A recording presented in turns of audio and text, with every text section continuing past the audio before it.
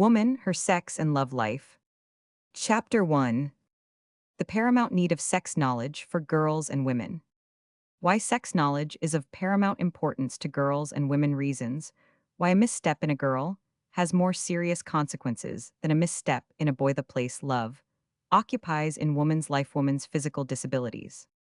All are agreed, I mean all who are capable of thinking, and have given the subject some thought, that for the welfare of the race, and for his own physical and mental welfare, it is important that the boy be given some sex instruction. All are not agreed as to the character of the instruction, its extent, the age at which it should be begun, and as to who the teacher should be: the father, the family physician, the school teacher, or a specially prepared book. But as to the necessity of sex knowledge for the boy, there is now substantial agreement among the conservatives as well as among the radicals. No such agreement exists concerning sex knowledge for the girl. Many still are the men and women, and not among the conservatives only, who are strongly opposed to girls receiving any instruction in sex matters. Some say that such instruction, except a few hygienic rules about menstruation, is unnecessary, because the sex instinct awakens in girls comparatively late, and it is time enough for them to learn about such matters after they are married. Others fear that sex knowledge would destroy the mystery and romance of sex, and would rob our maidens of their greatest charms, modesty, and innocence. Still others fear that sex instruction would tend to awaken the sex instinct in our girls prematurely, would direct their thoughts to matters about which they would not think otherwise, and they argue that the warnings about venereal disease, prostitution, etc., which are an integral part of sex instruction, tend to create a cynical, inimical attitude towards the male sex, which may even result in hypochondriac ideas and antagonism to marriage. I do not deny that there is a grain of truth in all the above objections. Sex instruction does cause some girls to think of sex matters earlier than they otherwise would, and some girls have been made bitter and hypochondriac and disgusted with the male sex. But it would not be difficult to demonstrate that it was not sex instruction per se that was responsible for these deplorable results. It was the wrong kind of instruction that was to blame. It was the wrong emphasis, the lurid exaggerations that caused the mischief, and not the truth. In other words, it is not sex information, it is sex misinformation that is pernicious. And of course, to this everybody will agree: rather than false information, better no information at all. But if the information to be imparted be sane, honest, and truthful, without exaggerating the evils, and without laying undue emphasis on the dark shadows of our sex life, then the results can be only beneficent. And the task I have put before myself in this book is to give our girls and women sane, square, and honest information about their sex organs and sex nature. Information absolutely free from luridness, on the one hand, and maudlin sentimentality. On the other, the female sex is in need of such information, much more so than is the male sex. Yes, if boys, as is now universally agreed, are in need of sex instruction, then girls are much more in need of it. Why? For several important reasons. The first reason why sex instruction is even more important for girls than it is for boys is because a misstep in a girl has much more disastrous consequences than it has in a boy. The disastrous results of a misstep in a boy are only physical in character. The results of the same misstep in a girl may be physical, moral, social, and economic. To speak more plainly, if a boy, through ignorance, rashly indulges in illicit sexual relations, the worst consequence to him may be infection with a venereal disease. But he is not considered immoral, he is not despised, he is not ostracized, he does not lose his social standing in the slightest degree, and when he is cured of his venereal disease, he has no difficulty in getting married. He does not even have to conceal his past sexual history from his wife. But if a girl makes a misstep, the consequences to her are terrible indeed. It may not only cost her her health and social standing, she may have to pay with her very life. She runs the risk of venereal infection, the same as the boy does, but in addition she runs the risk of becoming pregnant, which in our present social system is a catastrophe indeed. To save herself from the disgrace of an illegitimate child, she may have an abortion produced. The abortion may have no bad results, but it may, if performed bunglingly, leave her an invalid for life, or it may kill her outright. If she is so unfortunate as to be unable to get anybody to produce an abortion, she gives birth to an illegitimate child, which she is forced in most cases to put away in an institution of some sort where she hopes and prays it may die soon, and, in general, it does. If it does not die, she has for the rest of her life a Damocles sword hanging over her head, and she is in constant terror lest her sin be found out. She does not permit herself to look for a mate, But if she does get married, the specter of her antimatrimonial experience is constantly before her eyes. After years and years of married life, the husband may divorce her if he finds out that she had sinned before she knew him. And unless the husband is a broad-minded man and loves her truly, and unless she made a clean breast of everything to him before marriage, her life is continuous torture. But even if the girl escaped pregnancy, the mere finding out that she had an illicit experience deprives her of social standing, or makes her a social outcast and entirely destroys or greatly minimizes her chances of ever marrying and establishing a home of her own. She must remain a lonely wanderer to the end of her days. The enormous difference in the results of a misstep in a boy and a girl is clearly seen, and for this reason alone, if for no other, sex instruction is of more importance to the girl than it is to the boy. But there are other important reasons, and one of them is beautifully and truthfully expressed by Byron in his two well-known lines. Man's love is of man's life a thing apart. 'Tis woman's whole existence. Yes, love is a woman's whole life. Some modern women might object to this.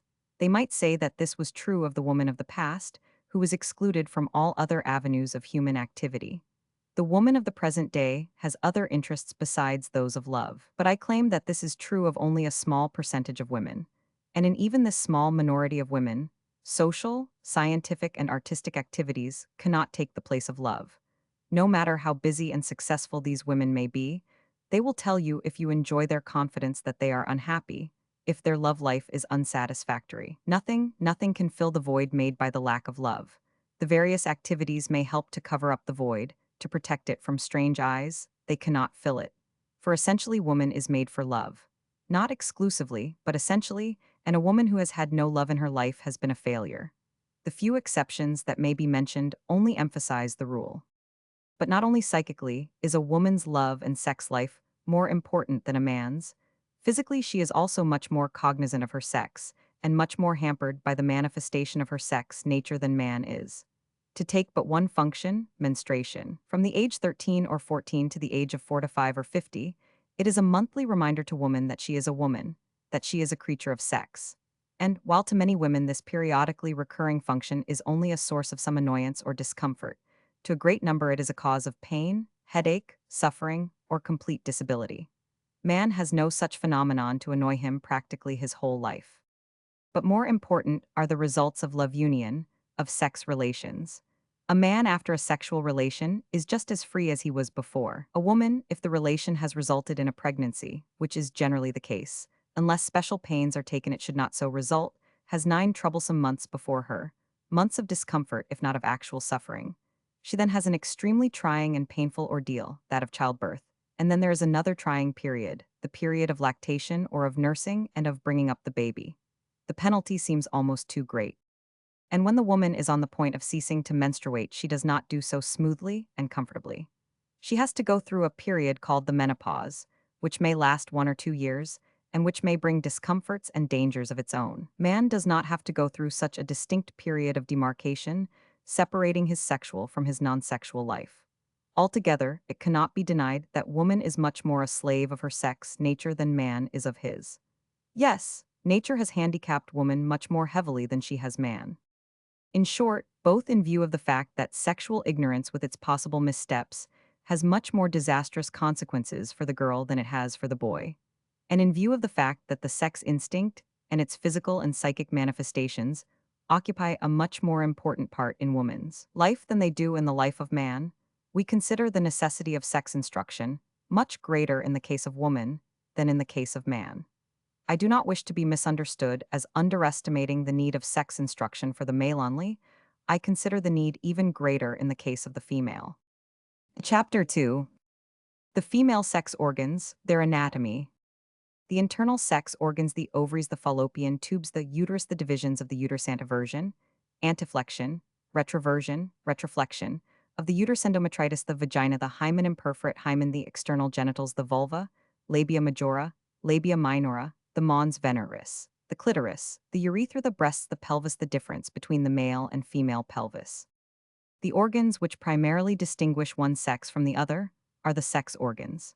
It is by the aid of the sex organs that children are begotten and brought into the world, that the race is reproduced and perpetuated. It is for this reason that the sex organs are also called the reproductive organs. The first thing we must do is to become familiar with the structure and location of the sex organs. In other words, we must get a fair idea of their anatomy. The female sex organs, also called the reproductive or generative organs, are divided into internal and external. The internal are the most important and consist of the ovaries, fallopian tubes, uterus or womb, and vagina. The external sex organs of the female are the vulva, hymen, and clitoris. Among the external organs are also generally included the mons veneris and the breasts or mammary glands. Subchapter The internal sex organs. The ovaries. The ovaries are the essential organs of reproduction, for it is they that generate the eggs, or ova, or ovules, which, after becoming fertilized or fecundated by the spermatozoa of the male, develop into children. Without the ovaries of the female, the same as without the testicles of the male to which they correspond, no children could be begotten, and the entire human race would quickly disappear from our planet. The ovaries are two in number. They are embedded in the broad ligaments which support the womb in the pelvis, one on each side of the womb. They are of a grayish or whitish pink color, and are about 1.5 inches long, 3/4 of an inch wide, and 1/3 of an inch thick. They weigh from 1/8 to 1/4 of an ounce. Their surface is either smooth or rough and puckered. Think of a large blanched almond, and you will have a pretty fair idea of the size and shape of an ovary. Ovary. The fallopian tubes. The fallopian tubes, so called from Fallopius, a great anatomist who discovered them, also called oviducts, egg conductors, because they conduct the eggs from the ovary into the uterus, are two very thin tubes, extending one from each upper angle of the womb to the ovaries, but at their ovarian end they expand into a fringed and trumpet-shaped extremity. The fringes are referred to as fimbria. They are about 5 inches long and only about 1/16 of an inch in diameter. The function of the tubes is to catch the ova as they burst forth from the ovaries and to convey them to the uterus. Taking into consideration the very narrow lumen, or caliber, of the fallopian tubes, it is easy to understand why even a very slight inflammation is apt to clog them up, to seal their mouths or openings, thus rendering the woman sterile or incapable of having children. For, if the fallopian tubes are clogged up, the eggs, or ova, have no way of reaching the uterus. The Greek name for the fallopian tube is salpinx. Salpinx in Greek means tube. An inflammation of the fallopian tube is therefore called salpingitis. A salpingitis has the same effect in causing sterility in the female as has an epididymitis in the male. Salpingectomy is the cutting away of the whole or of a piece of the fallopian tube, corresponds to vasectomy in the male. Womb. Openings into the fallopian tubes, to mouth of the womb. The uterus. The uterus or womb is the organ in which the fertilized ovum, or egg, grows and develops into a child. It is a hollow muscular organ, about the size of a pear, with thick walls, capable under the influence of pregnancy of great expansion and growth. The broad part of the pear is called the body of the uterus. The lower narrow part is called the neck of the uterus, or cervix. The uterus in the adult girl or woman is about 3 inches long, 2 inches broad in its upper part, and nearly an inch thick. It weighs from 1 ounce to 1.5 ounces. When the uterus is in a pregnant condition, it increases enormously, both in size and in weight, as we will see in a future chapter. The cavity of the uterus is somewhat triangular in shape. At each upper angle is the small opening communicating with the fallopian tube. The upper portion of the uterus is called the fundus. The external opening of the womb, situated in the center of the cervix, is called the mouth of the womb, or the os, or external os. The uterus is situated in the center of the pelvis, between the bladder and the rectum. It is supported by certain ligaments, the chief of which are the broad ligaments. But, on account of general weakness, too hard physical labor, or lifting heavy weights, the ligaments may stretch, and the uterus may sink down low in the vagina, and we then have the condition known as prolapse of the womb. Or, the womb may turn forward, when we have a condition of anteversion. If the womb is bent or flexed forward on itself, the condition is called anteflexion. If the womb is turned backwards, the condition is called retroversion. If it is bent or flexed backward upon itself, the condition is called retroflexion. An extreme degree of anteversion or anaflexion, or retroversion or retroflexion, may interfere with impregnation, as the spermatozoa may find it difficult or impossible to reach the opening of the womb external os. The vagina in Latina sheath. The vagina is the tube or canal which serves as a passageway between the uterus and the outside of the body. It extends from the external genitals or vulva to the neck of the womb, embracing the latter for some distance. It is a strong, fibromuscular canal, lined with mucous membrane. It is not smooth inside, but arranged in folds or rug, so that when necessary, as during childbirth, it can stretch enormously and permit the passage of a child's head. The length of the vaginal canal is between 3 and 5 inches, but it is in general much more capacious in women that have borne one or more children than in those who have not borne any. Near the vaginal entrance are situated two small glands. They are about the size of a pea and secrete mucus. They are called Bartholin's glands. Occasionally they become inflamed and give a good deal of trouble. Anteversion of the uterus. Anteflexion of the uterus. Anteflexion of the uterus. Retroversion of the uterus. Retroversion of the uterus. Retroflexion of the uterus. Retroflexion of the uterus. The remains of the hymen after it is ruptured shrink and form little elevations which can be easily felt. They are known as caruncles. In Latin, caruncle meatiforms, which means in English meatalberishaped caruncles. Caruncle is a small fleshy elevation, derived from caro, which in Latin means flesh. Subchapter B. The external genitals. The vulva. The external genitals of the female are called the vulva. The vulva consists of the labia majora, meaning the larger lips, which are on the outside and which in the grown-up girl are covered with hair, and the labia minora, the smaller lips, which are on the inside and which are usually only seen when the labia majora are taken apart. Vulva in Latin means folding door. The ancients were fond of giving fancy names to things. The mons veneris, the elevation above the vulva, which during puberty becomes covered with hair, is called by the fanciful name mons veneris or Venus mountain. It is usually well padded with fatty tissue. The clitoris. The clitoris is a small body about an inch in length, situated beneath the mons veneris and partly or entirely covered by the upper borders of the labia minora. The urethra. Between the clitoris above and the opening of the vagina below is situated the opening of the urethra, or the urinary meatus, through which the urine passes. Many women are so ignorant, or let us say innocent, that they think the urine passes out through the vagina. This is not so. The vagina has nothing to do with the process of urination. Again, enumerating the female sex organs, but in the reverse order, from before backward or from out inward, we have the mons veneris and the labia majora, or the external lips of the vulva. These are the plainly visible parts of the female genital organs. When the labia majora are taken apart, we see the labia minora.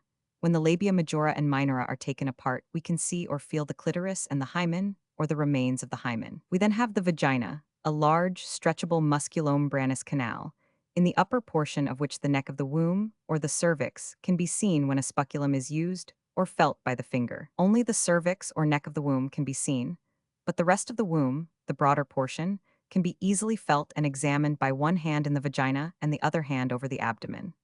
Continuous with the uterus are the fallopian tubes, and below the trumpet-shaped ends of the fallopian tubes are the ovaries, embedded in the broad ligaments, one on each side. The breasts. The breasts, also called mammary glands, or mama in Latin, breast, may be considered as accessory organs of reproduction.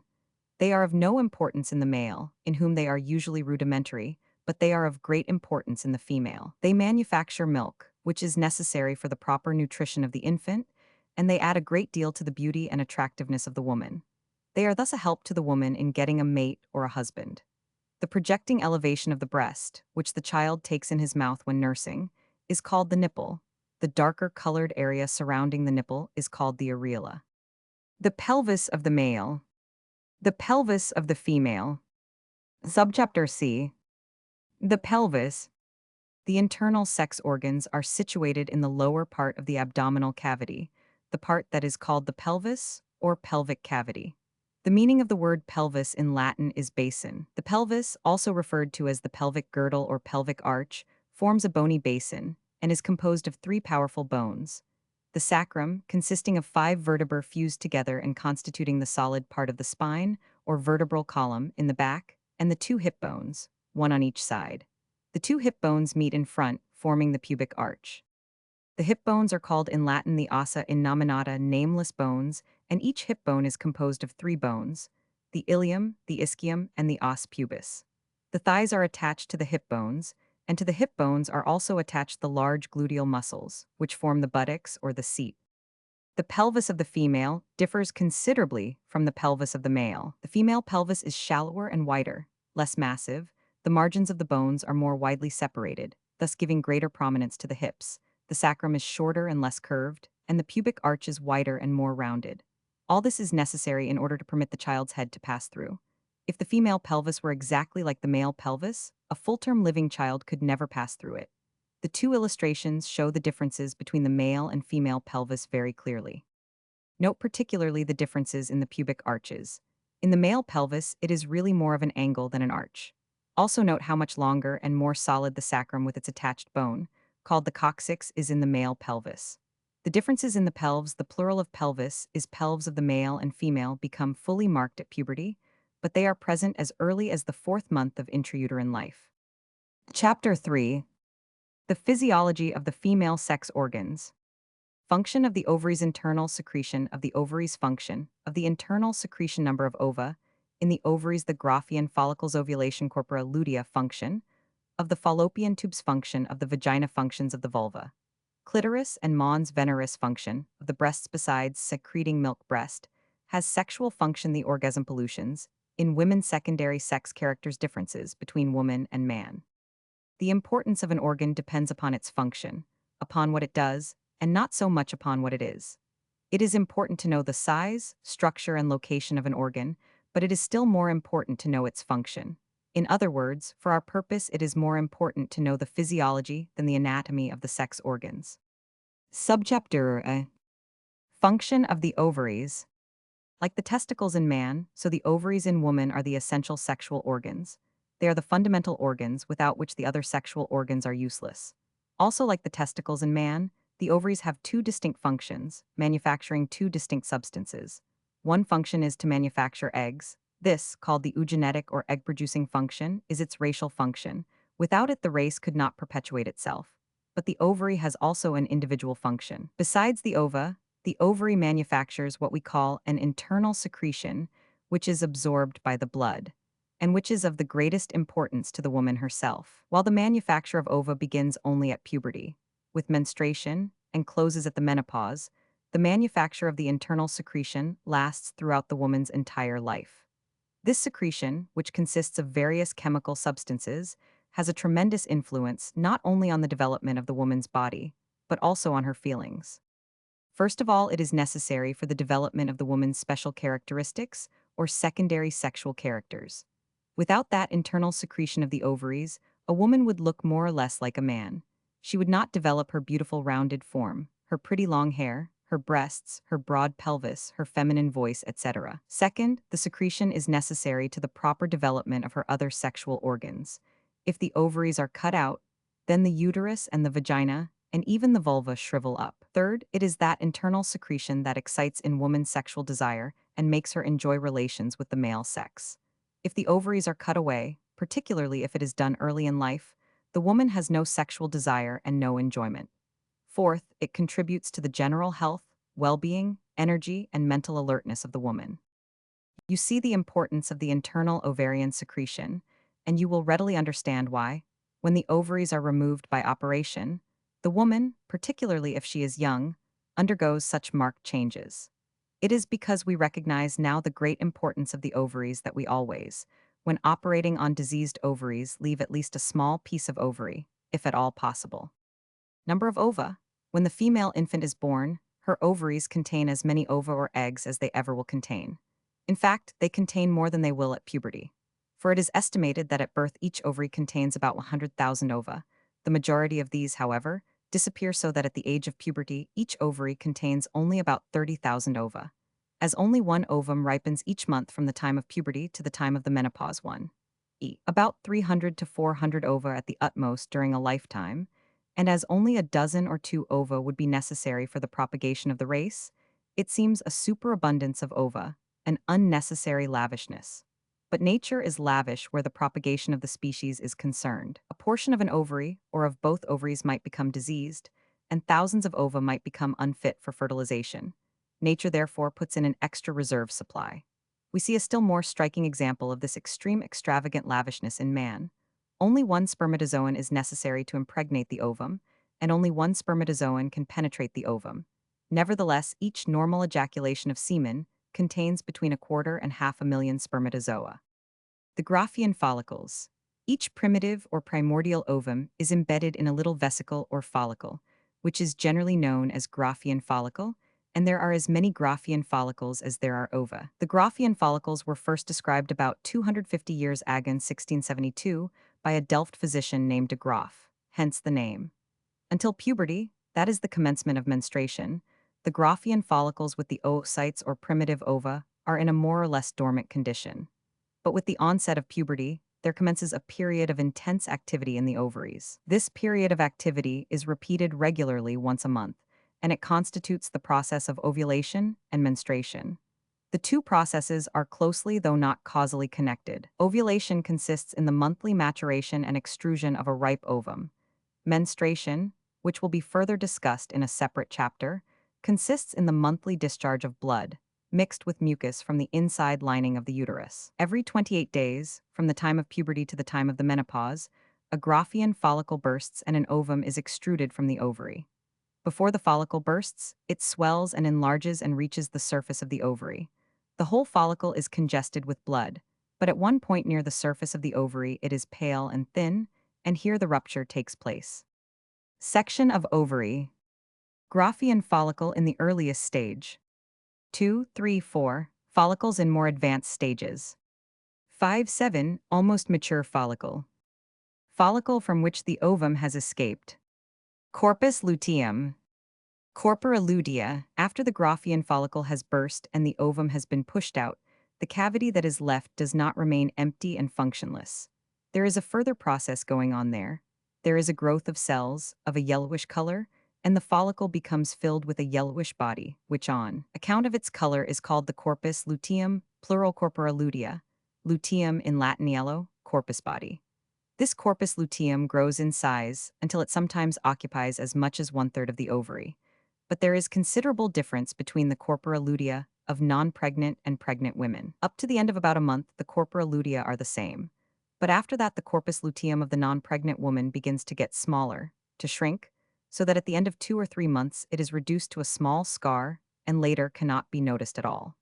The corpus luteum of the pregnant woman keeps on increasing until the end of the 2nd month, remains about the same size until the end of the 6th month, and only then begins gradually to diminish. The corpus luteum of the non-pregnant woman, that is, the one following menstruation, is called false corpus luteum. The corpus luteum following pregnancy is called a true corpus luteum. The corpus luteum acts like a gland and elaborates a secretion, which has an influence on the circulation in the uterus and on menstruation. It probably possesses other properties, with which we are not yet quite familiar. The corpora lutea of various animals are now prepared in powder or tablet form and used in medicine in the treatment of certain diseases of women. Subchapter B. Function of the other genital organs. Function of the fallopian tubes. The function of the fallopian tubes, or oviducts as they are sometimes called, is to catch the ovum as it bursts through the ovary and to conduct it from the ovary into the uterus. It is while the ovum is in the narrow lumen of the tube that the spermatozoon which has traveled up from the uterus usually finds it, and it is in the tube, near its entrance to the womb, that impregnation usually takes place. After the ovum is impregnated or fecundated, it slowly moves down to the uterus, where it attaches itself and remains and grows for 9 months, until it is ready to come out and start an independent life. The uterus or womb is the house of the embryo almost from the moment of conception to the moment of birth. Within the thick, warm, sheltered walls of the uterus, the child grows, develops, eats, and breathes, until all its organs and functions have reached such a stage of perfection that it can live by itself and for itself. And this may be said to be the sole function of the uterus, or at least its sole useful function. For the other function of the uterus, menstruation, cannot be said to be a necessary or a useful function. It is a normal function because it occurs regularly in every healthy woman during her childbearing period, but not every normal function is a necessary or useful function. Not everything that is right or useful. Function of the vagina. The vagina is the canal in which sexual intercourse takes place. It receives the male organ penis during the sexual act and serves as a temporary repository for the male semen.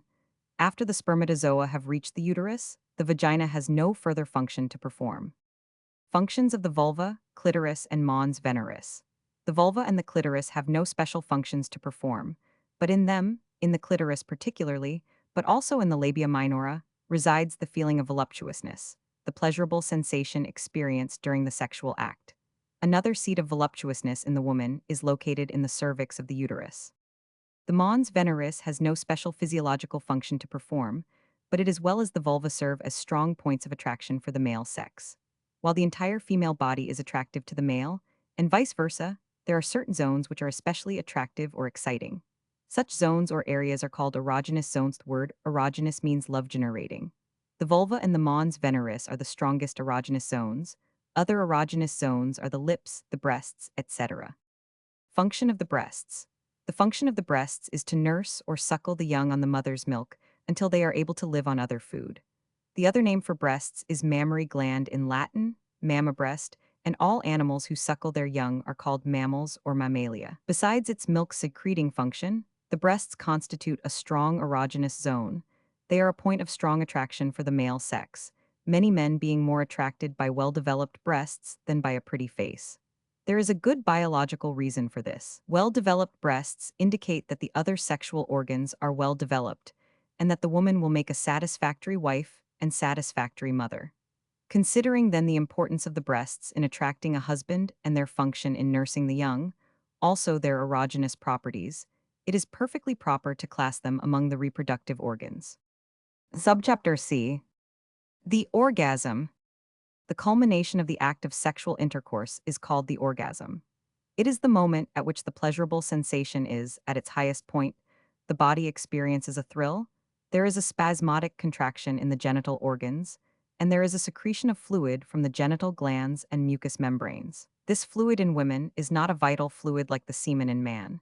It is merely mucus, and in some women it is very slight in amount or altogether absent. Adult women who live without sexual relations occasionally have sexual or erotic dreams. That is, they dream that they are in the company of men, playing or having relations with them. Such dreams are usually accompanied by an orgasm or an orgastic feeling, and by a discharge of mucus, the same as in sexual intercourse. Such a discharge of mucus during sleep is called an emission or pollution. In the male sex, pollutions play an important role. See the author's Sex Knowledge for Men, because the semen is a vital fluid, and if it is lost too frequently, the system is put under a heavy drain. In boys and men, the pollutions or night losses may occur several times a week or even every night or several times a night. When they occur with such frequency, the man may become a wreck. Not so with women. First, pollutions or night dreams in women are much more rare than they are in men.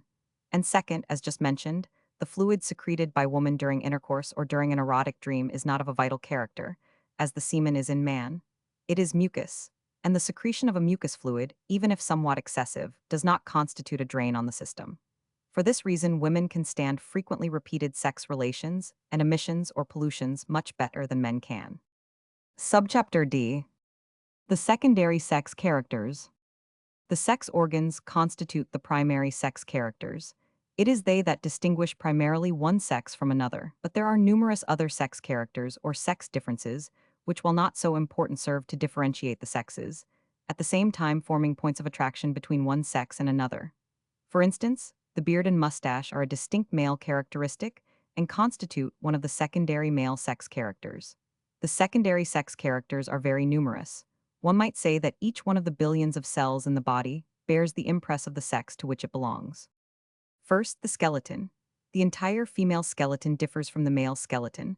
All the bones are smaller and more gracile. The pelvis, as we have seen before, is shallower and wider.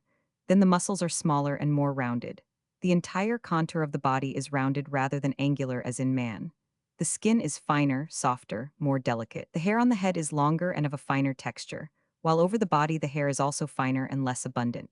The voice is finer, more pleasant, and of a higher pitch soprano. The breasts are well developed and serve an important purpose, while in men they are rudimentary. The breathing is also different. Woman breathes principally with the upper part of the chest, man with the lower. The brain is smaller and its convolutions somewhat less complex in woman. Woman differs considerably from man, not only physically, as we have seen, but also mentally and emotionally. But into this phase of the subject we will not enter, except to remark that it is foolish to speak of the superiority or inferiority of one sex to another. In some respects, man is greatly superior to woman. In others, he is inferior. On the whole, the sexes balance one another pretty well, and while the sexes are not and never will be exactly alike, we have no right to speak of the inferiority of one sex to another. We recognize that the sexes are different, but they complement one another, and the claim of the reactionary and of the woman-hater that woman is an inferior creature is just as senseless as is the claim made by some ultra-militant feminists that woman is the superior and man the inferior. Chapter 4. The Sex Instinct. Universality of the sex instinct not responsible for our thoughts and feelings. The sex instinct, which runs all through nature from the lowest animal to the highest, is the inborn impulse, craving or desire which one sex has for the other, the male for the female and the female for the male. This instinct, this desire for the opposite sex, which is born with us and which manifests itself at a very early age, is not anything to be ashamed of. There is nothing disgraceful, nothing sinful in it. It is a normal, natural, healthy instinct, implanted in us by nature for various reasons, and absolutely indispensable for the perpetuation of the race. If there were anything to be ashamed of, it would be the lack of this sex instinct, for without it the race would quickly die out. Not responsible for thoughts and feelings. It is necessary to impress this point, because many girls and women, whose minds have been perverted by a vicious social morality, worry themselves to illness, brood, and become hypochondriac, because they think they have committed a grievous sin in experiencing a desire for sexual relations or for the embrace of a certain man. Altogether, it is necessary to impress upon the growing girl, when the occasion presents itself, that a thought or a feeling can never be sinful. An action may be, but a thought or a feeling cannot. Why? Because we are not responsible for our thoughts and feelings. They are not under our control, though it does not mean that when they do arise, we are to give them full sway. We should attempt to combat them and drive them away, but there is nothing to be ashamed of, because for their origin we are not responsible. Responsible for actions. Our actions are under our control, to a certain extent at least, and if we do a bad or injurious act, we have committed a sin and are morally responsible. The desire for the sexual act is no more sinful than the desire for food is when one is hungry.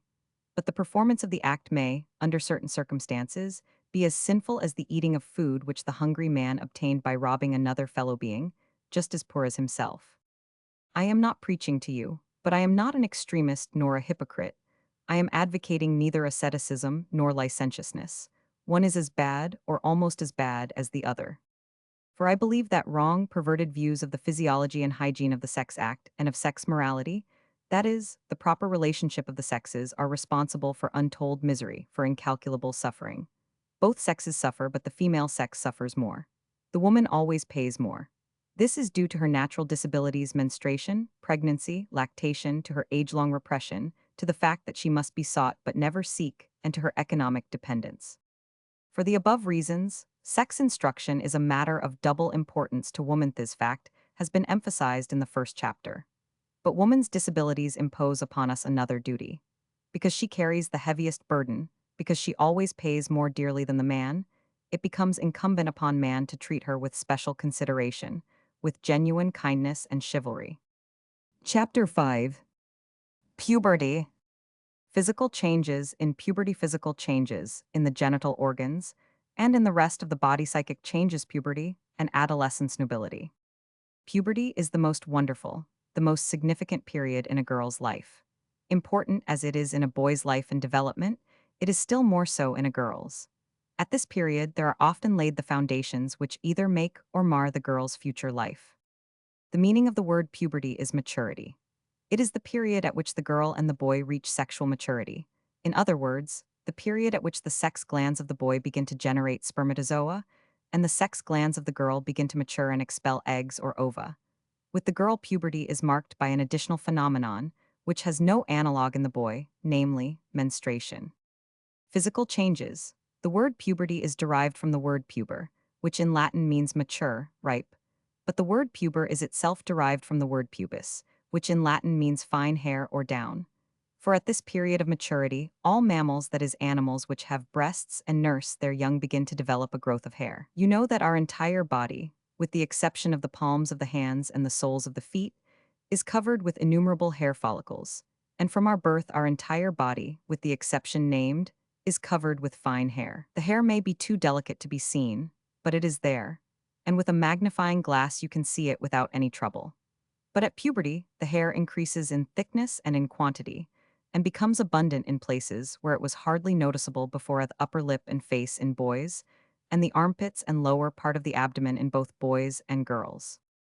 And so the first apparent physical sign of puberty in a girl is the gradual appearance of hair in the armpits, on the mons veneris and the labia majora. But all the genital organs are undergoing rapid development. The vulva, the vagina, the uterus, and the ovaries become larger, and the ovaries, which up to that time were elaborating an internal secretion only, now also begin to manufacture ova. In other words, the monthly process of ovulation is begun. Synchronously with the process of ovulation, there commences the monthly function of menstruation. The breasts also increase in size, assume the characteristic contour, develop their glandular substance, and become capable of secreting milk for the use of any possible offspring. During this period of development, they are often very sensitive to the touch or feel painful without being touched. But not only the genital organs undergo growth and development, entire body participates in the process. The growth in height is the most rapid at this period. The greatest growth takes place in the limbs, legs, and arms. The pelvis becomes broader, and the chest or thorax also becomes broader and larger. The muscles become larger and rounder, and finally give the girl the beautiful womanly form. Psychic changes, but the changes are not only physical. The changes that take place in the girl's psychic sphere during the pubertal years are also highly important. That is the period of the development of the emotions. She is overflowing with emotion. She becomes sensitive. In her relations with boys and men, she becomes self-conscious. Distinct sexual desire, fortunately, does not make its appearance in the girl at this period, as it does in the boy, but she becomes filled with vague, undefined, and undefinable longings. It is the period of crushes when the girl is apt to bestow her overflowing emotion on a girl friend.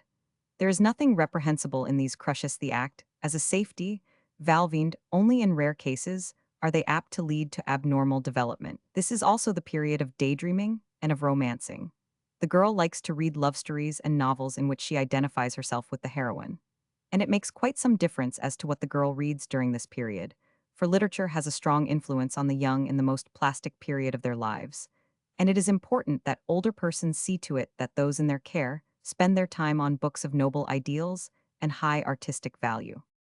Girls of a highly sensitive or so-called nervous temperament, especially if there is nervousness in the family, must be particularly looked after, for it is during the years of puberty and adolescence that any neurotic traits are apt to develop and become emphasized. It is also the period when bad sexual habits, masturbation, are apt to develop, and the careful mother will devote special attention to her girls in their years of puberty and guard them as much as possible against physical and emotional shocks. The age of puberty in girls is by many writers considered as synonymous or synchronous with the onset of menstruation, which in this country in the majority of cases occurs between the ages of 13 and 14. The year of gradual development before the onset of menstruation is by some referred to as the prepubertal year, and the first year after the onset of menstruation is the postpubertal year. The period from puberty to full sexual maturity is called adolescence, and this term is applied generally to the period between 13 and 18. For at 18, the boy and the girl have reached full maturity. Mentally, we acquire things as long as we live, and even physically, the body gets larger for some years after 18. But sexually, both boys and girls are fully mature at 18, though in order to become parents, it is best, for various reasons, to wait to the ages of 20 or 25. Nubility. Nubility is the age or state when a boy or a girl is fit for marriage. This is a vague and unsatisfactory term.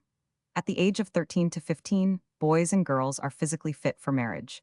That is, at that age, a boy is capable of begetting and a girl of having children. But it does not mean that it would be advisable for them to marry at such an early age.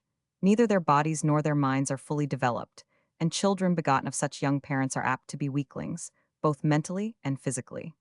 The youngest age for girls to marry should be 18, and for boys 20, but the youngest age for becoming parents should be 20 to 22 for the mother and 23 to 25 for the father. In Chapter 6, Menstruation. Definition of menstruation: where menstrual blood comes from, age of menstruation, age of cessation of menstruation, duration, amount, regularity, and irregularity. The first function with which the girl will be confronted which will impress upon her that she is a creature of sex, that she is decidedly different from the boy, is menstruation. And this function we will now proceed to study. What is menstruation? Menstruation is a monthly discharge of blood. The word is derived from the Latin word mensis, which means a month, and menstruation is also frequently spoken of as the menses. It is also called the catamenia or katamenia flow Greek, katabe, mean a month. Other terms are the periods, courses, monthlies, turns, monthly changes, monthly sickness, sickness, flowers, to be unwell, to be regular. Not to see anything is a common term for having missed the menses. This flow of blood recurs in most cases with remarkable regularity once a month, not a calendar month, but once a lunar month, once every 28 days. And as there are 13 lunar months a year, a woman menstruates not 12 but 13 times a year. Where does the menstrual blood come from? The menstrual blood comes from the inside of the womb. Every month, for a few days prior to menstruation, the inside lining of the womb, what we call the mucous membrane or endometrium, becomes congested, and its blood vessels become distended with blood. If the woman has sexual intercourse and pregnancy happens to take place, then this extra blood is used to nourish and develop the new child. But if no pregnancy takes place, that extra blood exudes from the blood vessels, some of the blood vessels rupture, and is discharged from the uterus into the vagina, and from there to the outside, where it is caught on cotton, sanitary napkins, or some other pad. At what age does menstruation begin? The usual age at which menstruation begins in this country is 13 or 14. In some, it may occur as early as 12, in others as late as 15, 16, or even 17.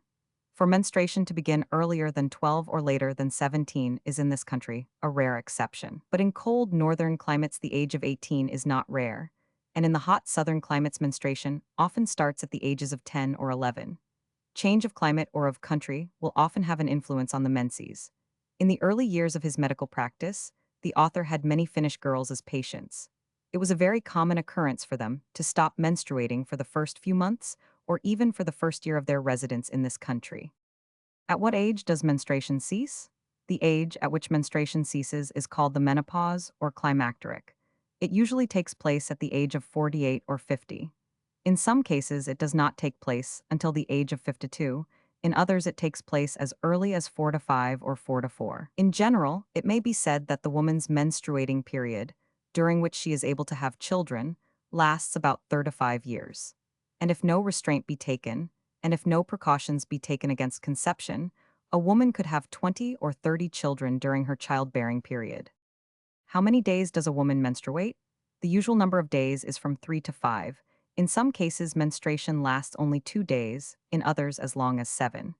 As a rule, the greatest amount of blood passed is during the first 2 days. The amount of blood. It is hard to estimate the exact amount of blood passed by a woman during her menses, but it reaches about 1.5 ounces to 3 ounces. In some women, the amount may reach as much as 4 or 5 ounces, and in exceptional cases, as much as 8 ounces. Where it exceeds this amount, it is an abnormal condition, requiring treatment. The usual statement that a normally menstruating woman should not have to use more than 3 napkins during the 24 hours is correct. The periodical regularity with which menstruation recurs in many women is remarkable. I know a woman who has not missed her menses in 20 years. During those 20 years, the menses have started every fourth Friday, almost always at the same hour. I know another one who has her menses every fourth Wednesday, about 7 in the morning. She skipped her periods during her 2 pregnancies, then they were irregular for a while, then they came back to Wednesday. Other women have their menses on a certain day of the month, say the 1st or the 5th, regardless of the number of days in the month. Such cases are, however, exceptional. And in some women, the menses are irregular, every 3 weeks, every 5 or 6 weeks, every 6 or 7 weeks, etc. Some women never know when they may expect their menses, so irregular they are. Chapter 7. Abnormalities of menstruation. Disorders of menstruation: menorrhagia, metorrhagia, menorrhea vicarious, menstruation dysmenorrhea, of organic and of nervous origin. In many girls and women, menstruation is a perfectly normal physiological process. They suffer no discomfort whatever from it. They suffer no pains, no headache, no irritability. They have no admonition of its onset until they feel the blood oozing or trickling out. But unfortunately, this is true only of a small percentage. The majority of women have some unpleasant symptoms. Some have a headache for a day or two, some complain of a dragging down sensation, some are irritable, feel depressed or quarrelsome. Some have no appetite, no ambition, no desire for work or company, while some girls have such severe pains and cramps that they are obliged to go to bed for a day or two and call in medical aid. When the menstruation is very profuse, resembling more a hemorrhage than normal menstruation, it is called menorrhagia. If the hemorrhage from the uterus occurs out of the regular menstrual periods, it is called metrorrhagia. When the menses are skipped, or when they are so scanty that you can hardly notice any blood, we use the term amenorrhea. In a few rare cases, the menstruation, instead of coming normally from the uterus, comes from some other part of the body, for instance, the nose. Some women have a hemorrhage from the nose every month. In some, a bloody discharge may come from the breasts. To such a substitute menstruation, we apply the term vicarious menstruation. Such cases, however, are rare and are mere curiosities. Dysmenorrhea. I mentioned before that in some girls and women the menses are accompanied by pains and cramps. This affliction, which is the lot of millions of women, and from which men are entirely free, is called dysmenorrhea. Dysmenorrhea means painful and difficult menstruation. A slight pain, or at least a feeling of discomfort, is present in most cases of menstruation. But in many cases, the pain is so severe, so excruciating, that the sufferer, girl or woman, is incapacitated for any work and must go to bed for a day or two. In some cases, the pain is so severe as to necessitate the use of morphine. And as it is a very bad thing to have to give morphine every 3 or 4 weeks, every endeavor should be made to find out the cause of the trouble and to remove it. It is a mistake, however, to think that all or even most cases of dysmenorrhea are due to some local trouble. That is, to an inflammation of the ovaries or a displacement of the womb. Many cases of dysmenorrhea are of nervous origin. The cause resides in the central nervous system and not in the genital organs themselves. It is, therefore, not advisable to undertake any local treatment unless a competent physician has made a thorough examination and has decided that local treatment is advisable. As to the percentage of dysmenorrhea, a recent statistical examination of 4,000 women showed that dysmenorrhea of some degree was present in over one half, namely 52%. Chapter 8. The hygiene of menstruation. Lack of cleanliness during menstrual period. Superstitious beliefs. Hygiene of menstruation. The hygiene of menstruation can be expressed in 2 words: cleanliness and rest. Common sense would suggest these 2 measures, and as far as rest is concerned, many women do rest or take it easy while they are unwell. Some are forced to do it because, if they do not, their dysmenorrhea is worse and the amount of blood they lose is considerably increased. The same cannot be said of cleanliness. Due undoubtedly to the superstitious opinions about menstruation, which came over to us from the ages of long ago, menstruation is still considered a nolimtanger, and women are afraid to bathe, to douche, or even to wash during the periods. And if there is any period when a woman needs a douche, it is during menstruation. Any leukorrhea that a woman may be suffering from becomes aggravated around the periods. The menstrual blood of some women has a decided odor, and if no cleansing douche is taken during 4 or 5 days, some of the blood decomposes and acquires a decidedly offensive odor, which can be noticed at some distance, and to which some men and women are very susceptible. There are some women who never take a vaginal douche. Some consider it a useless and unnecessary luxury, while some orthodox puritanical women consider it an ungodly procedure, forgetting that cleanliness is next to godliness, fit only for women of gay and questionable character. If these orthodox women knew what was good for them and for their health, they would take a douche at least during menstruation, if at no other time. Cleanliness. When the girl reaches the age of 12 or 13, the mother should explain to her the phenomenon of menstruation and the likelihood of its making its appearance in a short time.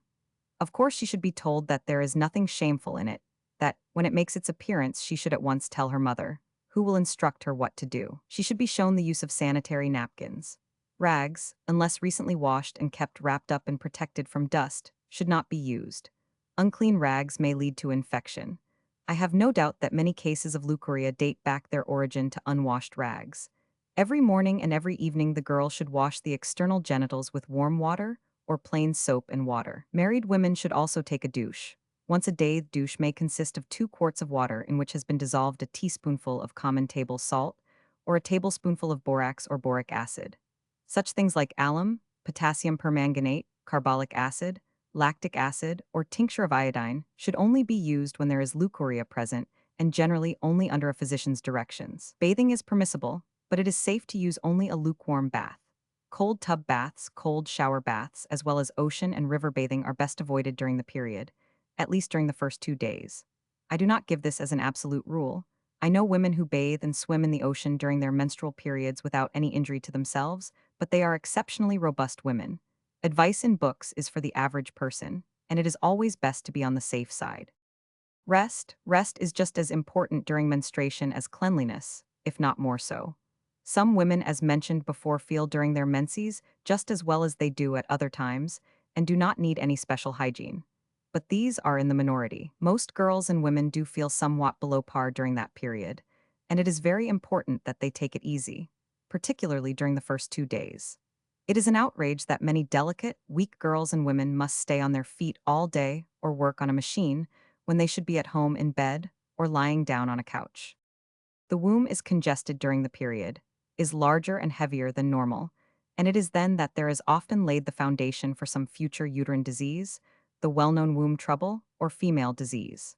It is not necessary that work be given up altogether, but there certainly should be less of it, and there should be as much rest as possible. For delicate and sensitive girls, it is always best to stay away from school during the first and second days. Speaking again of the average and not the exception, it is best that dancing, bicycle riding, horseback riding, rowing, and other athletic exercises be given up altogether during the menses. Automobile riding and railroad and carriage traveling prove injurious in some instances, greatly increasing the flow of blood. But these are the exceptions at the other extreme. Chapter 9. Fecundation or fertilization. Fecundation or fertilization process of fecundation when the ovum matures fate of ovum, when no intercourse has taken place entrance of spermatozoa, as result of intercourse the spermatozoa, in search of the ovum rapidity of movements of spermatozoa absorption of spermatozoon by ovum activity of impregnated ovum, in finding place, to develop pregnancy in the fallopian tube, and its dangerous twin pregnancy passivity of ovum and activity of spermatozoon, foretell the contrasting roles of the man and the woman throughout life. Fecundation and fertilization are important terms to remember. They stand for the most important phenomenon in the living world. Without it, there would be no plants and no animals, excepting a few very low forms of no importance, and of course no human beings. Fecundation or fertilization is the process of union of the female germ cell with the male germ cell. Speaking of animals, it is the process of union of the egg or ovum of the female with the spermatozoon of the male. When a successful union of these two cells takes place, a new being is started. The process of fertilization or fecundation is also known as impregnation and conception. We say to fertilize chiefly, however, when speaking of plants, or to fecundate an ovum, or to impregnate a female or woman, and to conceive a child. We say the woman has become impregnated or has conceived. The process of fecundation is briefly as follows. An ovum becomes mature, breaks through its Graafian follicle in the ovary, and is set free. It is caught by the fimbriated or trumpet-shaped extremity of the fallopian tube, and moved by the wave-like motion of the cilia of the lining of the tube, it begins its travel towards the uterus. If no sexual intercourse has taken place, nothing happens. The ovum dries up or dies, and either remains somewhere in the tube or womb, or is removed from the latter with the menstruation or mucus discharge. But if intercourse has taken place, thousands and thousands of the male germ cells or spermatozoa enter the uterus through its opening or external os and begin to travel upward in search of the ovum. The spermatozoa are capable of independent motion, and they travel pretty fast. It is claimed that they can travel an inch in 7 minutes, which is pretty fast when you take into consideration that a spermatozoon is only 1/1300 of an inch long. Many of the spermatozoa, weaker than the others, perish on the way, and only a few continue the journey up through the uterus to the tube. When near the little ovum, which remains passive, their movements become more and more rapid. They seem to be attracted to it as if by a magnet, and finally one spermatozoon, just one, the one that happens to be the strongest or the nearest, makes a mad rush at it with its head, perforates it, and is completely swallowed up by it. As soon as the spermatozoon has been absorbed by the ovum, the opening through which it got in becomes tightly sealed. Coagulation takes place near it so that no other spermatozoa can enter the ovum. For if two or more spermatozoa got into the same ovum, a monstrosity would be apt to be the result. Spermatozoon penetrating the ovum. What becomes of all the other spermatozoa? They perish. Only one is needed. But in the ovum that has been impregnated, and which is now called an embryo, a feverish activity commences. First of all, it looks for a fixed place of abode. If the ovum happened to be in the uterus when the spermatozoon met and entered it, it remains there. It becomes attached to some spot in the lining of the womb, and there it grows and develops. Until at the end of 9 months, it has reached its full growth, and the womb opens and it comes out into the outside world. If the ovum is in the fallopian tube when the spermatozoon meets it, as is usually the case, it travels down to the uterus and fixes itself there. Extrauterine pregnancy. The tube is a bad place for the ovum to grow and develop, because the tube cannot stretch to such an extent as the uterus can, nor can it furnish the embryo such good nourishment as the uterus can. Occasionally, however, it happens that the impregnated ovum remains in the tube and develops there. We then have a case of what we call extrauterine outside-off-uterus or tubal pregnancy. Extrauterine pregnancy is also called ectopic pregnancy or ectopic gestation. Unless diagnosed early and operated upon, the woman may be in great danger, for after a few weeks or months the tube generally ruptures. From the moment the spermatozoon has entered the ovum, a process of division or segmentation commences. The ovum, which consists of one cell, divides into two, the 2 into 4, the 4 into 8, the 8 into 16, these into 32, these into 6 to 4, 128, 256, 512, 1024, until they can no longer be counted. This mulberry mass of cells arranges itself into two layers, with a cavity in between. And from these layers of cells, there develop gradually all organs and tissues, until a fully formed and perfect child is the result. If two ova are impregnated at the same time by two spermatozoa, the result is twins. I might mention here that the moment the ovum is impregnated, joined by a spermatozoon, it is called technically a zygote. It is also called embryo, and this name is applied to it until the age of 5 or 6 weeks. Some use the term embryo up to 2 or 3 months. After that, until it is born, it is called fetus. A study of the development of the embryo and the formation of the various organs from one single cell, the ovum, vitalized or fecundated by another single cell, the spermatozoon, is the most wonderful and most fascinating of all studies. But that belongs to the domain of embryology, which is a separate science. What we see in the process of fecundation is a foreshadowing of the future man and woman. The ovum has no motion of its own. It is moved along by the wave-like motions of the lining cells of the fallopian tube, and throughout the entire act it remains passive. The spermatozoon, on the other hand, is in a state of continuous activity from the moment it has been ejaculated by the male until it has reached its goal ovum. And as the spermatozoa carry in them the entire impress of the man and the ova of the woman, they foretell us the fates of the future boy and girl.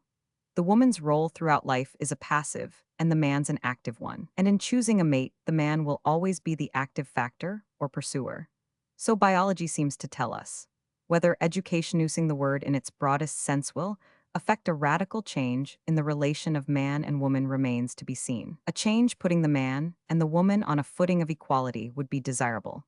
But whether biological differences, having their roots in the remotest antiquity, can be obliterated, is a question the answer of which lies in the distant future. As Geddes and Thompson so well said, the differences between the sexes may be exaggerated or lessened, but to obliterate them, it would be necessary to have all the evolution over again on a new basis.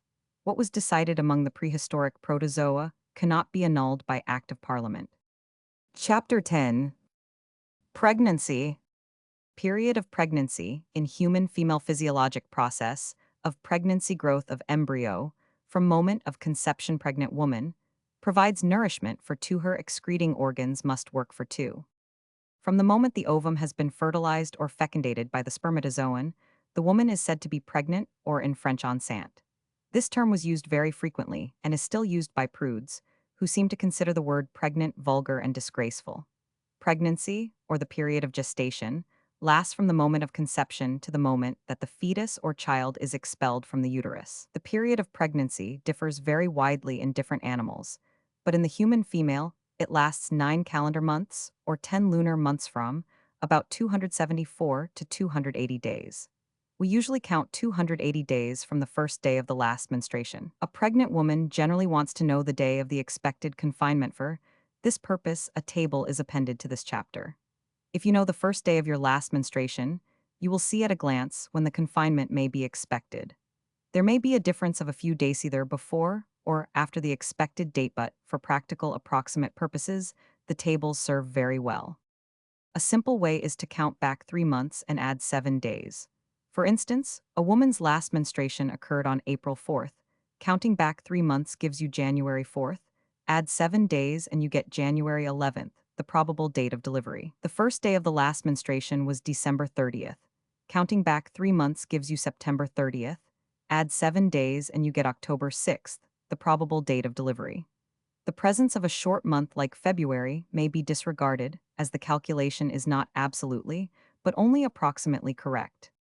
The period at which the child's movements begin to be felt by the mother is termed quickening. It usually occurs at the middle of the pregnancy, between the 16th and 18th week. Pregnancy is a normal physiological process, but every active physiological process is apt to be accompanied by disturbances, and there is certainly no process in the animal body in which greater activity, greater changes, go on than during the process of pregnancy. Just see what occurs in 9 months. The uterus, at first the size of a small pear, reaches a size larger than that of the head of a big man. It does not merely stretch, as some think, but it actually grows enormously in size, the muscular walls of a pregnant uterus being many times thicker than those of a non-pregnant one. They have to be, or they would not have the strength to expel the child when the proper time comes. It is to be borne in mind that the child does not slip out by itself. It is the powerful muscular contractions of the uterus that push it out. If the uterus should refuse to work, if its walls were too thin or too weak, the child could not come out, but would have to be taken out with forceps. Still greater changes than in the uterus take place in the child itself. At the moment of conception, it is the size of the head of a pin. At the moment of birth, it weighs from 7 to 10 pounds. At the moment of conception, it is a minute, undifferentiated mass of protoplasm, just a single fertilized cell.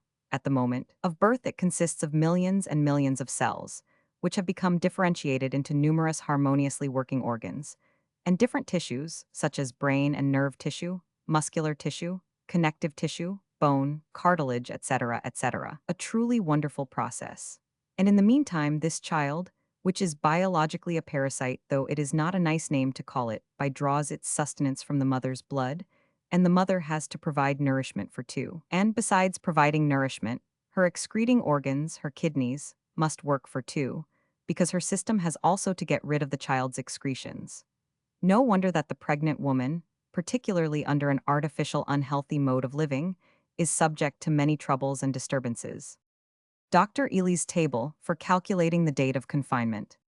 January 1, 2, 3, 4, 5, 6, 7, 8, 9, 10, 11, 12, 13, 14, 15, 16, 17, 18, 19, 20, 21, 22, 23, 24, 25, 26, 27, 28, 29, 30, 31.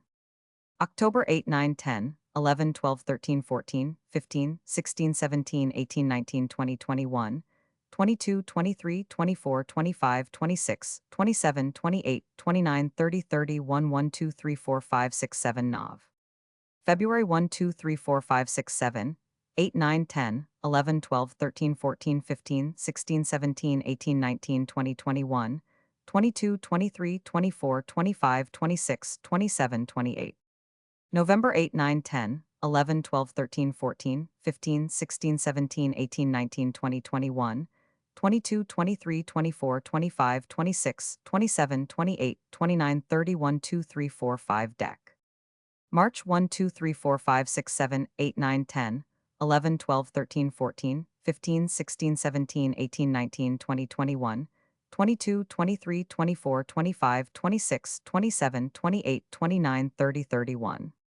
December 6, 7, 8, 9, 10, 11, 12, 13, 14, 15, 16, 17, 18, 19, 20, 21, 22, 23, 24, 25, 26, 27, 28, 29, 30, 31, 1, 2, 3, 4, 5, Jan. April 1, 2, 3, 4, 5, 6, 7, 8, 9, 10, 11, 12, 13, 14, 15, 16, 17, 18, 19, 20, 21, 22, 23, 24, 25, 26, 27, 28, 29, 30. January 6, 7, 8, 9, 10, 11, 12, 13, 14, 15, 16, 17, 18, 19, 20, 21, 22, 23, 24, 25, 26, 27, 28, 29, 30, 31, 1, 2, 3, 4, Feb. May 1, 2, 3, 4, 5, 6, 7, 8, 9, 10, 11, 12, 13, 14, 15, 16, 17, 18, 19, 20, 21, 22, 23, 24, 25, 26, 27, 28, 29, 30, 31. February 5, 6, 7, 8, 9, 10, 11, 12, 13, 14, 15, 16, 17, 18, 19, 20, 21, 22, 23, 24, 25, 26, 27, 28, 1, 2, 3, 4, 5, 6, 7 Mar.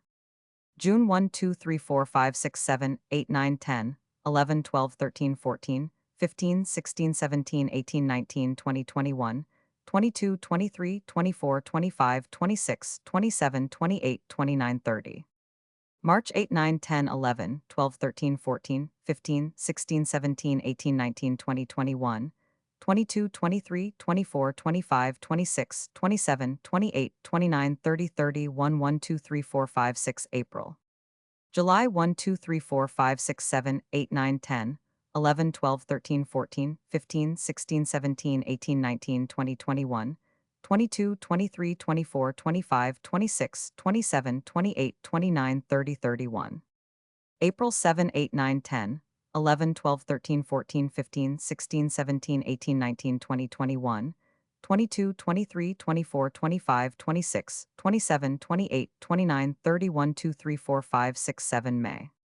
August 1, 2, 3, 4, 5, 6, 7, 8, 9, 10, 11, 12, 13, 14, 15, 16, 17, 18, 19, 20, 21, 22, 23, 24, 25, 26, 27, 28, 29, 30, 31. May 8, 9, 10, 11, 12, 13, 14, 15, 16, 17, 18, 19, 20, 21, 22, 23, 24, 25, 26, 27, 28, 29, 30, 31, 1, 2, 3, 4, 5, 6, 7 June. September 1, 2, 3, 4, 5, 6, 7, 8, 9, 10, 11, 12, 13, 14, 15, 16, 17, 18, 19, 20, 21, 22, 23, 24, 25, 26, 27, 28, 29, 30. June 8, 9, 10, 11, 12, 13, 14, 15, 16, 17, 18, 19, 20, 21, 22, 23, 24, 25, 26, 27, 28, 29, 30, 1, 2, 3, 4, 5, 6, 7, 8 July. October 1, 2, 3, 4, 5, 6, 7, 8, 9, 10, 11, 12, 13, 14, 15, 16, 17, 18, 19, 20, 21, 22, 23, 24, 25, 26, 27, 28, 29, 30, 31. July 8, 9, 10, 11, 12, 13, 14, 15, 16, 17, 18, 19, 20, 21, 22, 23, 24, 25, 26, 27, 28, 29, 30, 31, 1, 2, 3, 4, 5, 6, 7 Aug.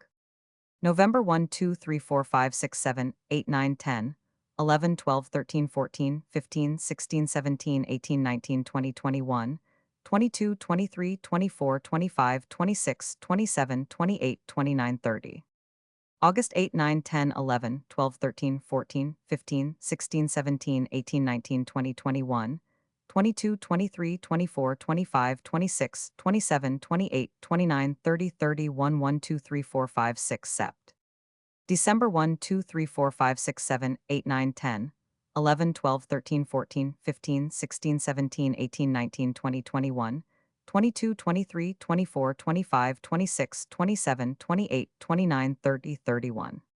September 7, 8, 9, 10, 11, 12, 13, 14, 15, 16, 17, 18, 19, 20, 21, 22, 23, 24, 25, 26, 27, 28, 29, 30, 1, 2, 3, 4, 5, 6, 7 Oct. Explanation. Find and top line the date of menstruation. The figure below will indicate the date when confinement may be expected. 1. If date of menstruation is June 1st, confinement may be expected on March 8th, or 1 day earlier if leap year. Chapter 11. The disorders of pregnancy.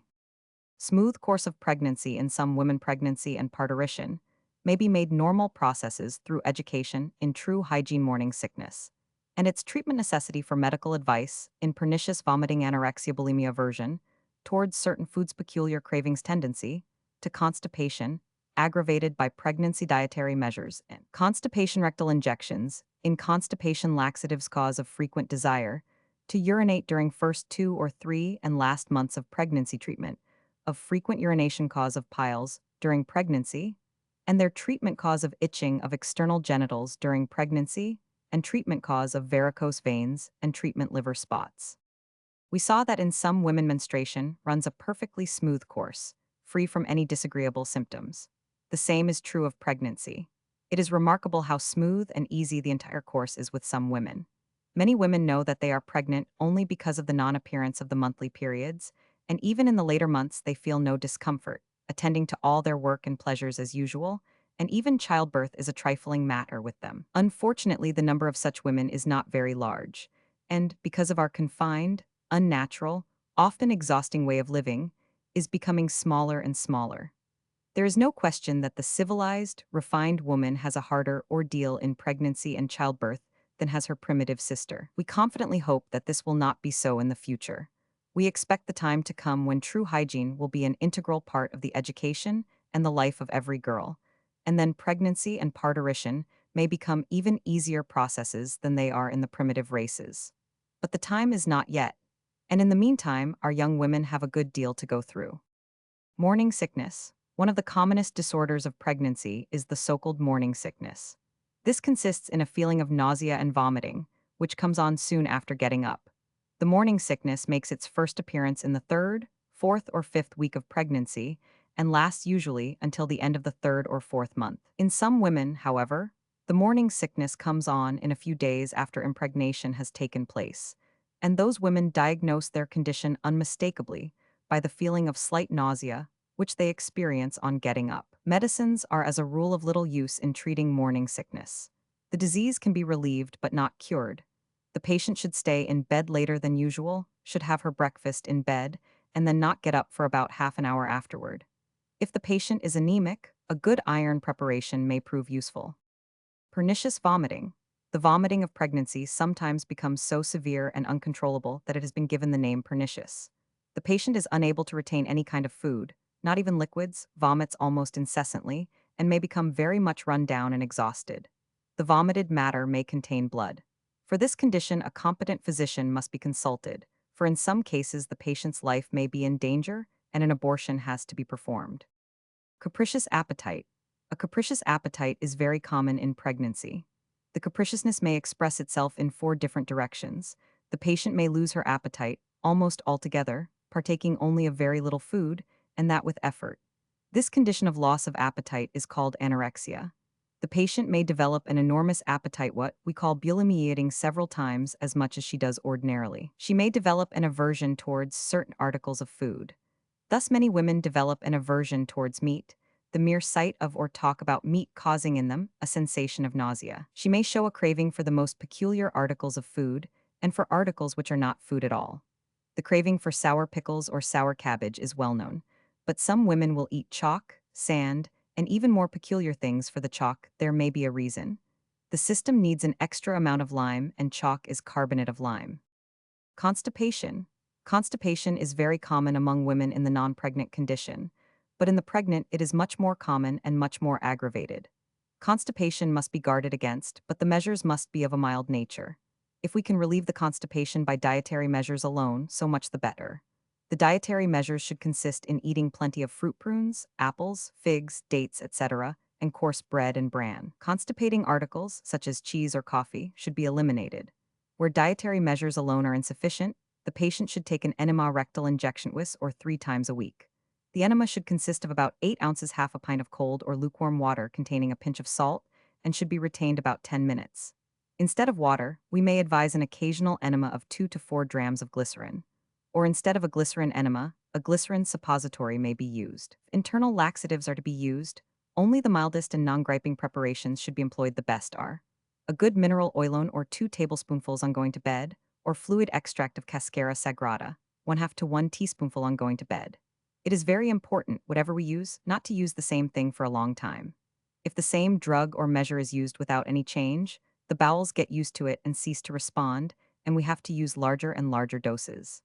In fighting constipation, we must therefore constantly change our weapons. One night we use mineral oil, the next night Cascara sagrada, the third night an enema, the fourth night a glycerin injection or suppository, the fifth night perhaps nothing at all, the sixth night a blue mass pill, the seventh morning Seidlitz powder, then a rest for a day or 2, then a repetition of the same measures. But always remember, first try to get along without any drugs at all. Many cases can get relieved of their constipation by a proper change in diet alone, and where this is impossible, then use mild laxatives and use them interchangeably. Toothache is not uncommon in pregnancy, and a pregnant woman should have her teeth put in first-class condition. Difficulty in urination. Pregnant women often suffer with frequency and urgency of urination. Some have to urinate while they are on their feet every few minutes. This is due to the fact that during the first 2 or 3 months of pregnancy, the uterus is not only enlarged but is also anteverted, that is turned forward and presses down upon the bladder.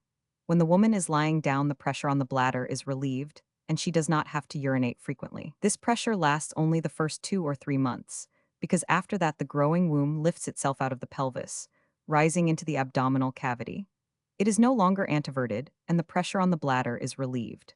During the last months of the pregnancy, there is again frequent urination, because then the heavy uterus sinks again into the pelvic cavity and presses upon the bladder. The treatment for this frequent urination consists in wearing a well-fitting abdominal belt or corset, which raises the uterus and prevents pressure on the bladder.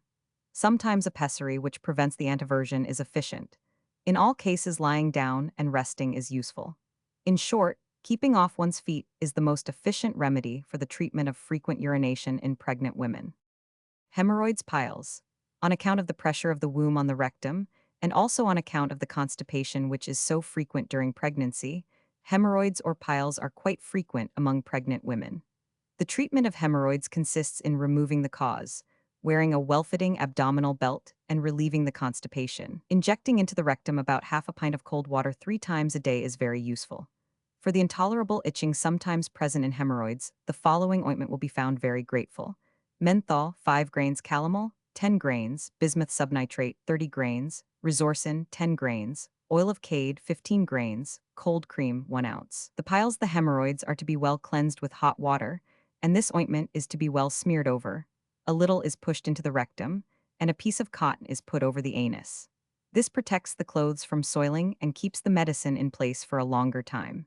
Instead of ointment, a cocoa butter suppository may be used. A suppository of the following composition is good: powdered nutgalls, 3 grains, oil of cade, 3 drops, resorcin, 1 grain, bismuth subnitrate, 5 grains, cocoa butter, 20 grains. One such suppository to be inserted 3 times a day. The ointment and the suppository given above, if used in conjunction with the proper regulation of the bowels, will not only relieve but will cure most cases of hemorrhoids caused by pregnancy. Itching of the vulva, pruritus vulv. Itching of the external genitals during pregnancy is not uncommon. This may be due to the fact that the vulva is generally congested and swollen during pregnancy, or it may be caused by an increased leucorrheal discharge. The itching is sometimes very severe, and if the patient scratches with her nails and produces bleeding, she may cause an infection of the parts. The patient should be cautioned against scratching. She should try simple measures to relieve the itching. A small towel or gauze compress wrung out of boiling water and applied to the vulva several times a day, followed by a free application of stearate of zinc powder, is often efficient. If it is not, the following salve may be tried: carbolic acid, 10 grains, menthol, 5 grains, resorcin, 15 grains, zinc oxide, 1 dram, and white Vaseline, 1 ounce. In very severe cases, the vulva should be painted with a solution of silver nitrate, 25 grains to 1 ounce of distilled water. Varicose veins. In most women during pregnancy, the veins in the legs become somewhat enlarged. This is due to the pressure of the womb, which interferes with the circulation. If the veins become very prominent, swollen, and tortuous, they are called varicose. This condition should be prevented, because it often and to some degree always persists permanently, even after the pregnancy is over. The best precautionary measure is for the woman to wear a well-fitting abdominal belt or maternity corset, which supports the womb and does not permit it to sink too low into the pelvis. If varicose veins have been permitted to develop, the woman should wear well-fitting rubber stockings, or at least have the legs bandaged with woven elastic bandages. The bandage must be applied by a competent person, uniformly and not too tightly. Constipation has also a bad effect in making varicose veins worse. The bowels should therefore also be looked after.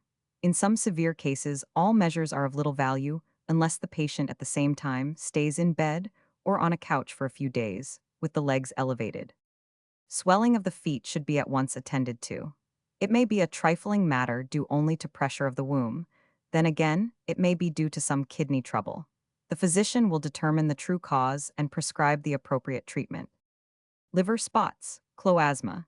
In some cases, irregular brownish patches or splotches develop on the skin around the breasts, on the sides, or on the face. These patches are known popularly as liver spots or in medical language as cloasma. Nothing can be done for them, but they generally disappear after the pregnancy is over. A few patches here and there may remain permanently. Chapter 12. When to engage a physician. Necessity for the pregnant woman, immediately placing herself under care of physician, and remaining under his care during entire period. The disorders and disturbances described above are, with the exception of pernicious vomiting, of a minor nature. They are annoying, may cause considerable discomfort and suffering, but they do not endanger the life of the woman or of the child. Occasionally, however, fortunately not very often, the kidneys become affected, and for this condition treatment by a physician is absolutely necessary.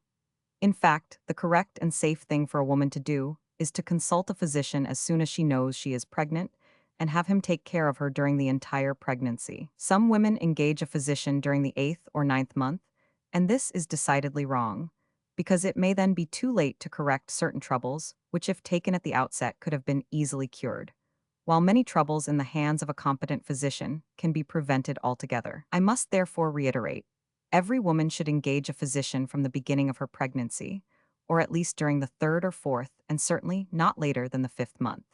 He will examine the urine every month and make sure that the kidneys are in order. He will make sure that the child is in a normal position and will prevent a host of other ills. Position of the child in the womb. This is not a special treatise on the management of pregnancy, and therefore minute details are out of place. Besides, to the details the physician will attend, but some hints regarding diet and general hygiene will prove useful. If everything is satisfactory, if there is no severe vomiting, kidney trouble, etc., the usual mixed diet may continue. The only changes I would make are the following. Drink plenty of hot water during entire course of pregnancy. A glass or 2 in the morning, 2 or 3 glasses in the afternoon, the same at night. From 6 to 12 glasses may be consumed. Also plenty of milk, buttermilk and fermented milk. Plenty of fruit and vegetables. Meat only once a day. For the tendency to constipation, whole wheat bread, rye bread, bread baked of bran or bran with cream.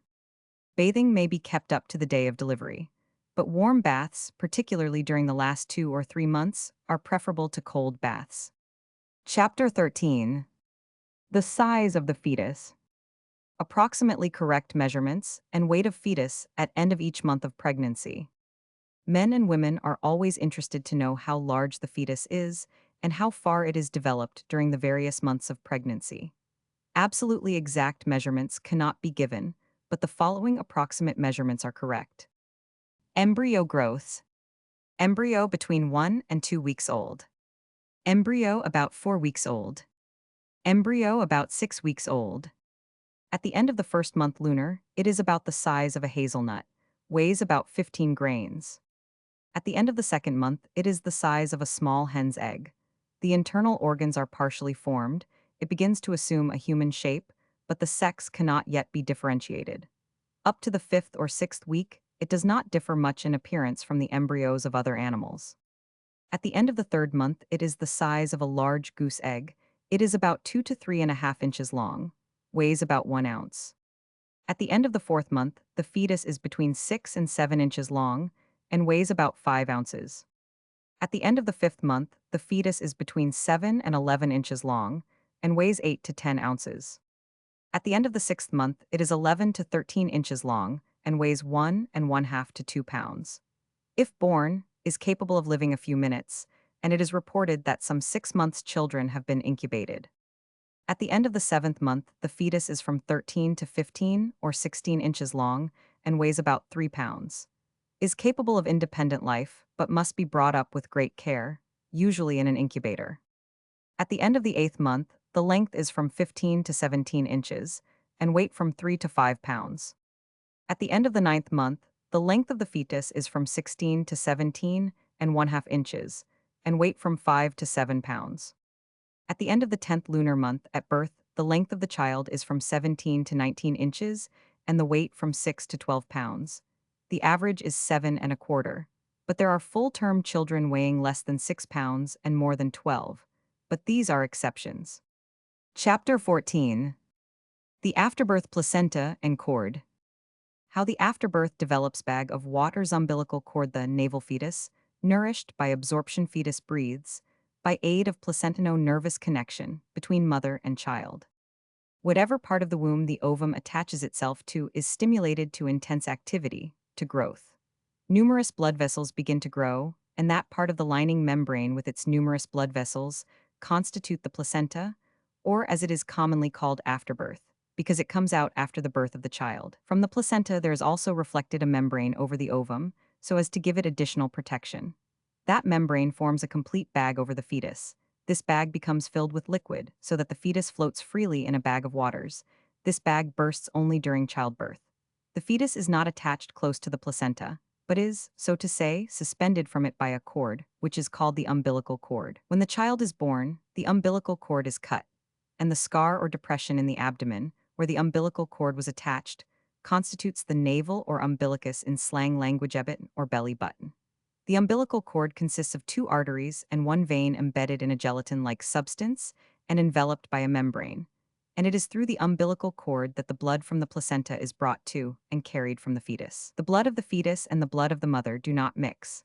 The blood vessels are separated by thin walls, and it is through these thin walls that the fetal blood receives the ingredients it needs from the mother's blood. In other words, it receives its nourishment from the mother by absorption or osmosis. The blood from the placenta also furnishes the fetal blood with oxygen, so that the fetus breathes by the aid of the placenta and not through its own lungs. It is well to remember that there is absolutely no nervous connection between mother and child.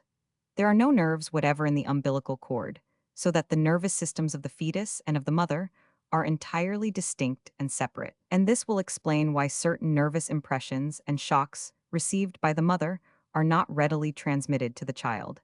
It is only through changes in the mother's blood that the fetus can be influenced. As will be seen in a later chapter, we are skeptical about maternal impressions. Chapter 15. Lactation or nursing. No perfect substitute for mother's milk when nursing is injurious to mother and child-modified milk. Artificial foods care essential in selecting wet nurse suckling child benefits mother reciprocal affection, strengthened by nursing sexual feelings, while nursing alcoholics are injurious. Attention to condition of nipples during pregnancy essential treatment, of sunken nipples treatment, of tender nipples treatment, of cracked nipples. How to stop the secretion of milk when necessary. Menstruation while nursing pregnancy in the nursing woman. Every mother should nurse her child if she can. There is no perfect substitute for mother's milk. There is only one excuse for a mother not nursing, that is when she has no milk, or when the quality of the milk is so poor that the child does not thrive on it, or when the mother is run down, is threatened with, or is suffering with tuberculosis, etc. In such cases, the nursing would prove injurious to both mother and child. When the mother cannot nurse the child, it should be brought up artificially on modified cow's milk. Formulas for modified milk have been worked out for every month of the child's life, and if the formulas are carefully followed and the bottle and nipples are properly sterilized, the child should have no trouble, but should thrive and grow like on good mother's milk. If the child is sickly or delicate and does not thrive on modified cow's milk or on the other artificial foods, such as Horlick's malted milk or Nestle's food, then a wet nurse may become necessary. But before engaging a wet nurse, great care should be taken to make sure that she is healthy, that the age of her child is approximately the same as the age of the child which she is about to nurse, and particularly that she is free from any syphilitic taint. 1, 2 or more Wassermann tests should be made to settle the question definitely. Mothers should bear in mind that suckling the child is good not only for the child, but for the mother as well. Lactation helps the involution of the uterus. The uterus of a nursing mother returns more quickly and more perfectly to its normal antepregnant condition than the uterus of the mother who cannot or will not nurse her child. It is asserted that the reciprocal affection between mother and child is greater in cases in which the child suckled its mother's breast. This is quite likely. It is also asserted that the nursing mother transmits certain traits to its child, which the non-nursing mother cannot. This is merely a hypothesis without any scientific proof. That the mother who nurses her child should partake of sufficient nourishment goes without saying, but the advice often given to nursing mothers to partake of beer, ale, or wine is a bad one. It is a question if a mother partaking of considerable quantities of alcoholic beverages may not transmit the taste for alcohol to her children. No, alcoholics should be left alone, but milk, eggs, meat, fruit, and vegetables should be partaken of in abundance. Preparing the nipples. For the infant to be able to nurse properly, the nipples of the breast must be in good condition. If the nipples are sunken, depressed, it is torture for the child to nurse. It uses up a lot of energy uselessly, becomes exhausted, and gets very little milk, while if the nipples be tender or cracked, the process of nursing is a torture for the mother. It is therefore necessary to attend to the nipples in due time. To begin at the 5th or 6th month is not too early. If the nipples are sufficiently prominent, little need be done for them, except to wash them with a little boric acid solution, 1 teaspoonful of boric acid to a glass of water occasionally, and now and then to rub in a little petrolatum, plain or borated. But if the nipples are sunken, so that they are below the surface of the breast, or if they are only slightly above the surface of the breast, they must be treated. Gentle traction must be made on them with the fingers 3 or 4 times a day. There are only a few cases where persistent manipulation will not develop the nipple and make it stand out prominently. If the nipple is tender, it should be washed 2 or 3 times a day with a mixture of alcohol and water. 1 part of alcohol to 3 parts of water is sufficient. In washing the nipple with this diluted alcohol, it should be dried and a little petrolatum or Vaseline rubbed in. This done 2 or 3 times a day during the last month or 2 of the pregnancy will generally produce a good healthy nipple. The treatment of cracked nipples. If the care of the nipple has been neglected, and it develops cracks or fissures so that the nursing of the child causes the mother severe pain, the nursing should be done through a nipple shield, and in the meantime between the nursings the nipple should be rubbed with the following preparation, which is excellent and which I can fully recommend.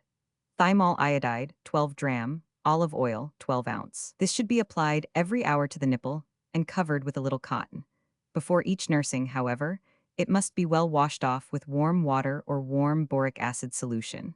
When the nipples are cracked, the infant's lips should also before nursing be carefully wiped out with boric acid solution. For the baby's mouth contains bacteria, which while harmless in themselves, may, if they get into the cracks of the nipple, set up an inflammation of the breast or mastitis, and cause an abscess. If the cracks are excruciatingly painful, as they sometimes are, it is necessary to give the one breast a rest for 24 hours and have the child nurse at the other until the cracks have partially healed. When it is necessary to dry up the breasts. In case of the death of the child, or if the mother for some other reason finds herself unable to nurse, such as in cases where there is absolutely no nipple, instead of the prominence of the nipple there being a deep depression, it becomes necessary to stop the secretion of the milk, or as it is said in common parlance, to dry up the breasts. In former days, not so very long ago, and the practice is still common enough to call attention to it and to condemn it, the breasts used to be tightly bandaged, or they used to be pumped every few hours. The first causes unnecessary pain and trouble, while the second procedure, the pumping, does exactly the reverse to what it is intended to do. Instead of drying up the breasts, it keeps up the secretion. The best thing to do in a case like that is to leave the breasts alone, not to pump them, but just gently support them with a bandage, and then in 3 or 4 days the secretion of the milk will gradually disappear. There is some discomfort the first 24 or 48 hours, but if left alone the discomfort is less than if the breasts are manipulated, bandaged, or pumped. Menstruation or pregnancy while nursing. Many women do not menstruate and do not become pregnant while they are nursing. Some women will not conceive, no matter how long they may nurse the child, a year or 2 or longer. And some women take advantage of this fact, and in order to avoid another child, they will keep up the nursing as long as possible. In Egypt and other Oriental countries, where our means for the prevention of conception are unknown, it is no rare sight to see a child 3 or 4 years old interrupting his work or his play and running up to suckle his mother's breast. But not all women have this good luck. Some women, about 50%, begin to menstruate in the 6th month of lactation, while some become pregnant even before they begin to menstruate. It only too often happens that a woman considering lactation her safeguard omits to use any precautions and finds herself, to her great discomfiture, in a pregnant condition. When a nursing woman discovers that she is pregnant, she should give up nursing at once. The milk is apt to become of poor quality, but even where this is not the case, it is too much for a woman to feed one child in the uterus and one at the breast. Chapter 16. Abortion and miscarriage. Definition of word abortion. Definition.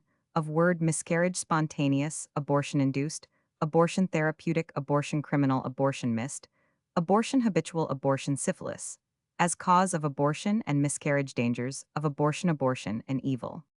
The word abortion, used somewhat loosely, signifies the premature expulsion of the fetus, the expulsion of the fetus from the womb before it is viable, 1.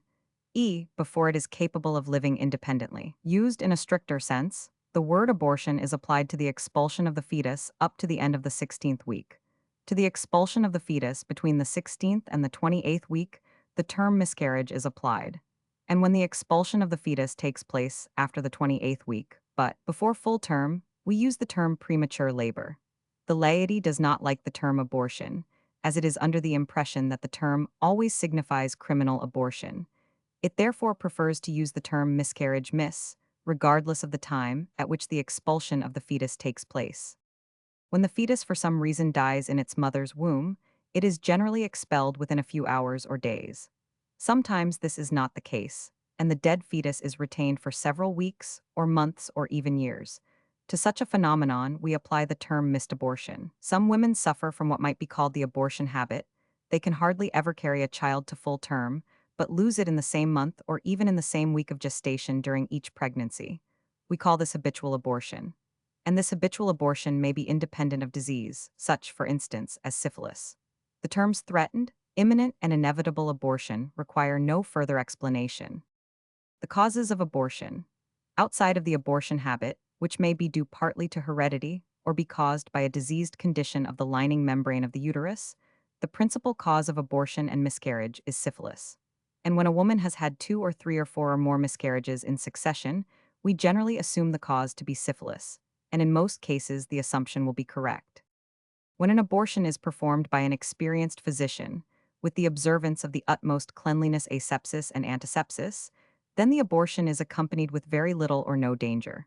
But when performed carelessly, by incompetent, non-conscientious physicians and midwives, the operation is fraught with great danger to the patient's health or to her very life. And abortion is a great cause of premature death and chronic invalidism among women. And as long as the people will remain ignorant of the proper means of regulating their offspring, so long will abortion thrive. While I recognize that there are cases in which the performance of an abortion is perfectly justifiable from a moral standpoint, for instance in cases of rape, or where the mother is unmarried, nevertheless abortion must be recognized as an evil, a necessary evil now and then, but an evil nevertheless. It is never to be undertaken lightly, or to be considered in a frivolous spirit. And it is the duty of all serious-minded and humanitarian men and women to do everything in their power to remove those conditions which make abortion necessary and unavoidable. Chapter 17. Prenatal Care. Meaning of the term misleading information, by quasi-scientists' exaggerated ideas regarding prenatal care, nervous connection between mother and child cases, under authors' observation effects on offspring, advice to pregnant women, germplasm of chronic alcoholic, a glass of wine, and the spermatozoa statements, cases of violence and accidents during pregnancy. By prenatal care, we understand the care taken during pregnancy, before the child is born. Used in a wider sense, the term includes the care which both parents should take of themselves even before the child is conceived. Of course, the father and the mother should be in the best possible physical and mental condition during the time of conception and even before conception, and the mother should take the very best care of herself, should be in good health, and as calm a spirit as possible during the entire period of gestation. For the general health and condition of the mother does influence the child. And still I feel impelled to say something which may meet with violent opposition in some quarters. The trouble is, there are too many half-baked scientists in our midst. They spread misleading information, and the public at large is too apt to take every statement that has a quasi-scientific seal for something absolute, for something positive, for something that admits of no exceptions. I have seen so much misery caused by wrong prenatal care teaching, and by the foolish, exaggerated ideas on the subject, that I consider it my duty to say something in order to counteract those erroneous notions. I consider it my special mission to destroy error, mysticism, and superstition. And the prenatal care teaching, as imparted by some, unfortunately partakes of all three of the above. Of course, I repeat, The mother should try to be in the best possible condition while she is carrying the child. Nevertheless, it is foolish to imagine if the mother is not quite well, or is worried about something, or has a fit of anger, that it is invariably going to be reflected on the child. The child, as we know, has no nervous connection whatever with the mother, and it is only very violent or prolonged shocks that are apt to have an injurious influence. I know of children that were carried by their mothers in anger and in anguish from the day of conception to the day of delivery.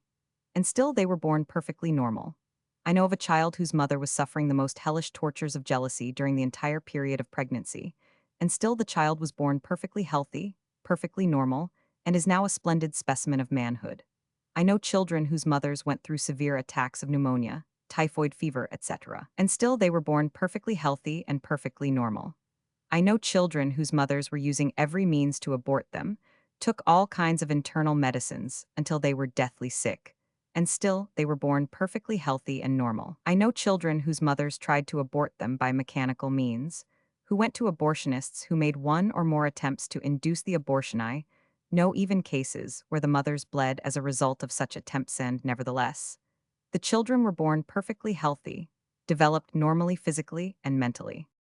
Of course, these are not things that I would advise women to do or to undergo. I would not advise pregnant women to worry, to be sick, to take poisonous medicines, or to make attempts at abortion.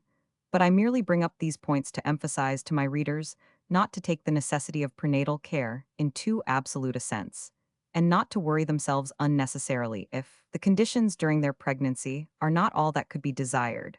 The child is not necessarily going to be affected. The condition of the germplasms, 1. The condition of the ovum and the spermatozoa at the time of conception is more important than all subsequent care during gestation. As there are foolish people who possess a peculiar knack of misinterpreting and misunderstanding everything, I wish to emphasize that hygiene during pregnancy should not be neglected.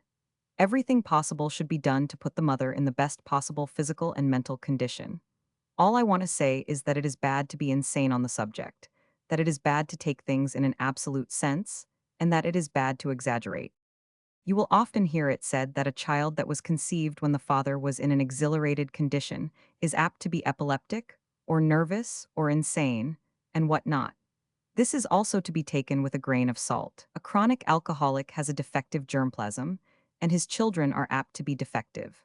But a glass of wine at a wedding banquet cannot affect the previously formed spermatozoa. And the statements about children being born defective or developing defectively because their fathers took an occasional glass of wine are unworthy of serious consideration, are unworthy of any consideration. In connection with the above, the reports of some cases of violence and accidents during pregnancy, which, in spite of their severity, did not affect the children, will prove of interest. A delicate little woman missed her periods. She was sure she could not be more than 2 weeks overdue. And this is what she 999. For 5 nights in succession, she took hot mustard baths, and she took them so hot that each time she nearly fainted and came out from them like a broiled lobster. No effect. She then took a box of pills which cost her $2. No effect except causing diarrhea. She then took 2 boxes of capsules which upset her stomach and made her fearfully nauseous. No other effect. She then ate 1/2 a colocynth, which made her terribly sick, causing a bloody diarrhea. She had to stay in bed for 3 or 4 days. She then took burning vaginal injections with some ipecac in them. No effect except making her feel raw so that she needed large amounts of cold cream. She then took seckel cornutum and radix gossipia. No effect except giving her a headache, making her sick to her stomach, and completely destroying her appetite, so that within a very short time, she lost nearly 10 pounds. She was then told that long walks might be efficient. She took walks of 6 and 7 miles at a time, coming home more dead than alive. No effect. She then heard that jumping off a table is a very efficient means. She did it a dozen times in succession so that she was completely fagged out and out of breath.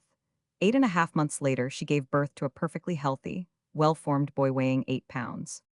The following case was reported by Brelade Lajardiere. A farmer who was responsible for the condition of a servant of his household conceived the idea of riding horseback with her in order to bring about an abortion, and pushing her off when the horse was running at great speed. This he repeated several times. The woman gave birth to a perfectly normal infant at full term. Hoffman reports that another farmer, under similar circumstances, brutally kicked the woman in the abdomen repeatedly until she lost consciousness. The pregnancy continued to full term notwithstanding. In another case of Hoffman's, a woman allowed a heavy door to fall upon her, but the pregnancy was not affected. Dr. Gibaut relates that a German woman, living with her husband in California, being pregnant, wished to return to Munich, her hometown, to be delivered. The train in which she traveled through Panama collided with another train. Threatened abortion required her to take a rest. She took a steamer and after a very rough passage reached Portsmouth. From there, she went to Paris. Here she fell down a flight of stairs in the hotel where she was stopping. Again, she was threatened with abortion, but after a rest was in good condition and continued her journey. She finally reached home and was delivered at full term of a normal infant. Vibert reports the case of a woman who was in a train accident which injured her severely, killed two of her children, but did not affect her pregnancy. She was delivered at the proper time of a normal baby. Chapter 18. The menopause or change of life. Time of menopause cause of suffering during menopause reproductive function and sexual function, not synonymous increased libido during menopause change of life in men. In the chapter on menstruation, I referred briefly to the menopause. I will consider it here somewhat more in detail.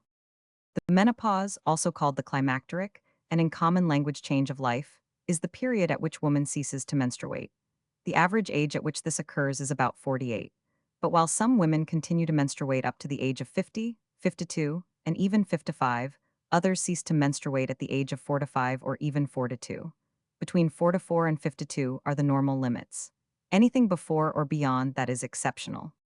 Just as the beginning of menstruation may set in without any trouble of any kind, and just as some women have not the slightest unpleasant symptoms during the entire period of their menstrual life, so the menopause occurs in some women without any trouble, physical or psychic. The periods between the menses become perhaps a little longer or a little irregular. The menstrual flow becomes more and more scanty. Then one or several periods may be skipped altogether, and the menopause is permanently established. Many women, however, the majority probably, suffer considerably during the transitional year or years of the menopause. Symptoms are both of a physical and of a psychic character, but the psychic symptoms predominate. There may be headache, capricious appetite, or complete loss of appetite, considerable loss of flesh. Or on the contrary, very sudden and rapid putting on of fat, great irritability, insomnia, profuse perspiration, hot flashes throughout the body, and particularly in the face, which make the face blushing and congested, are particularly frequent. Then the woman's character may be completely changed. From gentle and submissive, she may become pugnacious and quarrelsome. Jealousy without any grounds for it may be one of the disagreeable symptoms, making both the wife and the husband very unhappy. In some exceptional cases, a genuine neurosis or psychosis may develop. Cause of suffering during menopause. It is my conviction, and I have had this conviction for many years, that many, if not most, of the distressing symptoms of the menopause are due, not to the menopause itself, but to the wrong ideas about this period that have prevailed for so many centuries. We know the influence of the mind over the body, and the pernicious effect which wrong ideas may exercise over our feelings. The generally prevalent opinion among women, and men for that matter, and not only of the laity but unfortunately of the medical profession as well, is that the menopause is the end of woman's sexual life. Every woman is laboring under the erroneous impression that with the establishment of the menopause, with the cessation of the menses, she ceases to be a woman. And as she does not become a man, she becomes something of a neuter being, neither woman nor man. And she has the idea that after the menopause, she can have no further attraction for her husband or for other men. Naturally, such an idea has a very depressing effect on any human being. Any human being fights to the last to retain all its human functions, especially the function which is considered as important as is the sexual function. Reproductive function and sexual function, not synonymous. Of course, with the permanent cessation of the menses, the woman's reproductive function is at an end. But the reproductive function is not synonymous with the sexual function. I must insist again and again. And naturally, until this erroneous idea is dispelled, much unnecessary misery will be the lot of our women. If women in general will learn that with the establishment of the menopause, they do not cease to be women, if they will learn that the sexual desire in women lasts long beyond the cessation of the menopause, many women being as passionate at 60 as at 30, if they will learn that their attractiveness or non-attractiveness to the male sex does not depend upon the menopause, but upon their general condition, if they will learn that many women at 50 and 60 are much more attractive than some women at half that age, they will not take the onset of the menopause so tragically, and they will thereby avoid the greater part of their mental and emotional suffering. The actual atrophy of the ovaries, uterus, external genitals, and the breasts can, of course, not be prevented, but that atrophy is a slow and gradual process, and is not in itself the cause of the various distressing symptoms that we have enumerated. The treatment of the menopause, if the symptoms are at all disagreeable or distressing, should be in the hands of a competent physician. A little wholesome advice may be more efficient than gallons of medicine and bushels of pills. In general, the woman should try to lead as calm and peaceful a life as possible. Warm baths daily are beneficial. Constipation should be guarded against. Hot vaginal douches are often efficient against the disagreeable flushes. And last, but not least, the husband should during this critical period be doubly kind and doubly considerate of his wife. It is during the years between 4 to 5 and 5 to 5 that the wife is most in need of her husband's sympathy and support. Increased libido during menopause. There is one rather delicate symptom which I must not pass unmentioned. Some women during the years while the menopause is being established, and for some years after the menopause, experience a greatly heightened sexual desire. In some cases, this increased libido is normal, that is, no other pathologic symptoms or local conditions can be discovered. In some cases, the increased libido is distinctly due to local congestion, congestion of the ovaries, the uterus, etc. In some cases, I can distinctly testify, it is psychic or autosuggestive. Because the woman thinks and believes that other people think that she is soon going to lose all her sexuality, she unconsciously works herself up into a sexual passion, which sometimes may be of long duration and may even lead to disastrous results. What to do in such cases? Where the woman's libido is normal or near normal, then naturally it should be normally gratified. But if the libido seems to be abnormally strong and the demands for sexual gratification are too frequent, then the woman should be treated and sexual gratification should not be indulged in. Because in such cases, as a rule, sexual gratification only adds fuel to the fire, and the woman's demands may become more and more frequent, more and more insistent.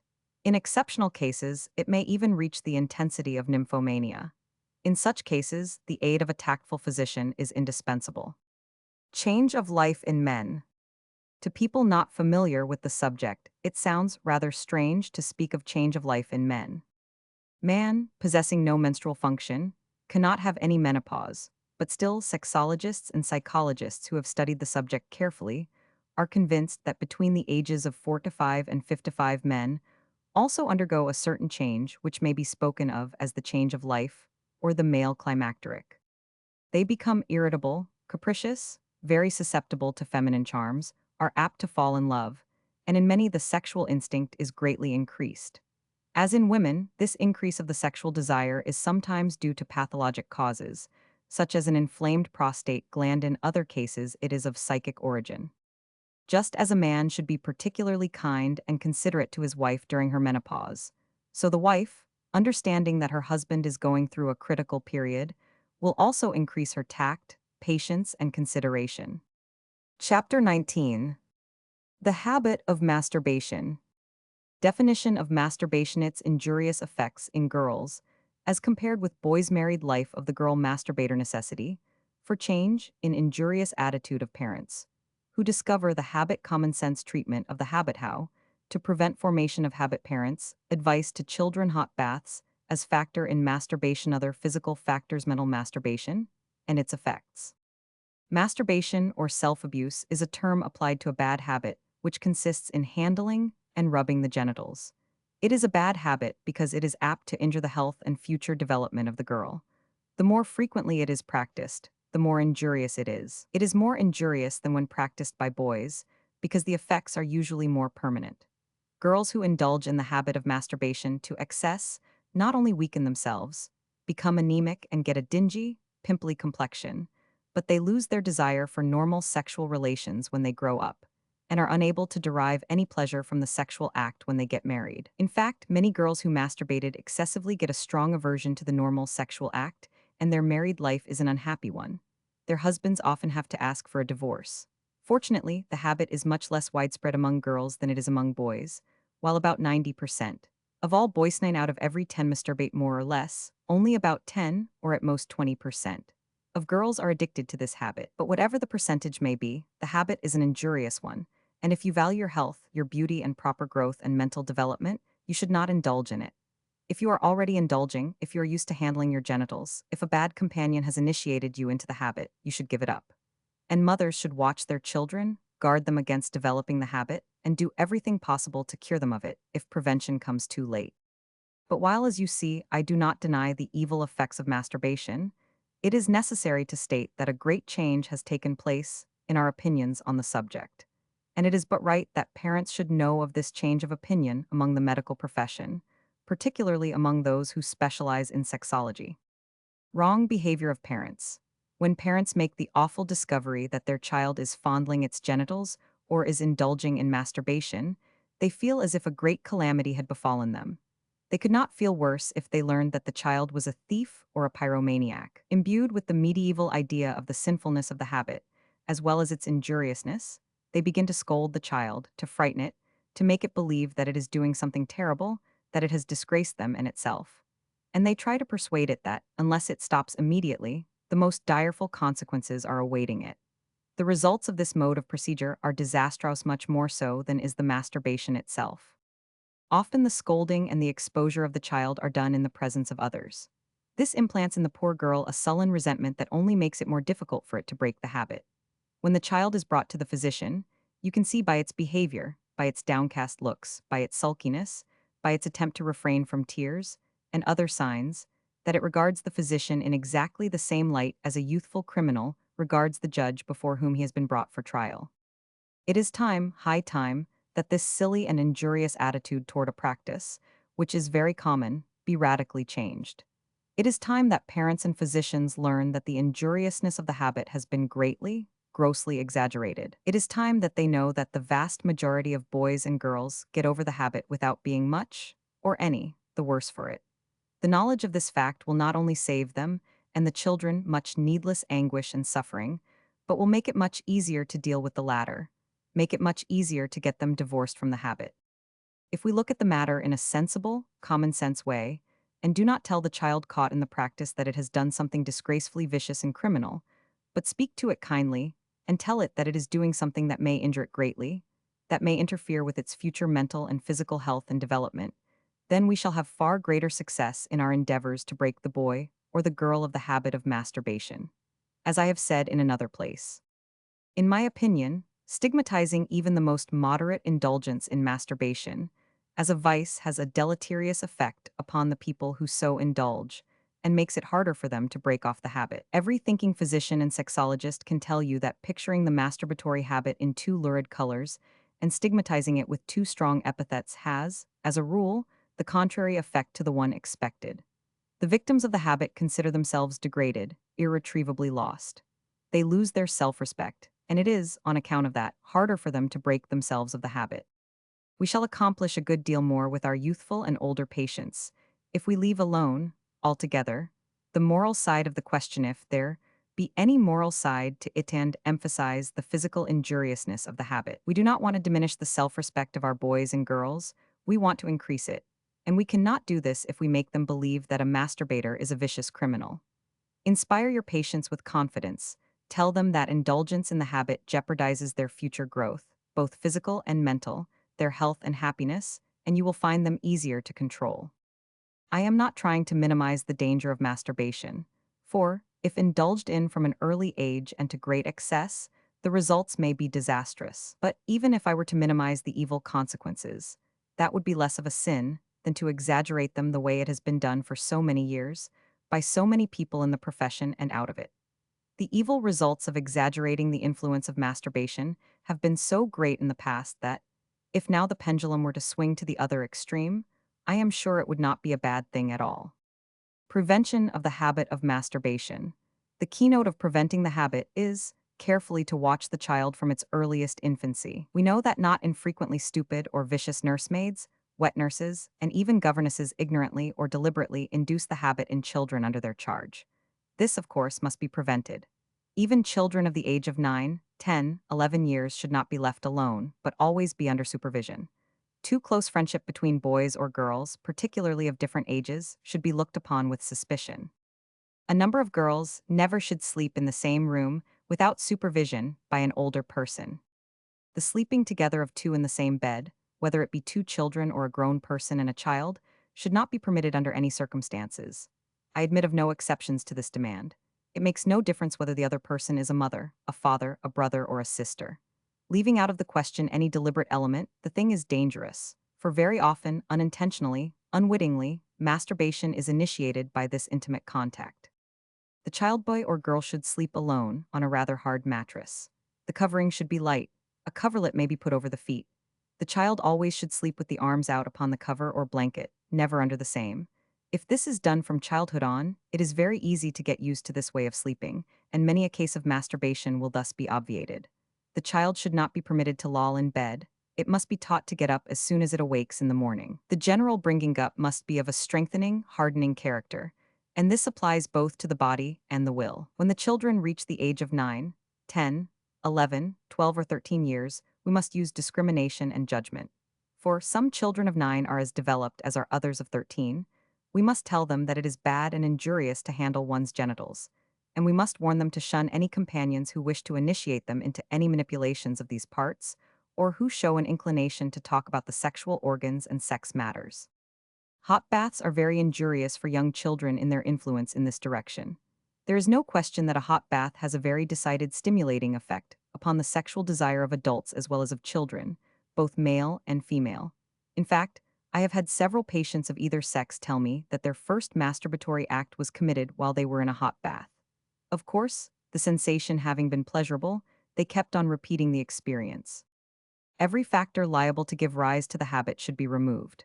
Thus, for instance, eczema about the genitals, strongly acid urine, seatworms, and the like should be treated until cured. That anything having a tendency prematurely to awaken the sexual instinct should be rigorously avoided, goes without saying. Mental or psychic masturbation. Some girls and women will abstain from handling themselves with their hands manual masturbation, but will practice what we call mental masturbation. That is, they will concentrate their minds on the opposite sex, will picture to themselves various lascivious scenes, until they feel satisfied. This method is extremely injurious and exhausting, and is very likely to lead to neurasthenia and a nervous breakdown. You should break yourself of it, by all means, if you can, for it is even more injurious than the regular habit. Chapter 20. Leukorrhea whites. Misconception regarding the meaning of the term. Leukorrhea, a common complaint severe cases reasons for resistance to treatment proper local treatment of the disorder sterility, due to leukorrhea causes of leukorrhea tonic medicines local treatment, formal for douching. Leukorrhea means literally a white running, and is applied by the laity to any whitish discharge coming from the vagina. This is wrong, because some white discharges may be of little importance, others may be of a serious character, and not be leukorrhea at all. Leukorrhea is one of the banes of the modern girl and woman. It is very frequent, probably at least 25%, some say 50 or 75%, of all women suffer with it in a greater or lesser degree. In some cases it is only an annoyance, necessitating the frequent changing of napkins, but in others it causes a great deal of weakness, backache, erosions, itching, and burning. It is very resistant to treatment, particularly in girls. The reason it is so resistant to treatment is because the discharge, while coming from the vagina, does not usually originate in the vagina. It originates in the neck of the womb, and the hundreds and hundreds of injections that women take for their leukorrhea only reach the vagina. They cannot penetrate into the womb. And it is only by treating the cavity of the cervix, which can only be done by a physician, through a speculum, that the root of the trouble can be reached. And, if any erosion or ulcer is noticed, it can be directly touched up with the necessary application. And it is for this reason that, in girls, leukorrhea is so much more difficult to treat. For fear of having the hymen ruptured, the girl objects to a thorough examination and to local treatment, and the leukorrhea is permitted to proceed until perhaps a chronic inflammation of the womb and the fallopian tubes is established. There is no doubt that many cases of sterility or childlessness in women are due to long-neglected leukorrhea in girlhood. What is the cause of leukorrhea? We can answer simply. The cause of leukorrhea is catarrh in any part of the female genital tract, but this is no real answer. What are the causes of the catarrh? The causes of catarrh are many.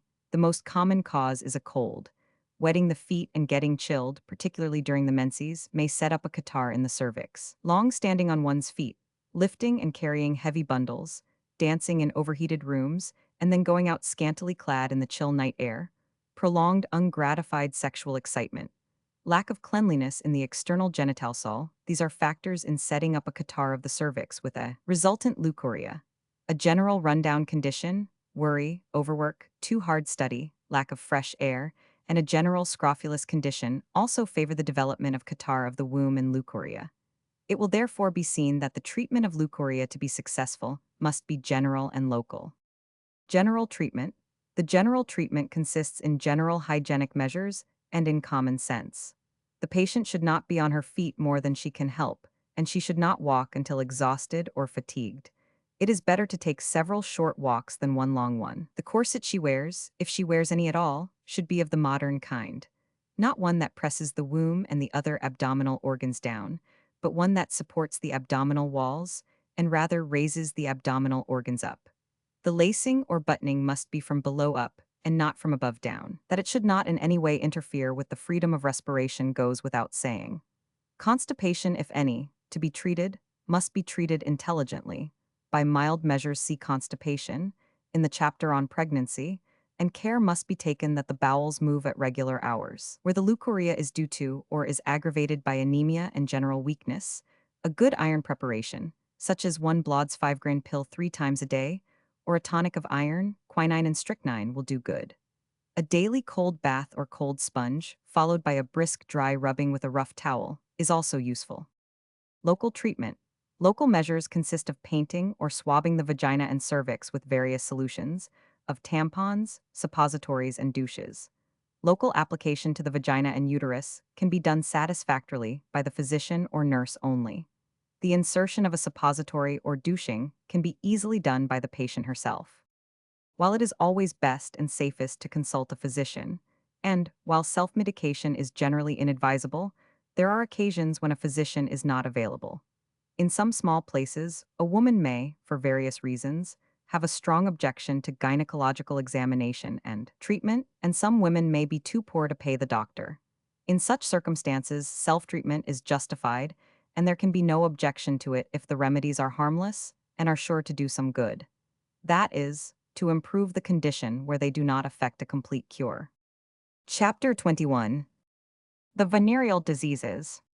Derivation of word venereal 3. Venereal diseases innocent contraction of syphilis, through various objects the hygienic elimination of common sources of venereal infection measures for prevention after sexual relations. The word venereal means pertaining to sexual intercourse. Venereal excess in sexual intercourse. Venereal disease, a disease acquired from sexual intercourse with an infected person. The word is derived from Venus genitiva veneris, the Roman goddess of spring, flowers, and love. There are 3 venereal diseases: gonorrhea, syphilis, and cancroid. Of these, gonorrhea is the most widespread, syphilis the most serious. Cancroid is of comparatively little importance. While by far the greatest amount of venereal disease, probably 90%, of the totales contracted from illicit intercourse, it is well to bear in mind that some of it is contracted innocently, either from a kiss, or from using a sponge or a towel which has been used by an infected person, etc. While the gonorrheal germ is generally transmitted directly, the syphilitic poison may be transmitted through various objects. Syphilis contracted not during intercourse, but in an innocent manner from a kiss, a towel, a toothbrush, a razor, etc., is called syphilis of the innocent or syphilis insantium. In former years, doctors would not very rarely contract syphilis from examining syphilitic women with their bare fingers. Now, since gloves have come into use for examining purposes, the number of infections has considerably diminished. And no doubt that, as the people become more familiar with the danger of venereal infection from non-venereal sources, the number of innocent infections will greatly diminish. The dangerous roller towel and the no less dangerous common drinking cup are being gradually eliminated as factors of non-venereal infection. And we may confidently expect that in a decade or two, the amount of venereal disease from venereal infection will be greatly lessened in all civilized countries. The general increase in cleanliness in all strata of society and the universal use of antiseptics after suspicious sexual relations will constitute the chief factors in this diminution of venereal disease. Chapter 22. The extent of venereal disease. Former ban on discussion of venereal disease and its evil results present reprehensible exaggerations of extent of venereal disease, erroneous and ridiculous statements of reformers' senseless fear of marriage in girls due to lurid exaggeration study by woman psychologist reveals harmful results of exaggerated statements truth in regard to percentage of men afflicted with venereal disease. Former silence. Only a very few years ago respectable women, by which I mean all women outside of the women called fallen, did not know of the existence of venereal disease. It was considered a prohibited, disgraceful subject, not to be mentioned or even hinted at in conversation, in books or magazines, in lectures, or on the stage. When I say that they did not know of the existence of such a thing as venereal disease, that the very words gonorrhea and syphilis were unknown to them, I use these expressions not as figures of speech, but in their literal meaning. All avenues of acquiring such knowledge being closed to them lay people do not usually now, and they surely did not then purchase and read strictly medical works where could they obtain the information? The result was that, when a woman was so unfortunate as to contract a venereal disease from her husband, she did not understand its character and did not suspect its source, which was a rather good thing for the husband. Family peace was more secure. Present exaggerations. Now a change has taken place in this respect, and, as is often the case with recent changes, the pendulum has swung to the other extreme. The silence of former days has given place to shouting from the housetops. The last phrase is also used almost in its literal sense. Many men and women, deeply stirred by the venereal peril and sincerely anxious to guard boys and girls from venereal infection, have been indulging in very reprehensible exaggerations. Particularly lurid have been the exaggerations as to the prevalence of the disease in the male sex, with its consequent disastrous effects on married women. A statement made by a Dr. Nogerath, a German physician who practiced at the time in New York, nearly half a century ago, to the effect that 80% of all men have gonorrhea and that 90% of these remain uncured and infect or are apt to infect their wives, has been shown to be a ridiculously absurd exaggeration. If it had been true, the race would now be at the point of dying out. Nevertheless, this statement is copied from book to book, as if it were gospel truth, as if it were a scientifically and statistically established fact, instead of a wild, sensational guess. An esteemed New York physician, Dr. Prince A. Morrow, did excellent pioneer work in calling attention to the dangers of venereal disease.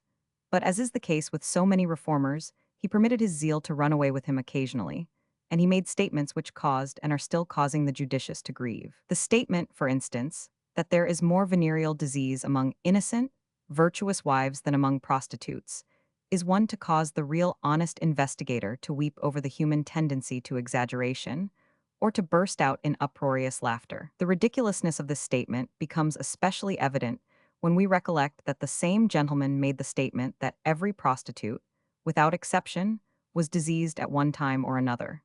If venereal disease exists among prostitutes to the extent of 100%, then how can it exist to a greater extent among innocent, virtuous wives? And to still further emphasize the absurdity of the above statement, I will tell you that the extent of venereal disease among married women is believed by careful non-sensational venereologists not to exceed 5%. Yes, the silence of former years has given place to the lurid exaggeration of the present day. While on the whole the former was worse than the latter is bad enough because it makes many girls unhappy. Sowing in them the seeds of suspicion and cynicism tends to make them antagonistic to the entire male sex and inoculates them with a senseless fear of marriage. A study made by Miriam 100. Good of the Department of Psychology and Philosophy in the University of Pittsburgh Social Hygiene, April 1916, corroborates our remarks in a striking manner. She has had confidential chats with 50 young girls, with whom she has had some acquaintance. Of these 50, 25 were college students and 25 were not. She asked them a number of questions, the purpose of which was to find out what psychologic effect, if any, their knowledge of prostitution and of venereal disease has had on them. She states in her conclusions that the histories reveal a large percentage of harmful results, such as conditions bordering upon neurasthenia, melancholia, pessimism, and sex antagonism italics mine, directly traceable to this knowledge. 11 of the girls interviewed developed a pronounced repulsion for men, although prior to their knowledge they had enjoyed men's company. They now avoid association with them, and 6 have declared that they have totally lost faith in the moral cleanness of men. 8 have already refused to marry, or intend to do so, because of their belief that the risk of infection was too great. If it were not for the existence of these diseases, they say they would be glad to marry. All of these say their decision has rendered them more or less unhappy. In the laudable desire to keep our young women pure and to protect them from infection, in the endeavor to make them demand one moral standard for both sexes, our exaggerating reformers are condemning them to lifelong celibacy, which in the case of women often means lifelong neurasthenia and hypochondria. The truth of the matter.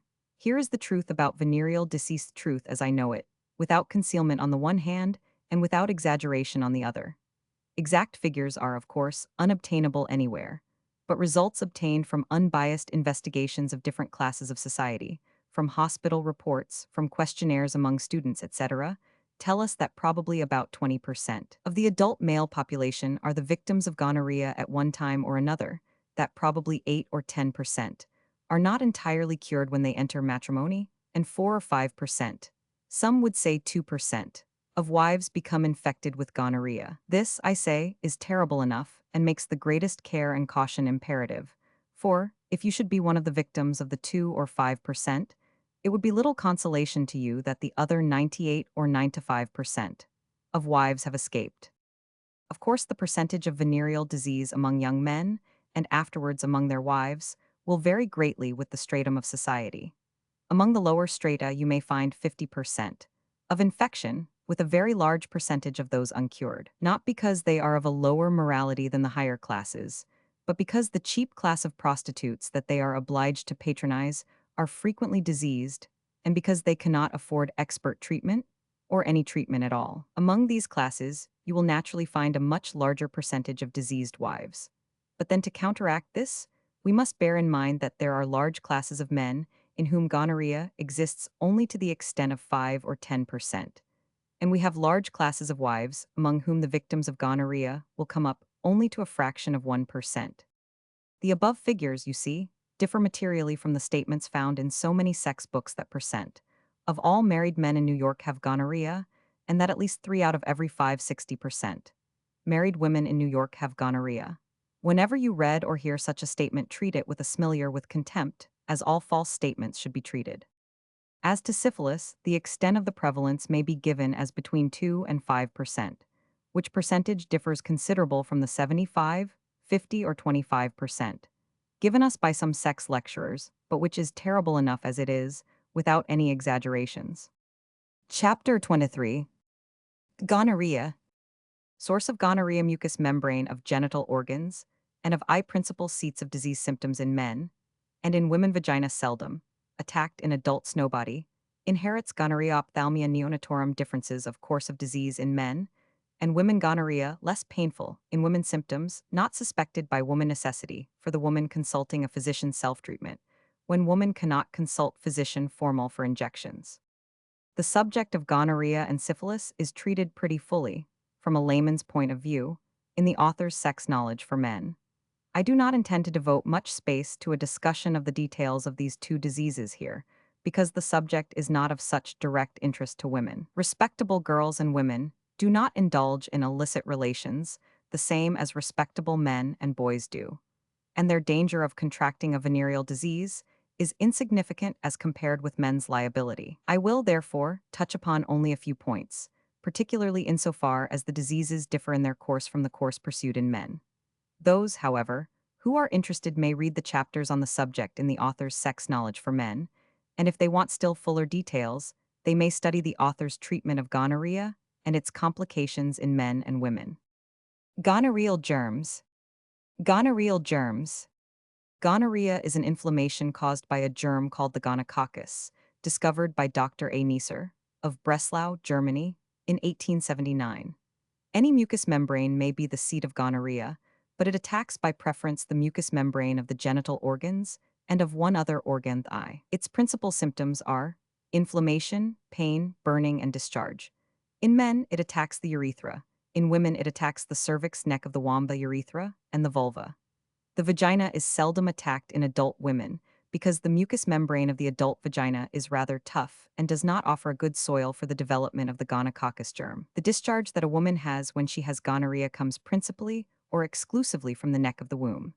In little girls, however, in whom the lining of the vagina is tender, gonorrhea of the vagina and the vulva is common. See chapter vulvovaginitis in little girls. Gonorrhea is a local disease. While in some cases, after the disease has lasted for some time, a certain poison is generated by the germs which circulates in the blood, and while the germs may occasionally wander into distant organs, still in 98% of all cases gonorrhea is a local disease, and if taken in time is cured without leaving any traces on the general organism. Gonorrhea not hereditary. Then, gonorrhea is not a hereditary disease. Nobody ever inherits gonorrhea. A child may be born with a gonorrheal inflammation of the eyes ophthalmia neonatorum, but this inflammation is not inherited. It can only be acquired if the mother is suffering with gonorrhea while the child is being born. Some of the pus in the mother's birth canal gets into the child's eyes while it passes through the uterus and vagina. This is not heredity. This is simple infection and can be avoided by keeping the mother's birth canal clean by antiseptic douches before childbirth. In short, I repeat, gonorrhea is essentially a local and not a constitutional disease and is not hereditary. In which two respects it differs from syphilis, which is the most constitutional and most hereditary of all diseases. Course of gonorrhea in men and women. Gonorrhea runs an entirely different course in women than it does in men. When a man has gonorrhea, he knows it immediately. First, because the discharge tells him that there is something the matter with him, for a man is not used to having any discharge from the urethra unless there is something the matter with him. Second, the urine becomes at once burning and painful. In women, the urethra is a separate canal from the vagina, and the urethra is very frequently not affected in gonorrhea. The infection generally starts in the cervix, and the disease may last for considerable time before the woman becomes aware of it. In general, gonorrhea is a less painful disease in women, and this is a bad thing, because she thus neglects treatment and loses valuable time, permitting the disease to develop. Even when the urethra is affected in women, it does not give as severe symptoms as inflammation of the urethra in men. If the woman does have pains, she often pays no attention to them, because woman is used to pains. As we have seen before, 50% of all women suffer more or less with dysmenorrhea. Many of them have a leucorrheal discharge of greater or lesser degree, and therefore if there is an increase in the pains, or an increase in the discharge, little attention is paid to the matter. In fact, a woman may have a chronic gonorrhea for months or years without being aware that there is anything the matter with her. It is important to teach women to seek medical aid as soon as they notice any increase in the amount of the discharge, or change in color, particularly if it becomes greenish, or if the odor becomes offensive, or if there is chafing, burning, or irritation around the genitals, and particularly if there is an increase in the frequency or urgency of urination, or if there is a burning, scalding, or cutting sensation during the act of urination. Also, whenever the sexual act becomes painful. If women consulted a physician as soon as they noticed any of the symptoms referred to above, they would save months and years of suffering and expense, because the disease would often be taken in hand while still limited to the cervix, and not, as is now often the case, after the inflammation has extended into the uterus and fallopian tubes. Self-treatment. I do not believe in self-treatment because it is generally unsatisfactory and may often even become dangerous.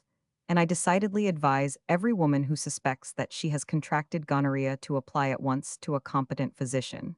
But it happens not infrequently that a woman is so situated that she cannot consult a physician. And in the meantime, there is danger of the gonorrhea spreading further and further. In such cases, it is advisable for the woman to use an injection until such time when she can consult a physician. The injection I am going to advise may in itself produce a cure, and if it does not produce a complete cure, it at any rate improves the condition, prevents the extension of the disease, makes subsequent treatment easier, and besides is perfectly harmless. The best injection for self-use in gonorrhea is tincture of iodine. The proportion is 2 teaspoonfuls to a quart or 2 quarts of water. If the case is very bad, such an injection may be taken twice a day. If the case is not very bad, once a day is sufficient. After using the tincture of iodine for 5 days to a week, it is good to change off to lactic acid. Buy a pint or so of lactic acid in a drugstore and use 1 tablespoonful to a quart of water. It is preferable to have the water hot, about 100 deg, but where this is inconvenient, it may be used lukewarm. The lactic acid injection is used for 3 days, then the iodine injection is resumed, then again the lactic acid, and so on. I know of many cases that were cured by this treatment alone. And I might mention that these injections are generally also very efficient in leukorrhea, as stated in the chapter on leukorrhea. Chapter 24. Vulvovaginitis in little girls. Former causes of vulvovaginitis in little girls' discharge. Chief symptomeval results of vulvovaginitis. Psychic results of treatment effects in hastening sexual maturity. Vulvovaginitis, a cause of permanent sterility measures to prevent the disease. Toilet seats and vulvovaginitis. The mucous membrane, or the lining of the vulva and vagina, in little girls is very tender, and therefore very readily subject to infection. An infection of the vulva and vagina due to the gonococcus or to some other germ is very common in little girls. At least it used to be, particularly among children of the poor, in institutions and hospitals. The very dangerous infective character of vulvovaginitis was not known, and the infection was therefore easily transferred by towels, linen, toilet seats, bedpans, syringe nozzles, thermometers, the nurse's hands, and in various other ways. Now great care is being taken, and in most hospitals no children are admitted in the general wards unless it is determined that they are free from vulvovaginitis. Generally speaking, vulvovaginitis in children is a mild infection. A child may have it for several weeks or months without being aware of it, without saying anything about it, the diagnosis often being made by the mother, who begins to notice the creamy discharge on the girl's linen or underwear. And this is the principal symptom in little girls thus afflicted. Discharge. This discharge may be very profuse, covering the vulva, vagina, and cervix. In severe cases, there is also an infection of the urethra, and the child may complain of burning at urination, itching and pain around the vulva and anus, and slight pain in the abdomen. There may be a moderate rise in temperature, up to 101 deg. F, and in some instances the attack is sufficiently acute to give rise to a chill and fever. A mild inflammation of the joints may set in within the first weeks of the infection, although as a usual thing it comes later on. Evil sequel of vulvovaginitis. While, as stated, vulvovaginitis is a comparatively mild infection as far as its symptoms are concerned, it nevertheless has a very bad effect on the child who is unfortunate enough to become a victim of the disease. First of all, it is an extremely long-drawn, persistent disease. It usually takes months, and these months may run into years before a complete cure is effected. Second, relapses are quite common. Third, the treatment is a disagreeable one for the child and is occasionally painful. Fourth, it has a disastrous effect on the child's morale. Most parents, though they may love the child most affectionately, look somewhat askance at it, and continuous vaginal treatment somehow or other has a humiliating effect on the child, which begins to consider itself as an outcast, as something apart from other children. Fifth, the child's education is very frequently seriously and permanently interfered with, because it must often be taken out of school, whether public or private, and private tutoring is of course feasible only for the few. Sixth, and this is a point not sufficiently appreciated by the profession and the laity, but it is an important point, nevertheless. Vulvovaginitis in children has unfortunately a disastrous effect in hastening the sexual maturity of the child. Whether this is due to the congestion of the organs produced by the inflammation, or to the speculum examinations, paintings, douches, applications, tampons, suppositories, etc., the fact remains that girls who suffer from vulvovaginitis in childhood become sexually mature considerably earlier than normal girls of the same class, stratum, and climate, and their demand for sexual satisfaction is much more insistent. Seventh, a mild vulvovaginitis may be the cause of permanent sterility. Chapter 25. Syphilis. Syphilis due to germ syphilis, a constitutional disease. Primary lesion incubation. Period roseola primary, stage secondary, stage mucus. Patches tertiary, stage gamma. Hereditary nature of syphilis milder course in women than in men. Obscure symptoms in syphilis. Necessity for examination by physician. Locomotor ataxia, softening of the brain. Cancroids. Syphilis is a disease caused by a germ called Spirocheta. The full name is Spirocheta pallida, pale, spiral-shaped germ. Though the disease has been ravaging Europe and America for centuries, the germ of it has been discovered only a few years ago, namely in 1905, and like the gonococcus, also by a German scientist, Fritz Schoden. Syphilis is a constitutional disease.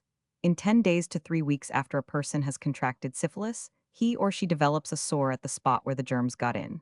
This sore is called canker or primary lesion. But when this sore makes its appearance, the spirochete, and the poison which they elaborate are already circulating in the blood, all over the system. The disease is already systemic or constitutional, and the canker is the local expression of a constitutional disease. Cutting out the canker will not cure the disease because, as stated, the germs are already in the system. The time between the contraction of the disease, the infectious intercourse, and the appearance of the canker is called the incubation period. The time between the appearance of the canker and the appearance of the rash on the body, the rash looks like a measles rash and is called roseola, which means a rose-colored rash is called the primary stage. It lasts about 6 weeks. With the appearance of the rash commences the secondary stage. This stage is characterized by all sorts of eruptions, mild and severe, by white little patches called mucus patches in the throat, mouth, tonsils, vagina, by falling out of the hair, etc. The length of this secondary stage depends a good deal upon the sort of treatment the patient gets. Improperly treated, or not treated at all, it may last 2 or 3 years or more. Properly treated, it may be cut short at once, in a few days, so that the patient may never again in his or her life get an eruption. The third or tertiary stage is characterized by ulcerations in various parts of the body and by swellings or tumors. The name of a syphilitic swelling or tumor is gumma plural, gummata. The tertiary stage is the most terrible stage, and it used to be the terror of syphilitic patients. But at the present time, under our modern methods of treatment, patients, if properly treated, never have a tertiary stage. We have seen many patients who considered syphilis a trifling disease, because all they knew of their disease was the canker and the first eruption, 1, the roseola, and perhaps a slight falling out of the hair. They then put themselves under energetic treatment, the activity of the disease was checked, and they never had another symptom afterwards, though a Wassermann test showed that the disease was not entirely eradicated. It was merely held in check, which is the second best thing. Germ of syphilis. Spearchetta pallida, or Treponema pallidum, the germ of syphilis as seen under the microscope. As stated before, syphilis is the most hereditary of all diseases. Fortunately, if the disease is still very active in the parents, particularly in the mother, the child is generally aborted. Some syphilitic mothers will have half a dozen or more miscarriages in succession. When the disease has become attenuated, either by treatment or by itself, many diseases lose their virulence in time the child may be carried to term. It then may be born dead, or it may be born strongly syphilitic and die in a few days or weeks, or it may be born without any signs of syphilis and be apparently healthy, and then develop the disease at the age of 10, 12, 14, or later. Or it may be born healthy and remain healthy. But no woman who had syphilis, or whose husband had syphilis, should dare to conceive or to give birth to a child unless she has been given permission by a competent physician. I mean just what I say. It is not a personal matter. A woman has a right to marry a syphilitic husband if she wants to and run the risk of contracting syphilis. Her body is her own, and if she does it with her eyes open, it is her affair. But a woman has no right to bring into the world syphilitic or syphilitically tainted children. Here society has a right to interfere. Syphilis runs a milder course in women than it does in men, but this milder course is not an unmixed blessing. It may be considered a misfortune, because, the same as gonorrhea in women, syphilis is often present for months and years until it has made such inroads that it is but little amenable to treatment. In many women, the disease runs such a mild course, as far as definite symptoms are concerned, that they are sure they never had anything the matter with them, and they are perfectly sincere in their denial of ever having had any infection. Often it is only when they complain of obscure symptoms, for which we can find no explanation, and then take a Wassermann test, that we discover what the real trouble is. And then the internal organs are sometimes found so deeply affected that it is hard to do anything. So it is seen that the mildness of the course of the disease, while a good thing in itself, is bad in that respect that it prevents timely treatment. It is therefore important that whenever a woman is in any way suspicious that she may have the disease, that she have herself examined. And if she has reasons to suspect that her husband or partner has the disease, she should persuade him to have himself examined. Locomotor ataxia, one of the most terrible sequel of syphilis, is much more rare in women than it is in men. So is general paresis, also called general paralysis of the insane or softening of the brain. Cancroids.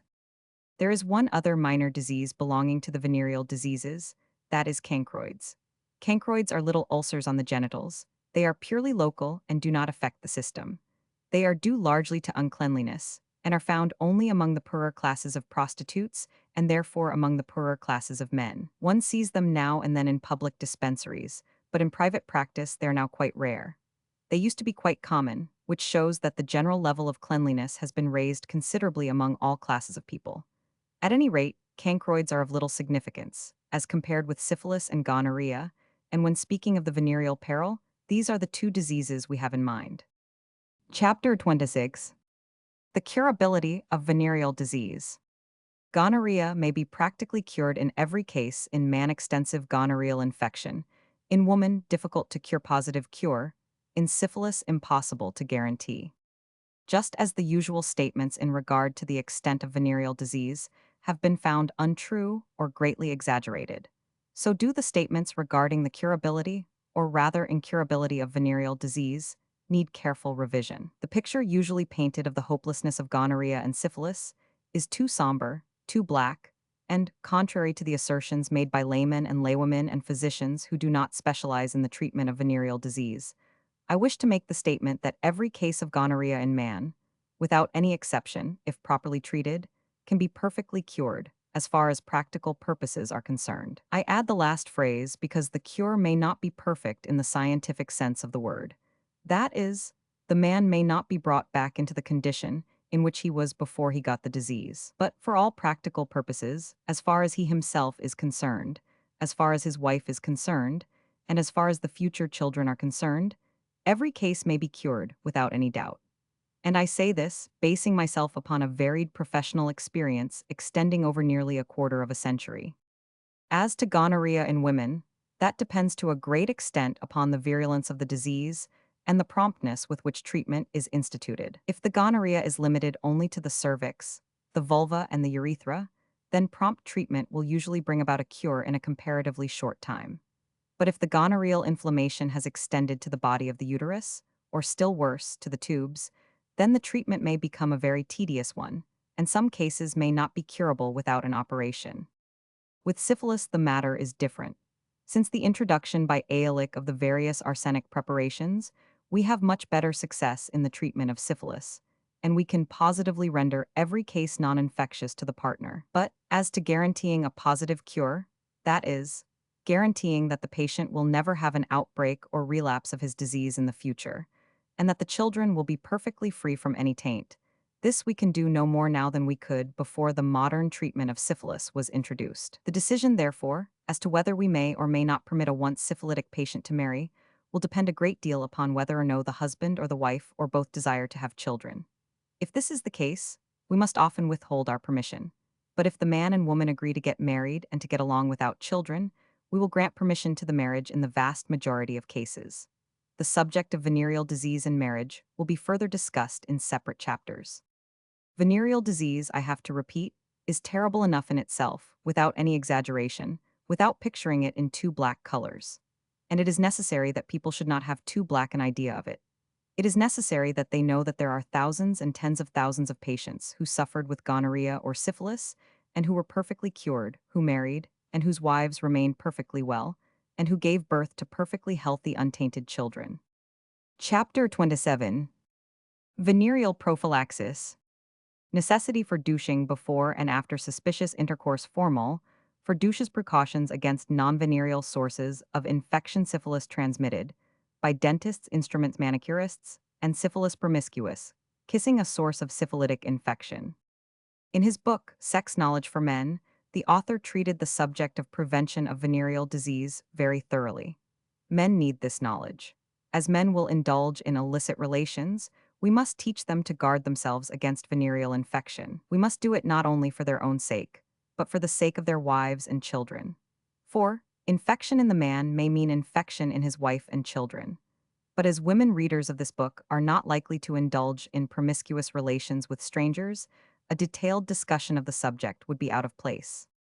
I will merely say that where the woman has a suspicion that her husband is in an infectious state, she should abstain from relations with him until she is sure that he is safe.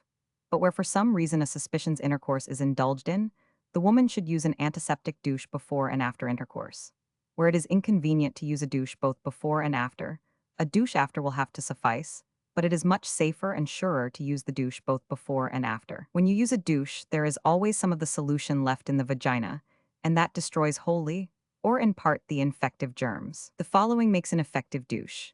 Dissolve a tablet of bichloride. They come on the market of the weight of about 712 grains in 2 quarts of water, hot, lukewarm, or cold. Use before intercourse a small amount, about a pint or half a pint, and use the balance after intercourse.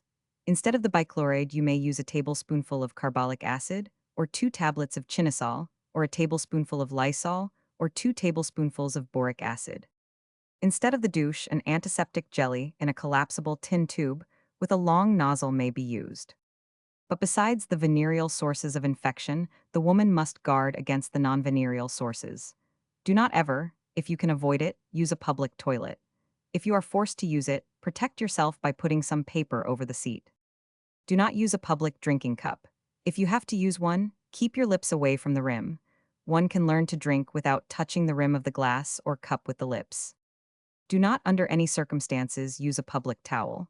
The roller towel is a menace to health and should be forbidden in every part of the country. If you have to sleep in a hotel or in a strange bed, make sure that the linen is clean and fresh. Never sleep on bed linen which has been used by a stranger. Never use a public brush or comb. Be sure that your dentist is a careful, up-to-date man and sterilizes his instruments carefully. Many a case of syphilis has been transmitted by a dentist's instrument. A syphilitic who goes to a dentist to be treated generally conceals his disease, and if the dentist is not in the habit of sterilizing his instruments after each patient, disaster may result. Be sure that your manicurist is not syphilitic, or at least that her hands are healthy, clean, and free from any eruption. And last but not least, do not indulge in promiscuous kissing. This is a particularly important injunction for young girls. This is a real peril, and there are thousands of cases of syphilis that are known to have been contracted directly from kissing. People suffering with syphilis often have little white sores, mucus patches on their lips, tongue, and inside of cheeks. These sores are very infectious, and by kissing the disease is readily transmitted. Kissing games have been responsible in more than one case for the spread of syphilis to many persons. I have now under treatment a girl of 19 who contracted syphilis on her summer vacation from having kissed a man once. Avoid promiscuous kissing. It is a bad practice for more than one reason. Chapter 28. Alcohol, Sex, and Venereal Disease. Alcoholic indulgence and venereal disease. Champagne dinner and syphilis. Percentage of cases of venereal infection due to alcohol. Artificial stimulation of sex instinct in man, and in woman. Reckless sexual indulgence due to alcohol as an aid to seduction. That Bacchus, the god of wine, is the strongest ally of Venus, the goddess of love, using love in its physical sense, as the French use the word amour, has been well known to the ancient Greeks and Romans, as it is well known today to every saloon keeper and every keeper of a disreputable house. And all measures to combat venereal disease and to prevent girls from making a false step will be only partially successful if we do not at the same time carry on a strong educational campaign against alcoholic indulgence. Of what use to young men is the knowledge of the venereal peril and familiarity with the use of venereal prophylactics. When under the influence of alcohol the mind is befuddled, they forget everything and do things that they never would do in the sober state. Of what use are warnings to a girl when under the influence of a heavy dinner and a bottle of champagne, to which she is unaccustomed? Her passion is aroused to a degree she has never experienced before. Her will is paralyzed and she yields, though deep down in her consciousness something tells her she should not. Yields, becomes pregnant, and is in the deepest agony for several months, and has a wound which will probably never heal for the rest of her life. Of what use have all the lectures, books, and maternal injunctions been to her? Or this case, here is a young lawyer, 28 years of age, engaged to a fine girl, and with everything to look forward to. He always was very moderate and circumspect in his sexual indulgence, and though careful in choosing his partners, he never failed to use a venereal prophylactic after intercourse. There was too much at stake for him, and he did not care to take any chances, even if the chances were 1 in 1,000. For a period of 1 year during which he had been engaged, he abstained from sexual intercourse altogether, though it cost him a great deal of effort to do so. He was to be married very shortly. But a luck made him accept an invitation to a bachelor dinner, where champagne and smutty stories were flowing freely, too freely. He left about midnight, and as the night was beautiful, he decided to walk home. He met a siren who invited him to accompany her. Under other circumstances, he would have sent her on her way, or at least he would have stepped into a drugstore for a prophylactic. But excited by the wine, the smutty stories, and the year's abstinence, he went along like a sheep, as a matter of course, without trying to reason or interposing any objections. He remembers distinctly his feelings and the state of his mind. He was not drunk, only exhilarated, but nevertheless the whole thing seemed to him so normal, so natural, so expected, so matter-of-course that he could not think of acting otherwise than accept her invitation. And he stayed 2 or 3 hours, and he used no prophylactic. And as a result, 3 weeks later, he had a typical primary syphilitic lesion. How he felt and what it all meant to him, the reader can imagine. This is far from being an isolated, an exceptional case. From my own practice, I could cite a number of cases of venereal infection in which alcohol was the direct, primary factor. How many such cases there are altogether in the period of a year nobody can say, but that they constitute a considerable percentage of the total venereal morbidity, every investigating sexologist will testify. Forel claims that 76% of all venereal infection takes place under the influence of alcohol. Not theft is more moderate, more discriminating in his statistics, and his claims are 30%. An analysis of 1,000 cases of venereal infection, just published by Dr. Hugo Hecht, Venerische Infection und Alkohol, ZBG, Vol. Roman 16, No. 11, gives over 40%.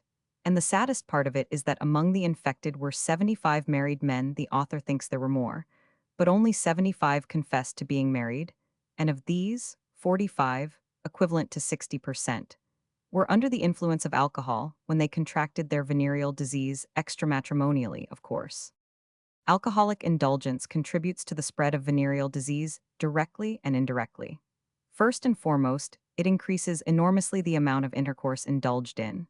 I certainly do not belong to those who believe that the sex instinct is merely a vicious appetite, like the appetite for alcohol or drugs, which can easily and completely be suppressed by the exertion of willpower. I believe that the sex instinct can be suppressed only within reasonable limits. If an attempt is made to exceed these limits, dire results are apt to follow. But I also believe that the sex instinct can be stimulated artificially beyond the natural needs, and among the artificial stimulants of the sex instinct, alcohol occupies first place. And bear in mind that alcohol produces even a stronger effect on women, in exciting the sexual passion, than it does on men. Women are more easily upset by stimulants and narcotics, and that is the reason why it is more dangerous for women to drink than it is for men. So this, then, is count number 1. The man and the woman who in a sober condition would easily abstain, with their libido stimulated and their willpower paralyzed by alcohol, indulge unnecessarily, with the risk of venereal infection to the man and the double risk of venereal infection and pregnancy to the woman. Count 2. The man who in the sober condition would use care and discrimination, under the influence of alcohol soon loses all his judgment and sees an angel and a Helen of Troy in the worst and most impudent harlot, with the result that the chances of venereal infection are greatly increased. Count 3, where under ordinary circumstances the man would stay a few minutes to half an hour, under the influence of alcohol he stays several hours or all night, thus increasing his chances of infection 100-fold. Count 4, alcohol increases the congestion in the genital organs of both man and woman and renders them much more susceptible to infection. All other factors being equal, a connection which will under strict sobriety remain without bad results, may, when one or both partners are under the influence of alcohol, be followed by infection. Count 5. The man who is in the habit of using venereal prophylactics under the influence of alcohol becomes both careless and reckless. He looks with contempt at preventive measures, and the result is venereal disease. It is impossible to give statistics and exact or even approximate figures. But there is no question in my mind, in the mind of any careful investigator, that if alcoholic beverages could be eliminated, the number of cases of venereal infection would be diminished by about 1/2. And what is true of venereal disease is also true of seduction of young girls. Alcohol is the most efficient weapon that either the refined Don Juan or the vulgar pimp has in his possession. You cannot hope for complete success in eliminating venereal disease and seduction unless you also eliminate alcoholism.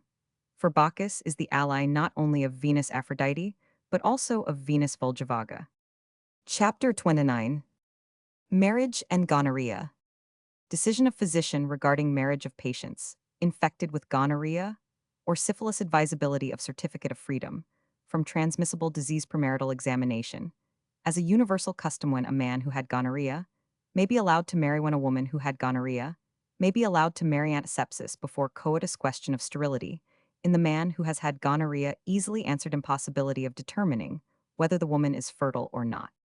For a man or a woman who has once suffered from gonorrhea or syphilis to enter matrimony without having secured a competent physician's opinion is a great responsibility. And a great responsibility rests upon the shoulders of the physician who is called upon to give such an opinion. For a wrong decision either way, that is, permission to marry when permission should not have been granted, or refusal to give permission when permission should have been granted, may be responsible for much future unhappiness and much disease of the mother and of the offspring. It may even be responsible for death. There is no easy, short road to a positive opinion. It requires a thorough, painstaking examination at the hands of an experienced physician, one thoroughly familiar with all the modern tests, to tell whether it is safe for a man who once suffered from venereal disease to enter the bonds of matrimony. Sometimes one examination is not sufficient, and several examinations may be necessary. But the opinion of a conscientious, experienced physician may be relied upon, and if all men and women who once suffered from venereal disease would seek for and be guided by such an opinion, there would be no cases of marital infection, there would be no children afflicted with gonorrheal ophthalmia, there would be no cases of hereditary syphilis. I firmly believe that a time will come when all venereal disease will have disappeared from the face of the earth. But until that time comes, it would be for the benefit of the race and of posterity if people had to present a certificate of freedom from transmissible venereal disease as a prerequisite to a marriage license. Custom is often more efficient than law, and if a premarital examination should become a universal custom, and there are indications in this direction, no law would be needed. When may a man who had gonorrhea get married? For a man who once suffered from gonorrhea to be pronounced cured and a safe candidate for marriage, the following conditions must be present. There must be no discharge. The urine must be perfectly clear and free from shreds.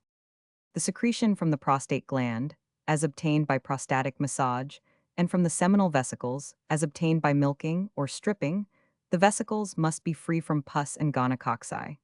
To make sure, it is best to repeat such examination at 3 different times. There must be neither stricture nor patches in the urethra. What we call the complement fixation test, which is a blood test for gonorrhea similar to the Wassermann blood test for syphilis, must be negative. Referring to conditions 1 and 2, it sometimes happens that the patient has a minute amount of discharge, or a few shreds in the urine, and I still permit him to marry. But this is done only after the discharge and shreds have been repeatedly examined and have been found to be catarrhal in character and absolutely free from any gonococci or other germs. It sometimes happens that a patient comes to me for an examination a few days before the date set for the wedding. I examine him and find that he is not in a safe condition to marry, and so advise him to delay the wedding. Sometimes he follows the advice, but in some cases he is unable to do so. He claims the wedding has been arranged, the invitation cards have been sent out, and to delay the wedding would lead to endless trouble and perhaps scandal. In such cases, I, of course, assume no responsibility. However, I do advise the man to use an antiseptic suppository or some other method that will protect the bride from infection for the time being, while he, the husband, has an opportunity to take treatment until cured.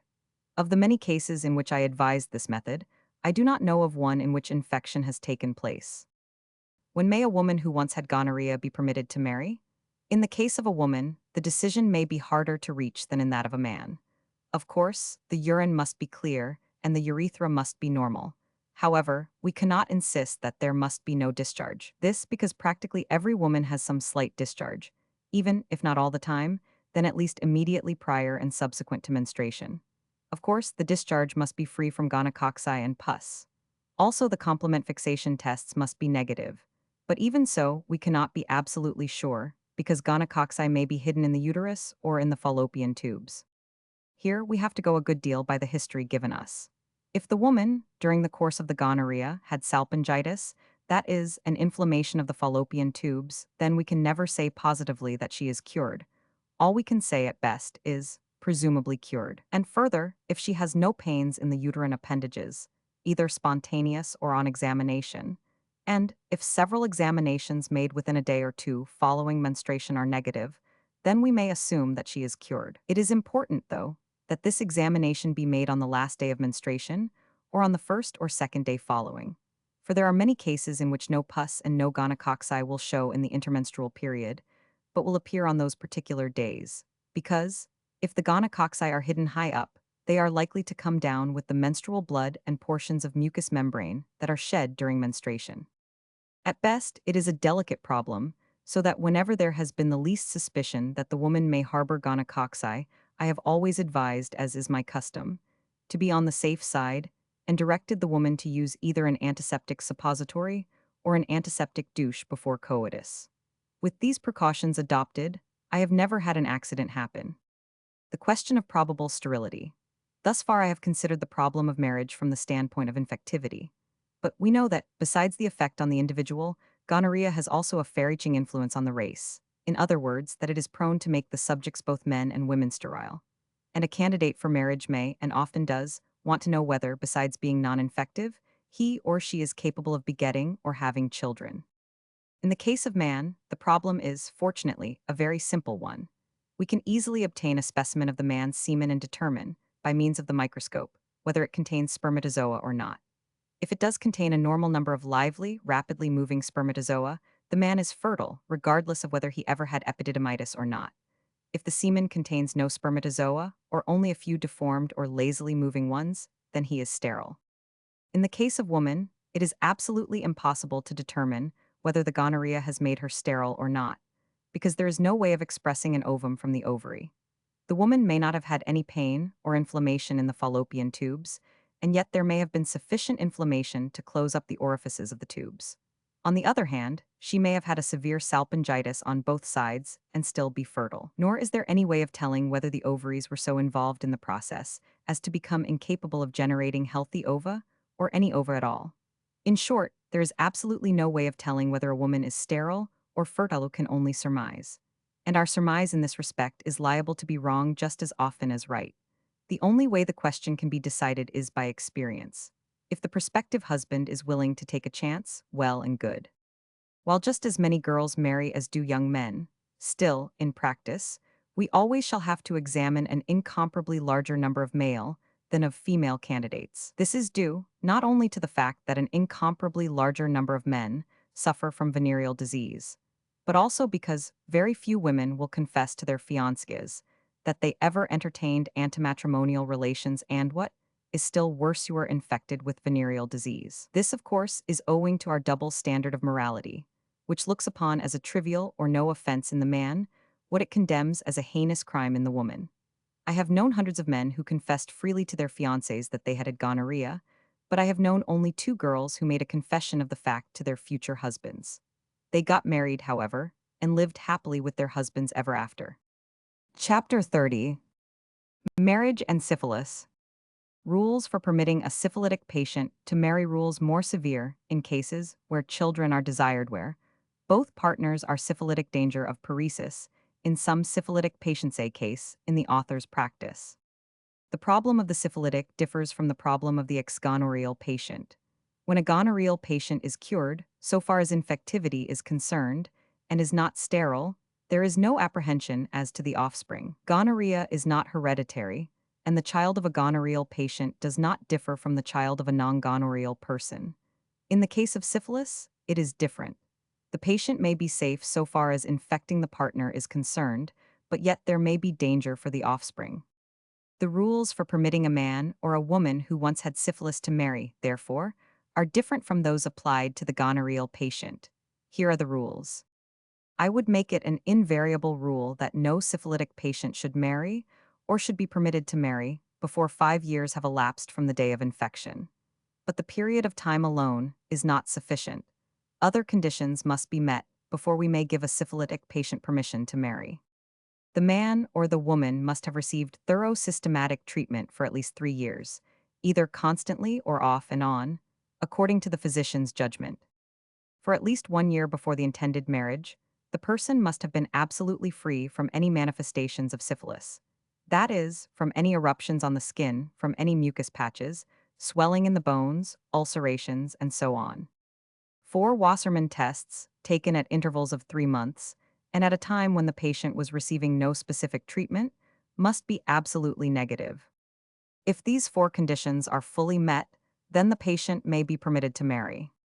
It is important, however, to state that, in permitting or refusing syphilitic persons to marry, we are guided to a great extent by the fact as to whether they expect to have children soon or not. In the case of a couple who are anxious to have children soon after their marriage, the conditions for our permission must be more severe than when the couple are willing or anxious to use contraceptive measures for the first years of their married life. For, if a man is free from any skin lesions and from any mucus patches, his wife is safe from infection as long as she does not become pregnant. But if she does get pregnant, she may become infected through the fetus. And of course, the child also is liable to be syphilitic. Hence, much stricter requirements for syphilitics who expect to become parents are necessary than for those who do not. In case both the man and the woman are or have been syphilitic, permission to marry may be granted without hesitation, as the danger of infection is absent, but permission to have children must be refused absolutely and unequivocally, regardless of the time that may have elapsed from the period of infection, regardless of treatment, regardless of Wassermann tests. The danger to the child is too great if both parents have the syphilitic taint in them. A healthy child may be born from two syphilitic parents who have undergone energetic treatment, but we have no right to take the chance. I at least never wanted to, nor ever will want to, take such a responsibility. The danger of locomotor ataxia or paresis. There is still one more point to consider in dealing with a syphilitic patient. In patients who did not receive energetic treatment from the very beginning of the disease, as also in patients whose treatment was only desultory and irregular, we never can guarantee, in spite of lack of external symptoms, in spite of a negative Wassermann reaction, that some trouble may not develop later in life. What shall we do in such cases, and what particularly shall we do if, from a general examination of the patient, we carry away the impression that, while free from the danger of infection, the man is not a good risk? Under these circumstances, we must refuse all personal responsibility, leaving the assumption of the responsibility to the prospective wife. Here is a case in point. About 5 years ago, a man came to me for examination. He came with his fiancée. He had contracted syphilis 10 years previously, received irregular treatment by mouth, off and on. For 5 years, he had had no symptoms of any kind. He considered himself cured, but wanted to know, and his fiancée wanted to know, whether he really was cured. There were no symptoms of any kind, and the Wassermann test was negative. Nevertheless, I could not give him a clean bill of health. I noticed what seemed to me a slowness in thinking and just the least bit of hesitation in his speech. I told the girl the man was 35, she was 32, that I could not render a definite decision in the matter, that everything might be all right, and then again it might not. But that the question about children she would have to decide definitely, once for all, namely, that she was not to have any children. She was fully satisfied so far as that part was concerned. She said she herself objected to children and did not intend to have any and knew how to take care of herself. All she wanted to know was whether she was in danger of being infected. I told her no, but that in my opinion there was some danger of her husband developing general paresis or locomotor ataxia. The girl had been a teacher for about 12 years, and she was so sick at heart of the work, was so anxious for a home of her own, that she decided to take the risk. And they got married. The marriage remained childless. The man developed general paresis, softening of the brain, 3 years later and died about a year afterward. The woman, now a widow I understand, is not sorry for the step she had taken. This shows what things our social-economic conditions and our moral code are responsible for. Chapter 31. Who may and who may not marry.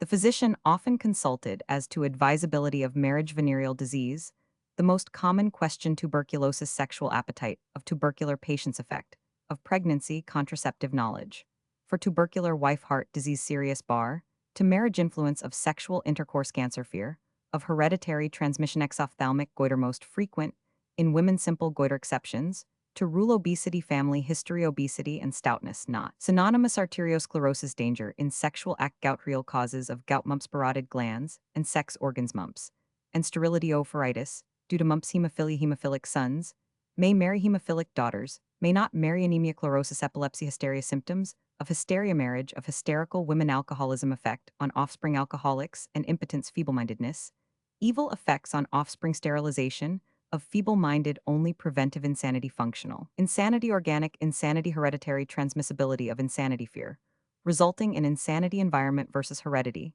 in insanity, neurosis, neurasthenia, psychasthenia, neuropathy, psychopathy, nervous conditions, and genius, sexual impotence, and genius, drug addiction. External causes. Consanguineous marriages. When consanguineous marriages are advisable, offspring of consanguineous marriages. Homosexuality, homosexuals, often ignorant of their condition. Sexual repression, homosexuality, sadism, and divorce. Masochism, sexual impotence and marriage effect upon the wife. Frigidity, marital relations, and frigid woman. Excessive libido and marriage. Excessive demands upon wife. Satyriasis, the excessively libidinous wife. Nymphomania, treatment. Hairlip, myopia, stigmatism, premature baldness. Criminality, crime as result of environment. Legal and moral crime. Ancestral criminality and marriage rules of heredity. Pauperism, difference between pauperism and poverty. In former years, nobody thought of asking a physician for permission to get married. He was not consulted in the matter at all. The parents would investigate the young man's social standing, his ability to make a living, his habits perhaps, whether he was a drinking man or not, but to ask the physician's expert advice. He, as said, nobody thought of it. And how much sorrow and unhappiness, how many tragedies the doctor could have averted if he had been asked in time. Fortunately, in the last few years, a great change has taken place in this respect. It is now a very common occurrence for the intelligent layman and laywoman, imbued with a sense of responsibility for the welfare of their presumptive future offspring, and actuated, perhaps, also by some fear of infection, to consult a physician as to the advisability of the marriage, leaving it to him to make the decision and they abiding by that decision. As a matter of fact, as often is the case, the pendulum now is in danger of swinging to the other extreme.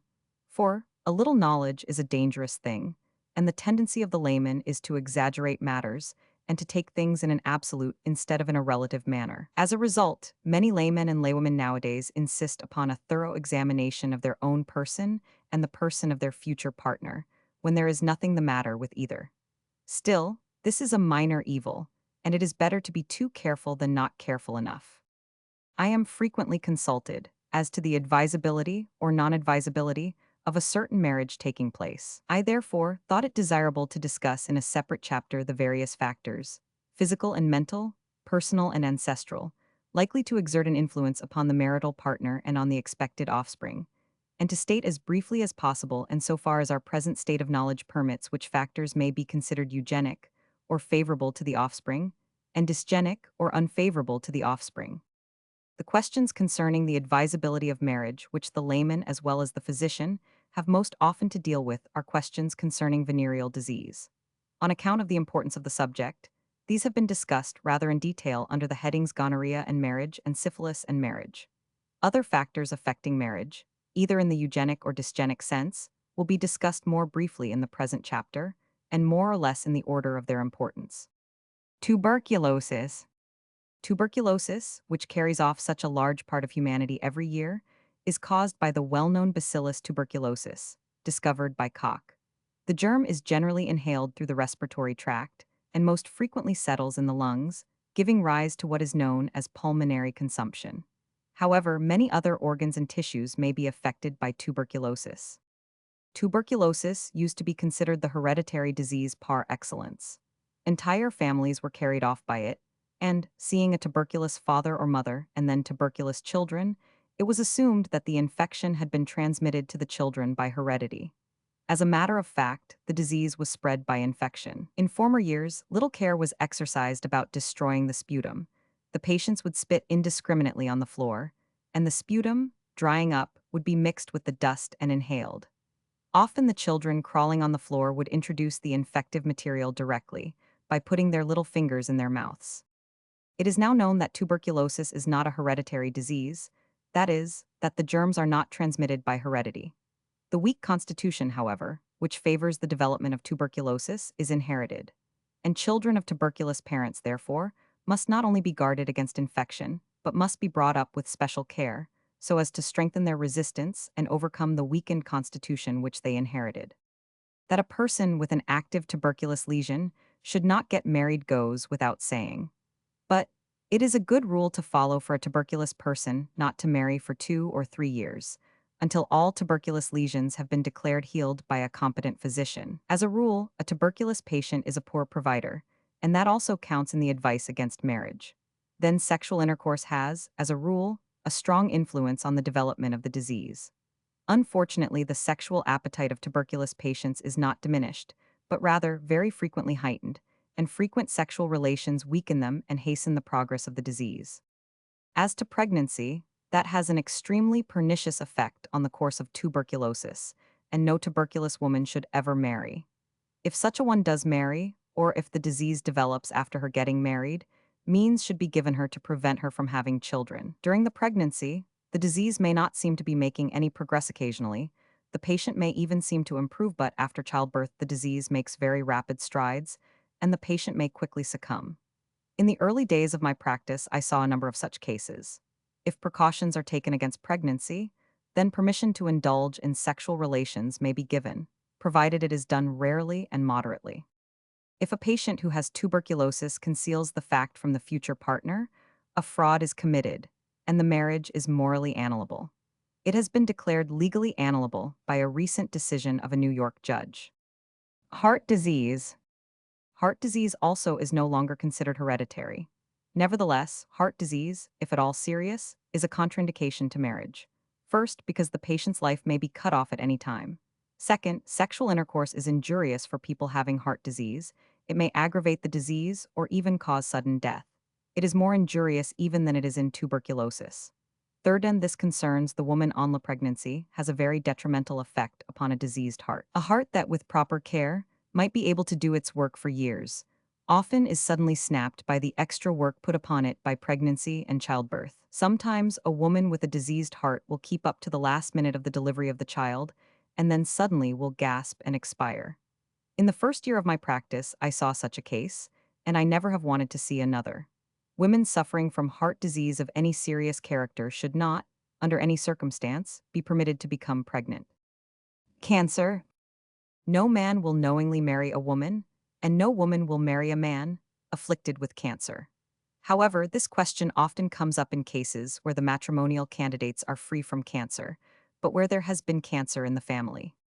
Cancer is not a hereditary disease, contrary to the opinions that have prevailed, and if the matrimonial candidate otherwise is healthy, no hesitation need be felt on the score of heredity. The fear of hereditary transmission of the disease has caused a great deal of mischief and unnecessary anxiety to people. Scientifically conducted investigations and carefully prepared statistics have shown that many diseases formerly considered hereditary are not hereditary in the least degree. Exophthalmic goiter Bastos disease. Exophthalmic goiter is a disease characterized by enlargement of the thyroid gland, protrusion of the eyeballs, and rapid beating of the heart. The disease is confined almost entirely, though not exclusively, to women, and I should not advise any exophthalmic woman to marry. Neither should I advise a man to marry an exophthalmic goiter woman. It is a very annoying disease, while sexual intercourse aggravates all the symptoms, particularly the palpitation of the heart. The children, if not affected by exophthalmic goiter, are liable to be very neurotic.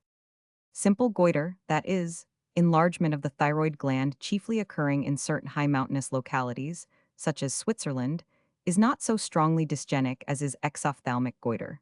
Still, goiter patients are not good matrimonial risks. Of course, there are always exceptions. I know an exophthalmic goiter woman who brought up 4 children, and very good, healthy children they are. But in writing, we can only speak of the average and not of exceptions. Obesity. Obesity, or excessive stoutness, is an undue development of fat throughout the body. That it is hereditary, that it runs in families, there is no question whatsoever. And while with great care as to the diet and by proper exercise, obesity may, as a rule, be avoided in those predisposed, it nonetheless often will develop in spite of all measures taken against it.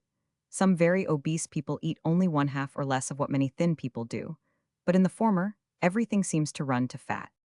Obesity must be considered a dysgenic factor.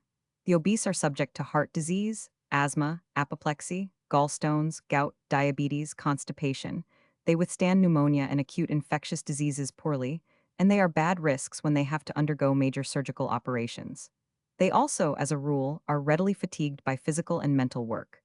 As to the latter, there are remarkable exceptions. Some very obese people can turn out a great amount of work, and are almost indefatigable in their constant activity.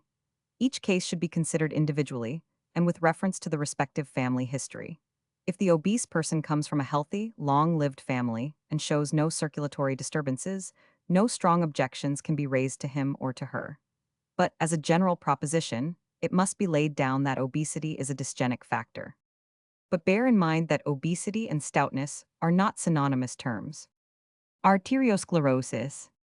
Arteriosclerosis means hardening of the arteries. All men over 50 are beginning to develop some degree of arteriosclerosis, but if the process is very gradual, it may be considered normal and is not a danger to life. When, however, it develops rapidly and the blood pressure is of a high degree, there is danger of apoplexy. Consequently, arteriosclerosis and high blood pressure must be considered decided bars to marriage.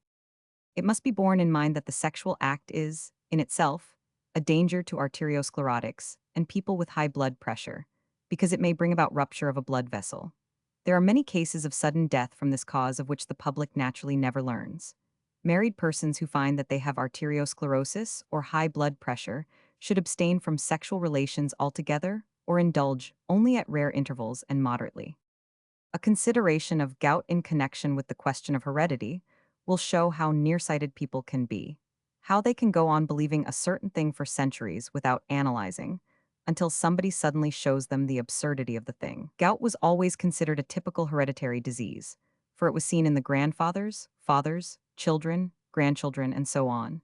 So certainly it must be hereditary. It did not come to our doctors' minds to think that perhaps, after all, it was not heredity that was to blame, but simply that the same conditions that produced gout in the ancestors likewise produced it in their descendants. We know now that gout is caused by excessive eating, excessive drinking, lack of exercise, and faulty elimination. And since, as a general thing, children lead the same lives that their fathers did, they are likely to develop the same diseases as their fathers 999. A poor man who leads an abstemious life does not develop gout, and if his children lead the same abstemious lives, they do not develop gout. There are some cases of gout among the poor, but they are very rare. But if they should begin to gorge and live an improper life, they would be prone to develop the disease. A mumps. Mumps is the common name for what is technically called parotitis or parotiditis. Parotitis is an inflammation of the parotid glands. The parotid glands are situated, one on each side, immediately in front and below the external ear, and they are between 1/2 and 1 ounce in weight. They belong to the salivary glands, that is, they manufacture saliva, and each parotid gland has a duct through which it pours the saliva into the mouth. These ducts open opposite the second upper molar teeth.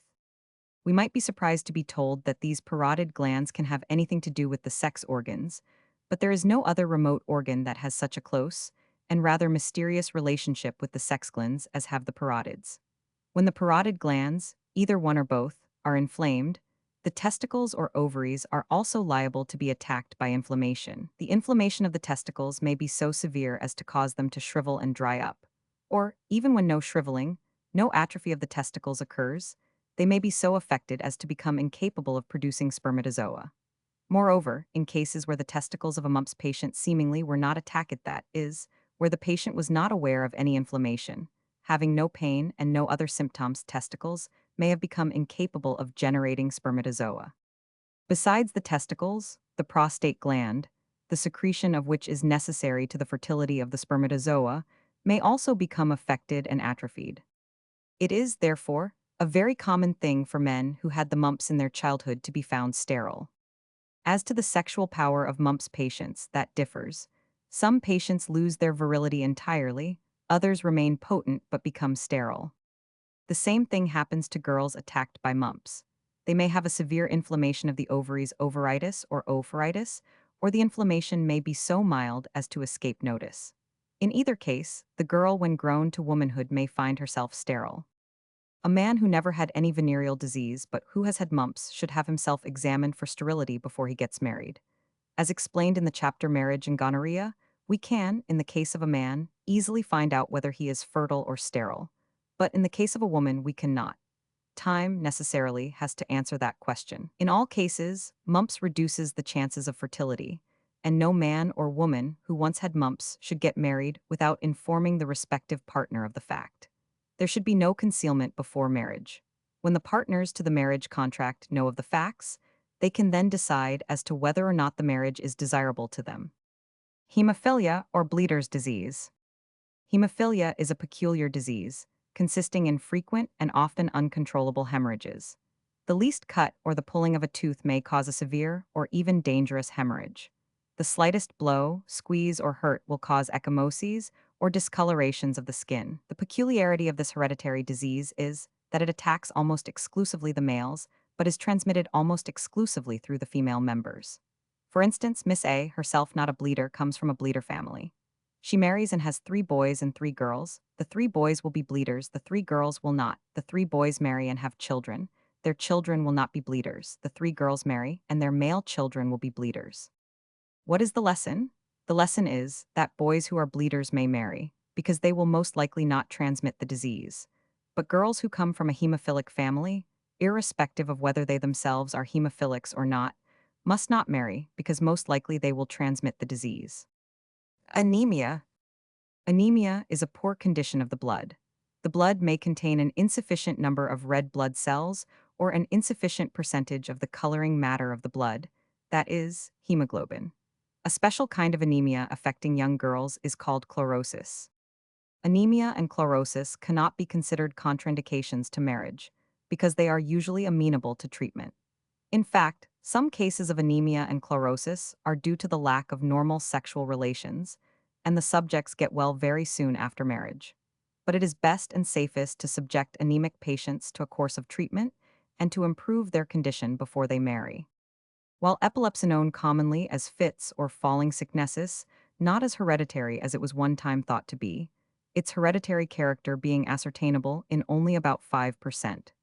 Of cases, nevertheless, it is a decidedly dysgenic agent, and marriage with an epileptic is distinctly advised against. Where both parents are epileptics, the children are almost sure to be epileptic, and such a marriage should be prohibited by law. Under no circumstances should parents who are both epileptic bring children into the world. It should be the duty of the state to instruct them in methods of preventing conception. Hysteria.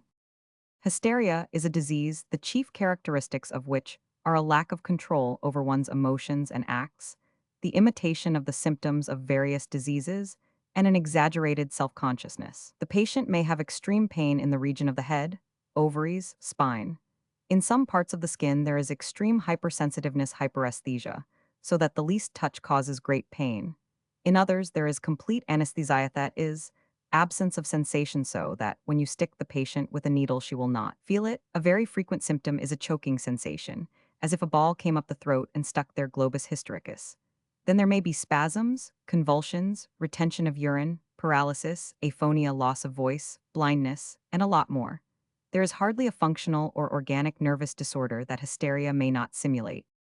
Of late years, our ideas about hysteria have undergone a radical change, and we now know that most, if not all, cases of hysteria are due to a repression or non-satisfaction of the sexual instinct, or to some shock of a sexual character in childhood. Only too often a girl who was very hysterical before marriage loses her hysteria, as if by magic upon contracting a satisfactory marriage.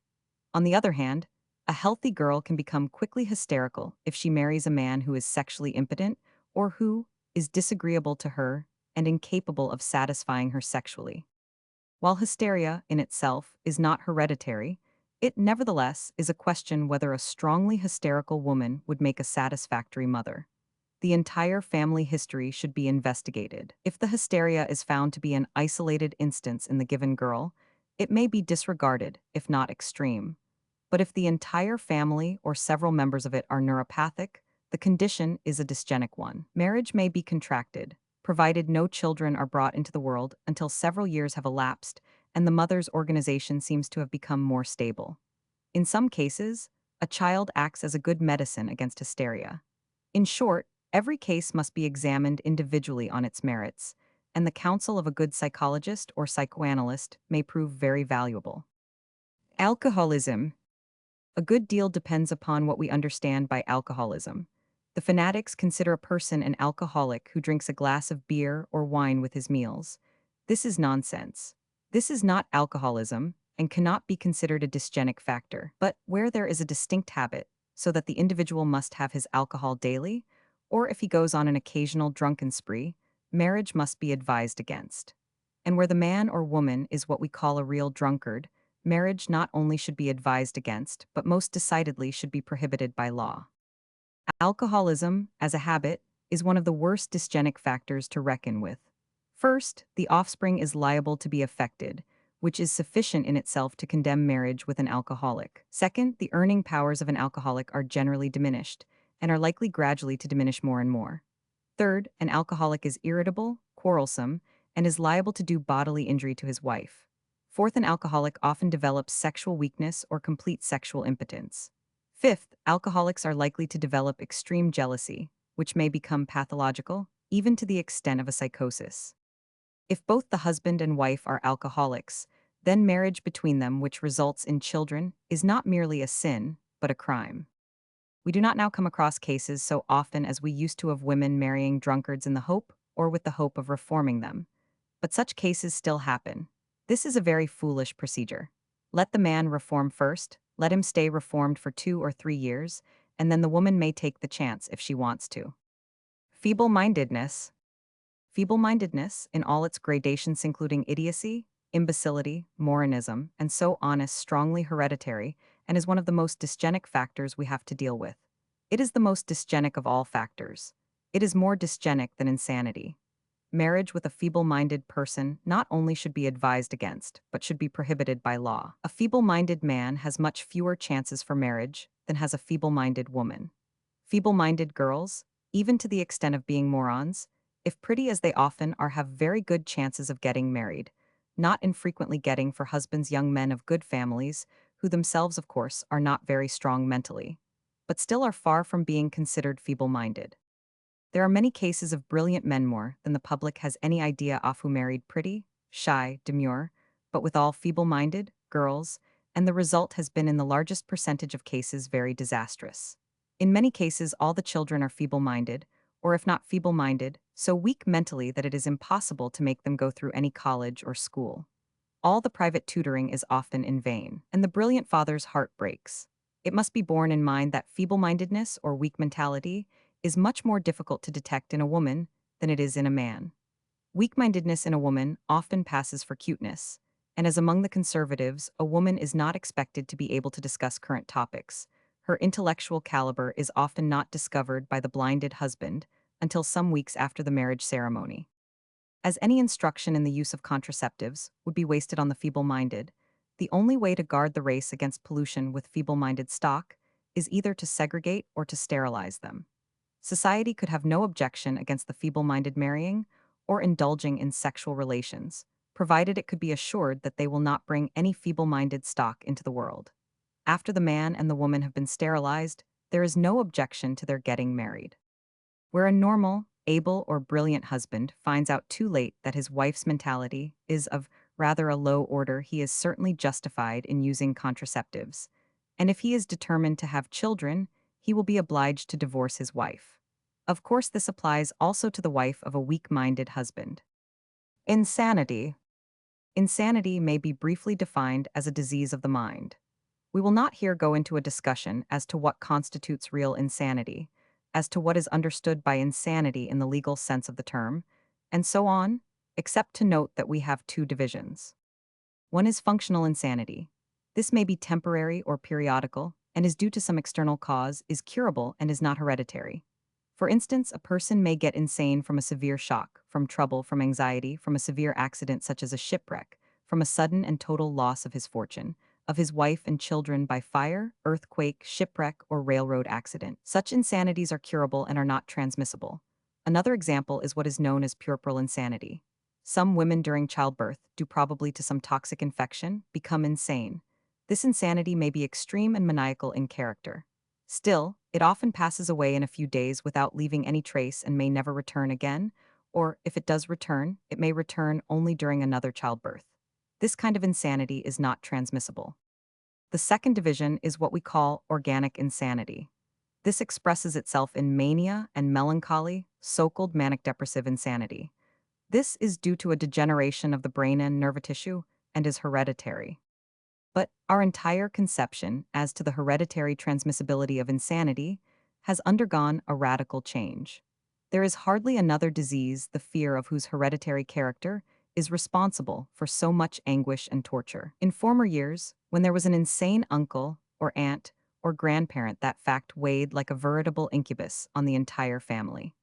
Every member of the family was tortured by the secret anguish that maybe he or she would be next to be affected by this most horrible of all deceased diseases of the mind. If an ancestral member of the family became insane at a certain age, every member of that family was living in fear and trembling until several years had passed after that critical age, and only then would they begin to breathe freely. Indeed, many people became insane from the very fear of becoming insane. It cannot be subject to any doubt that many people do become mentally unbalanced from the fear that they will become unbalanced. Fear has a tremendous influence on the purely bodily functions, but its influence on the mental functions is incomparably greater, and a person will often get that which he fears he is going to get. Now, the hereditary character of insanity is not taken in the same absolute sense in which it was formerly. While we still consider it a dysgenic factor, yet we recognize the paramount importance of environment, and we know that by proper bringing up, using the expression bringing up in its broadest sense, including a proper mental and physical discipline, any hereditary taint can be counteracted. In connection with this subject, the following very recent statistics will prove of interest. The families of 558 insane persons cared for in the London County asylums were investigated, and, according to reports received from the educational authorities, only 15 of these, less than 3%, had mentally defective children. As to the time of the birth of the children, whether before or after the attack of the insanity, we find the following figures. 56 out of 573 parents had children after their first attack of insanity, and 106 children were born after the onset of insanity in the parent, while the remaining 1259 children were born before the parent became insane. Altogether, as will be seen from a discussion of the various factors rendering marriage permissible or non-permissible, I am inclined to consider environment a more important factor than heredity. The purely physical characteristics bear the indelible impress of heredity, but the moral and cultural characteristics, which in the modern civilized man are much more important than the physical, are almost exclusively the results of environment. Neuroses, neurasthenia, psychasthenia, neuropathy, psychopathy. I will not attempt either exhaustive or concise definitions of the terms named in the caption, for the simple reason that it is impossible to give satisfactory definitions of them. The conditions which these terms designate do not constitute definite disentities, and many different things are understood by different people when these terms are mentioned. Only brief indications of the meaning will be given. Neurosis is a functional disease of the nervous system. Neurasthenia is a condition of nervous exhaustion, brought about by various causes, such as overwork, worry, fright, sexual excesses, sexual abstinence, and so on. The basis of neurasthenia, however, is often or even generally a hereditary taint, a nervous weakness inherited from the parents. Psychasthenia is a neurosis or psychoneurosis similar to neurasthenia, characterized by an exhaustion of the nervous system, also by weakness of the will, overscrupulousness, fear, and a feeling of the unreality of things. Neuropathy is a disease or disorder of the nervous system. Psychopathy is a disease or disorder of the mind. Of late years, we often hear people referred to as neurotics, neurasthenics, psychasthenics, neuropaths, or psychopaths. These are undoubtedly abnormal conditions, and taken as a general thing, they are dysgenic factors. But a dysgenic factor in an animal is a dysgenic factor, and that is all there is to it. There are no two sides to the question.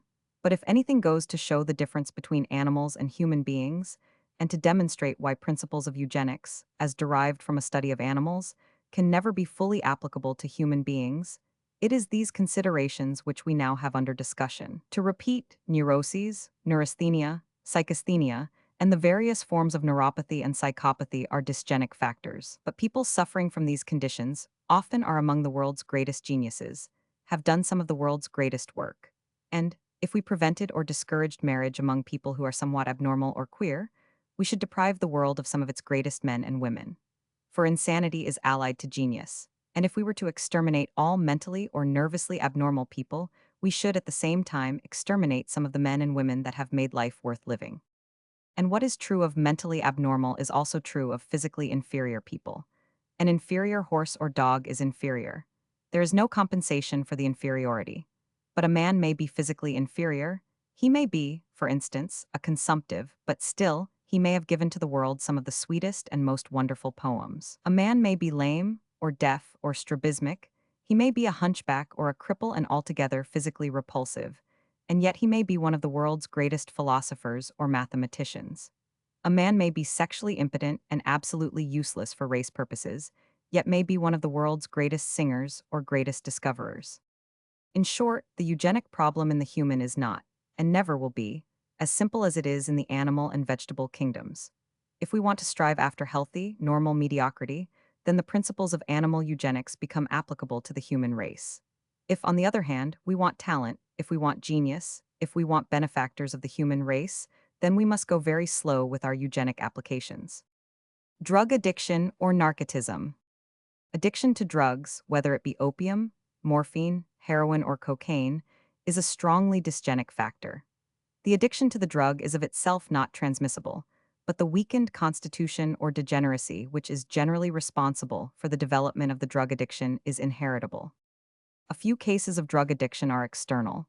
That is, the patient may have a good healthy constitution, no hereditary taint, and still because during some sickness he was given morphine a number of times he may have developed an addiction to the drug.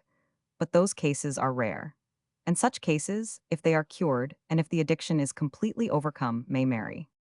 But in most cases, it is not the drug addiction that causes the degeneracy. It is the degeneracy, or the neuropathic or psychopathic constitution that causes the drug addiction. And such cases are bad matrimonial risks. And it is a very risky thing for a woman to marry an addict with the idea of reforming him. As I said about the alcoholic, let him reform first, let him stay reformed for a few years, and then the rest is not so great. Consanguineous marriages. Consanguinity means blood relationship, and consanguineous marriages are marriages between near blood relatives. The physician is frequently consulted as to the permissibility or danger of marriages between near relations. The question generally concerns first cousins, second cousins, uncle and niece, and nephew and aunt. The popular idea is that consanguineous marriages are bad per se. The children of near relatives, such as first cousins, are apt to be defective, deaf and dumb, blind or feeble-minded, and whatnot. This popular idea, as so many popular ideas are, is wrong. And still there is, of course, as there always is, some foundation for it. The matter, however, is quite simple. We know that many traits, good and bad, are transmitted by heredity. And naturally, when traits are possessed by both father and mother, they stand a much greater chance of being transmitted to the offspring than if possessed by one of the parents alone. Now then, if a certain bad trait, such as epilepsy or insanity, is present in a family, that trait is present in both cousins, and the likelihood of children from such a marriage inheriting that trait is much greater than when the parents are strangers, the taint being present in the family of only one of the parents. But if there be no hereditary taint in the cousin's family, and, still more, if the family is an intelligent one, if there are geniuses in the family, then there cannot be the slightest objection to marriage between cousins, and the children of such marriages are apt to inherit in a strong degree the talents or genius of their ancestors. In short, if the family is a bad one, one below par, then marriage between cousins or between uncle and niece should be forbidden. If the family is a good one, above par, then marriage between relatives of that family should be encouraged. The idea that the children from consanguineous marriages are apt to be deaf and dumb has no foundation in fact. Recent statistics from various asylums in Germany, for instance, have shown that only about 5% of the deaf and dumb children were the offspring of consanguineous marriages. If 95% of the deaf and dumb had non-consanguineous parents, how could one say that even in the other 5%, the consanguinity was the cause? If it were the other way around, then of course we could blame consanguinity. As it is, we can assume even in this 5%, a mere coincidence, and we have no right to say that consanguinity and deaf and dumbness stand in the relation to each other of cause and effect. It is interesting to know that among the Egyptians, Persians, and Incas of Peru, close consanguineous marriages were very common.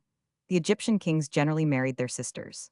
This was common custom, and if the children born of such unions were defectives or monstrosities, the fact would have become quickly apparent and the custom would have been abolished.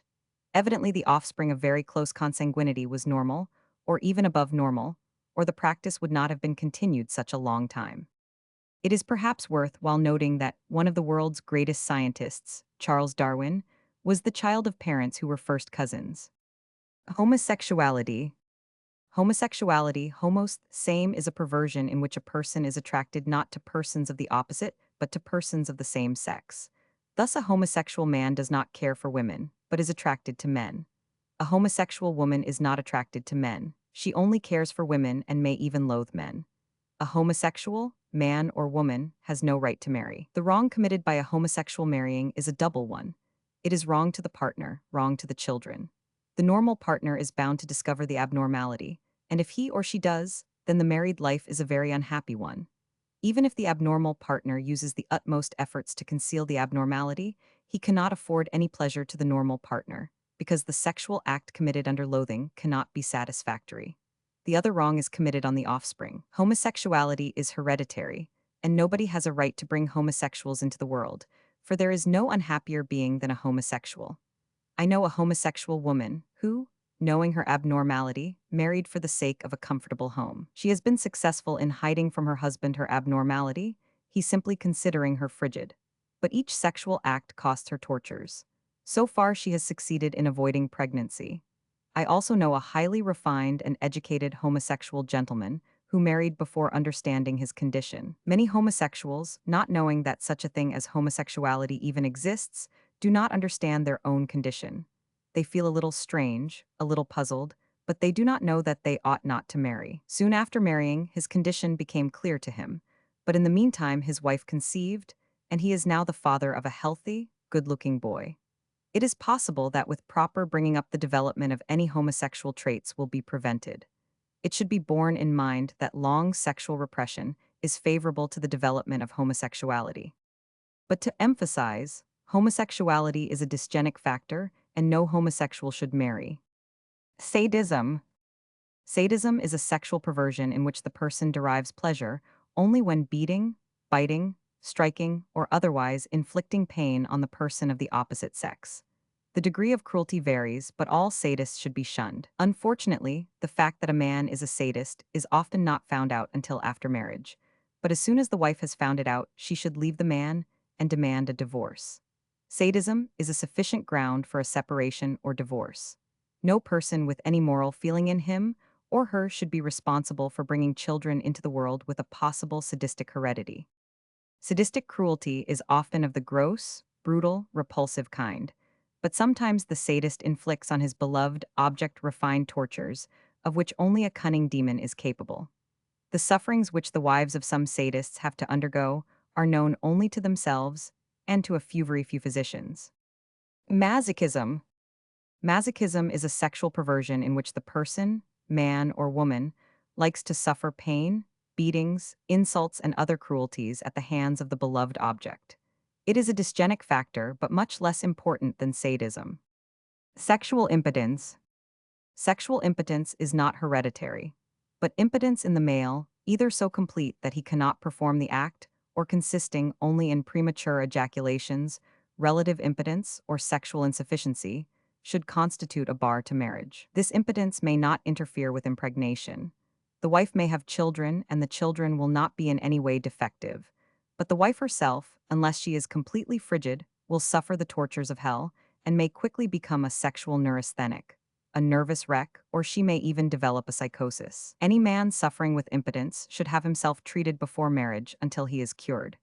If his impotence is incurable, then for his own sake, and for the sake of the girl or woman he is supposed to love, he should give up the idea of marriage. The only permissible exception is in cases in which the prospective wife knows the nature of her prospective husband's trouble, and claims that she does not care for gross sexual relations, and therefore does not mind the impotence. In case the wife is absolutely frigid, the marriage may turn out satisfactory.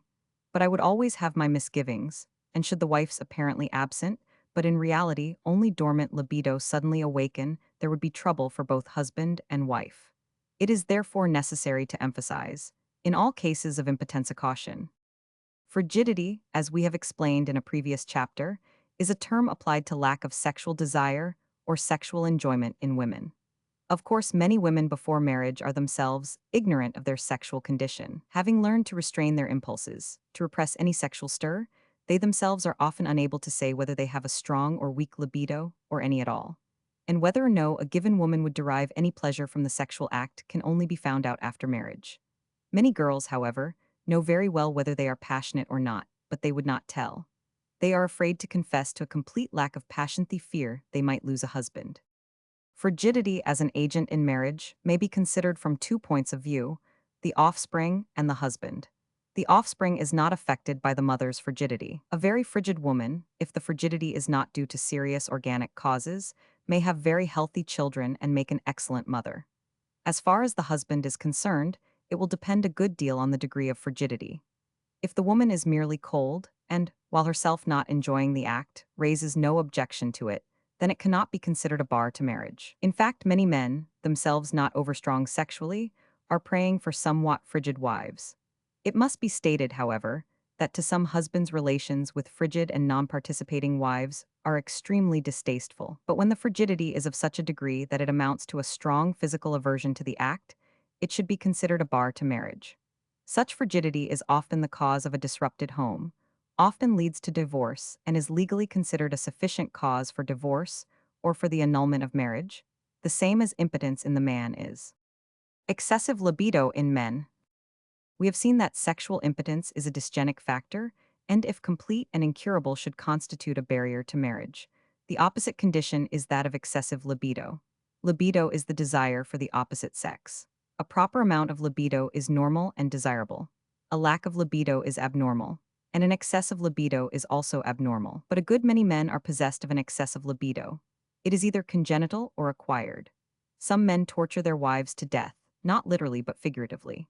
Harboring the prevailing idea that a wife has no rights in this respect, that her body is not her own, that she must always hold herself ready to satisfy his abnormal desires, such a husband exercises his marital rights without consideration for the physical condition or the mental feelings of his partner. Some husbands demand that their wives satisfy them daily, from 1 to 5 or more times a day. Some wives who happen to be possessed of an equally strong libido do not mind these excessive demands, though in time they are almost sure to feel the evil effects.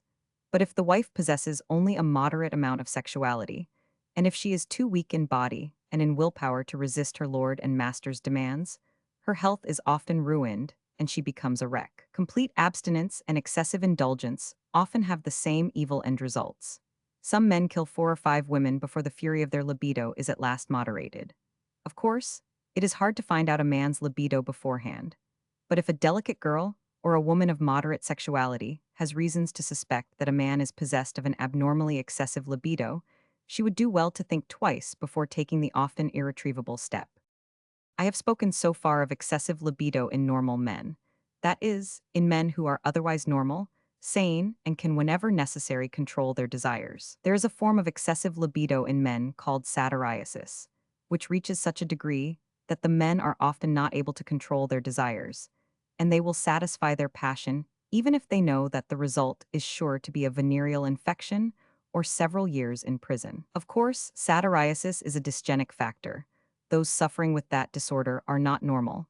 They are on the borderland of insanity, and not only should they not be permitted to marry, but they should be confined to institutions where they can be subjected to the proper treatment. Excessive libido in women. Just as we have impotent and excessively libidinous men, so we have frigid and excessively libidinous women. A wife possessed of excessive libido is a terrible calamity for a husband of a normal or moderate sexuality. Many a libidinous wife has driven her husband, especially if she is young and he is old, to a premature grave. And grave is used in the literal, not figurative sense of the word. It would be a good thing if a man could find out the character of his future wife's libido before marriage. Unfortunately, it is impossible. At best, it can only be guessed at. But a really excessive libido on the part of either husband or wife should constitute a valid ground for divorce. When the libido in woman is so excessive that she cannot control her passion, and forgetting religion, morality, modesty, custom, and possible social consequences, she offers herself to every man she meets. We use the term nymphomania. It is a disease which corresponds to satyriasis in men, and what I said of satyriasis applies with equal force to nymphomania. Nymphomaniac women should not be permitted to marry or to run around loose, but should be confined to institutions in which they can be subjected to proper treatment. Hair lip. This is a congenital defect consisting in a notch or split in the upper lip. It is due to defective development of the embryo and is as a rule found in association with cleft palate. Probably hereditary, but is not common and is not of much importance. Myopia. Myopia means nearsightedness. This defect is undoubtedly hereditary to a certain degree, but it is doubtful if, other conditions being favorable, any man would give up a girl because she is myopic or vice versa. Still, if the condition is extreme, as it sometimes is, it should be taken into consideration. And where both the man and the woman are strongly myopic, some hesitation should be felt in contracting a marriage. If the husband alone is myopic, then the defect may be transmitted to the sons, but not to the daughters, and these daughters may in their turn transmit the defect to their sons, but not to their daughters. In other words, the defect is more or less sex-limited. Astigmatism. This is a defect of the eye, depending upon some irregularity of the cornea or the lens, in which light rays in different meridians are not brought to the same focus. It is to a certain extent hereditary, but plays an insignificant role. It is an undesirable trait, but cannot be considered a dysgenic factor. Baldness. Premature baldness is a decidedly inheritable trait, and so is premature grayness of the hair. But it is doubtful if any woman would permit these factors to play any role in her choice of a husband. Criminality. Almost a complete change has taken place in our ideas of criminality, and there are but very few criminologists now who believe in the Lombrosian nonsense of most criminality being inherited and being accompanied by physical stigmata of degeneration. The idea that the criminal is born, and not made, is now held only by an insignificant number of thinkers. We know now that by far the greatest percentage of crime is the result of environment, of poverty, with all that that word implies, of bad bringing up of bad companions. We know that the child of the criminal, properly brought up, will develop into a model citizen, and vice versa, the child of the saint, brought into the slums, might develop into a criminal. Then we must remember that there are many crimes which are not crimes, per se, but which are merely infractions of man-made laws, or representing rebellious acts against an unjust and cruel social order. Thus, for instance, a man or a woman who, defying the law, would give information about birth control and be convicted for the offense would be legally a criminal. Morally, he or she would be a high-minded humanitarian. A man who would throw a bomb at the Russian Tsar or at a murderous pogrom-inciting Russian governor would be considered an assassin, and if caught would be hanged. And in making up the pedigree of such a family, a narrow-minded eugenist would be apt to say that there was criminality in that family. But as a matter of fact, that assassin may have belonged to the noblest-minded heroes in history. The eugenists will therefore pay little attention to criminality in the ancestry as a dysgenic factor. As long as the matrimonial candidate himself is not a criminal, the ancestral criminality should constitute no bar to the marriage. It is not likely to show itself atavistically in the children. Altogether, a good deal of nonsense has been written about atavism, and people forget that the same rules of heredity that are applied to physical conditions cannot be applied to spiritual and moral qualities, the latter being much more dependent upon environment than the former. Of course, the various circumstances must be taken into consideration, and each case must be decided upon its merits. No generalizations can be permitted. The kind of crime must always be considered. And furthermore, it should be borne in mind that not only is a criminal ancestry per se no bar to marriage, the marriage candidate himself may be an ex-criminal, may have served time in prison, and still be a very desirable father or mother from the eugenic viewpoint. A man who in a fit of passion or during a quarrel, perhaps under the slight influence of liquor, struck or killed, a man is not, therefore, a real criminal. After serving his time in prison, he may never again commit the slightest antisocial act, may make a moral citizen and an ideal husband and father. This is not a plea for the underdog, for in this case, where the future of the race is at stake, all other considerations must be put into the background. I simply plead for an intelligent consideration of the subject. Many honored citizens are worse criminals and worse fathers than many people who have served prison sentences. Pauperism. It may seem strange to discuss pauperism in relation to marriage and to speak of it as a hereditary factor, but it is necessary to discuss it because considerable ignorance prevails on the subject, it being generally confused with poverty. There is a radical difference between pauperism and poverty. People may be poor for generations and generations, even very poor, and still not be considered or classed with paupers. Pauperism generally implies a lack of physical and mental stamina, loss of self-respect, and unconquerable laziness. Of course, we know now that laziness often rests upon a physical basis, being due to imperfect working of the internal glands. But whatever the cause of the laziness may be, the fact is that It is one of the characteristics of the pauper. And while we cannot speak of pauperism being hereditary, the qualities that go to make up the pauper are transmissible. No normal woman would marry a pauper, and the woman who would marry a pauper is not amenable to any advice or to any book knowledge. But men are sometimes tempted to marry daughters of paupers if they happen to be pretty. They should consider the matter very carefully, for some of the ancestral traits may become manifest in the children. Chapter 32: Birth Control or the Limitation of Offspring. Knowledge of prevention of conception essential misapprehensions concerning birth control propaganda modern contraceptives, not injurious to health imperfection of contraceptive measures, due to secrecy prevention of conception and abortion, radically different more marriages. Consummated if birth control information were legally obtainable demand for prostitution, would be curtailed venereal disease, due to lack of knowledge another phase of the birth control problem knowledge of contraceptive methods, where there was a taint of insanity, and the happy results. No girl, and no man for that matter, should enter the bonds of matrimony without learning the latest means of preventing conception, of regulating the number of offspring. With people who consider any attempt at regulating the number of children a sin, we have nothing to argue, though we believe that there are very few people, except among the lowest dregs of society, who do not use some measures of regulation. Otherwise, we would see most families with 10 to 20 children instead of 2 or 3. Nor do I intend to devote this chapter to a detailed presentation of the arguments in favor of the rational regulation of offspring. It would have to be merely a repetition of the arguments that I have presented elsewhere.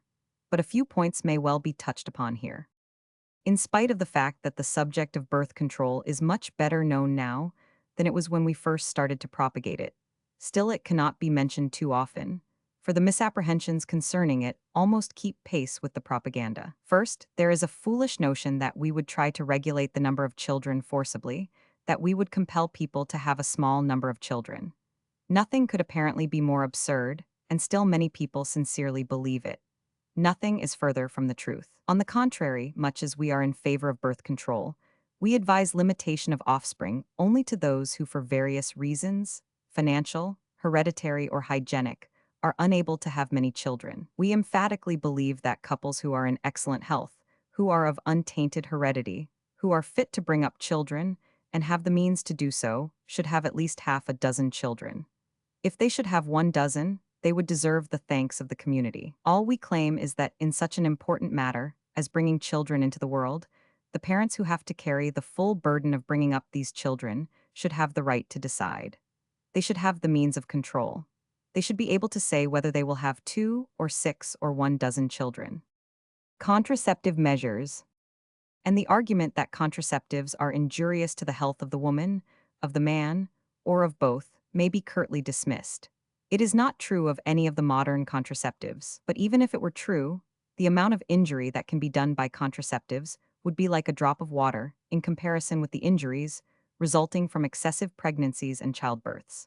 Some of the contraceptive measures require some trouble to use, some are anesthetic, but these are trifles and constitute a small price to pay for the privilege of being able to regulate the number of one's offspring according to one's intelligent desires.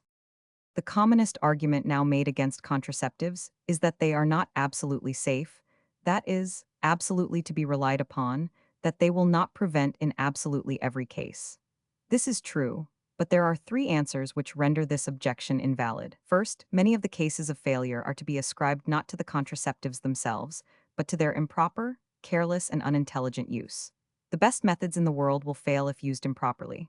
Second, if the measures are efficient in 98 or 99% and fail in 1 or 2%, then they are a blessing. Some women would be the happiest women in the world if they could render 98% of their conjugal relations unfruitful. Third, the imperfections of our contraceptive measures are due to the secrecy with which the entire subject must necessarily be surrounded. If the subject of birth control could be fully discussed in medical books, there is no doubt that in a short time, we would have measures that would be absolutely certain and would leave nothing to be desired. But even such as they are, the measures are better than none, and as said in the beginning of this chapter, it is the duty of every young woman to acquire as one of the items of her sex education the knowledge of how to avoid too frequent pregnancies. In fact, I consider this the most important item in a woman's sex education, and if she has learned nothing else, she should learn this. for this information is absolutely necessary to her future health and happiness. A few everyday cases. In my 20 years' work for the cause of rational birth control, I have come in contact with thousands and thousands of cases, which demonstrate in the most convincing manner possible the tragic results of forced or undesired motherhood, and of the fear of forced or undesired motherhood. Some of the cases were in my own practice, some were related to me by brother physicians, some were described to me by the victims living in all parts of this vast country. Were I to collect and report all the cases that came to my notice during those 20 years, they would without exaggeration make a volume the size of the latest edition of the Standard Dictionary, printed in the same small type. Some of them are positively heartbreaking.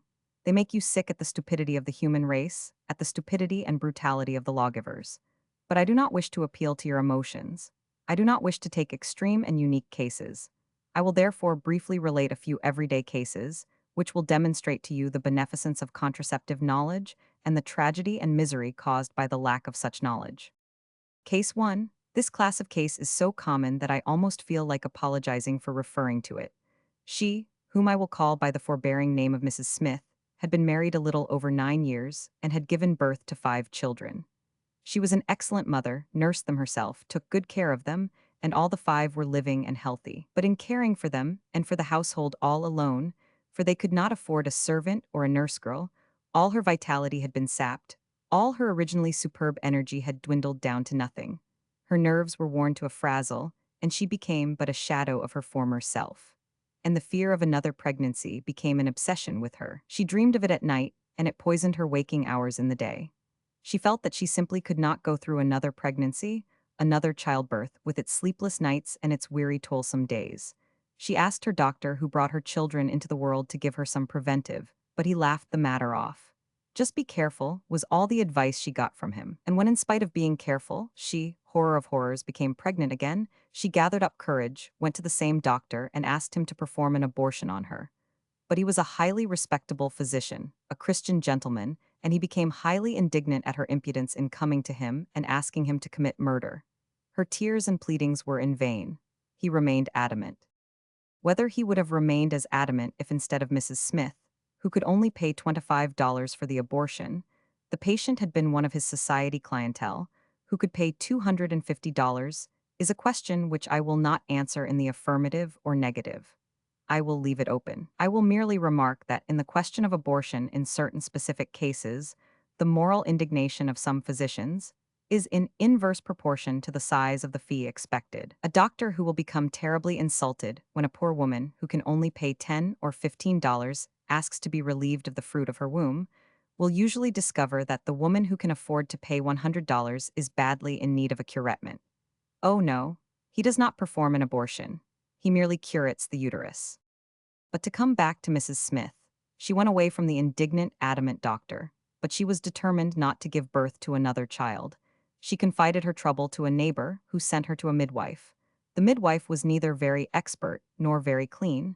Mrs. Smith had to go to her 2 or 3 times. After bleeding for about 10 days, she developed blood poisoning, from which she died a few days later, at the early age of 29, leaving a disconsolate father, who in time to come will probably find consolation with another woman, and 5 motherless children who will never find consolation. One may find a substitute for a wife, there is no substitute for a mother. And such tragedies are of daily occurrence. May the Lord have mercy on the souls of those who are responsible for them. Before I proceed further, I wish to say that it is the terrible prevalence of the abortion evil, with its concomitant evils of infection, ill health, chronic invalidism, and death, that more than any other single factor urges us in our birth control propaganda. And those who want to forbid the dissemination of any information about the prevention of conception are playing directly into the hands of the professional abortionists. They could not act any more zealously if they were in league with the latter and were paid by them. And having mentioned the subject of abortion, I wish to utter a note of warning. In our birth control propaganda, we must be very careful to keep the question of the prevention of conception and of abortion separate and apart. The stupid law puts the two in the same paragraph. Some ignorant laymen and equally ignorant physicians treat the two as if they were the same thing, but we, in our speeches and our writings, must keep the two separate. We must show the people the essential difference between prevention and abortion. between refraining from creating life and destroying life already created. We must show the viciousness of meting out the same punishment for two things which are fundamentally different. Different not only in degree, but in kind, and it is only by thus keeping the two things apart, by showing that we stand for one thing prevention and, not for the other abortion, that we can ever gain the general sympathy of the public and the cooperation of the legislators. I do not say that there are not many cases in which the induction of abortion is not only justifiable, but imperative. But that is a different question, and the two issues must not be confused. And we would and should resent any attempt on the part of either enemy or friend to so confuse them. Case 2. Mr. A and Miss B are in love with each other, but they cannot get married, for his salary is too small. They might risk getting married if the specter of an indefinite number of children did not stretch out its restraining hand. She comes from a good family. She was brought up, if not in the lap of luxury, in the lap of comfort and coziness, and it is the ambition of every good American to furnish his wife at least as good a home as her father gave her. Her father, by the way, died prematurely from overwork in trying to give all possible comforts and advantages to a bevy of 6 unmarried and marriageable daughters. I consider this a ruined life and all for the lack of a little knowledge. If the anti-preventionists, those who are opposed to any information about the prevention of conception, were not so hopelessly stupid, they would see that from their own point of view it would be better if such information were legally obtainable, for it would be instrumental in causing more marriages which otherwise remain unconsummated, and by favoring early marriages, it would be instrumental in curtailing the demand for prostitution, in diminishing venereal disease. And as is well known, venereal disease is one of the great factors in race suicide. Case 3. A young woman was married to a man who, besides being a brutal drunkard, was subject to periodic fits of insanity. Every year or two, he would be taken to the lunatic asylum for a few weeks or months, and then discharged. And every time on his discharge, he would celebrate his liberty by impregnating his wife. She hated and loathed him, but could not protect herself against his embraces. And she had to see herself giving birth to one abnormal child after another. She begged her doctor to give her some means of prevention, but that boob claimed ignorance and the illegality of the thing. The woman finally committed suicide, but not before she had given birth to 6 abnormal children, who will probably grow up drunkards, criminals, or insane. And because we object to such kind of breeding, we are accused of being enemies of the human race, of advocating race suicide, of violating the laws of God and man. Oh, for a mighty Samson to strike the imbeciles with the jaw of an ass, for a mental Hercules to loosen the fontanelles of their petrified skulls and put some sense into them. Case 4. This observation concerns a couple both of whom had a very bad heredity. The blood of each was badly tainted. The doctor who had treated the husband cautioned them and told them that they had no right to have children. But here the tables were turned. The doctor wanted to give them the means for prevention, but the husband and wife, pious Roman Catholics, would not go against their religion and God as if God wanted a world full of imbeciles, and refused to employ any precautions. They have had 4 children so far. One of them seems fairly normal, except that he is silly, in which respect he is merely like his parents. 2 are deaf and blind in one eye. The 4th is a cretin, practically an idiot. This case brings us face to face with another phase of the problem. What should we do when the parents, stupid and ignorant, refuse to stop breeding worthless material?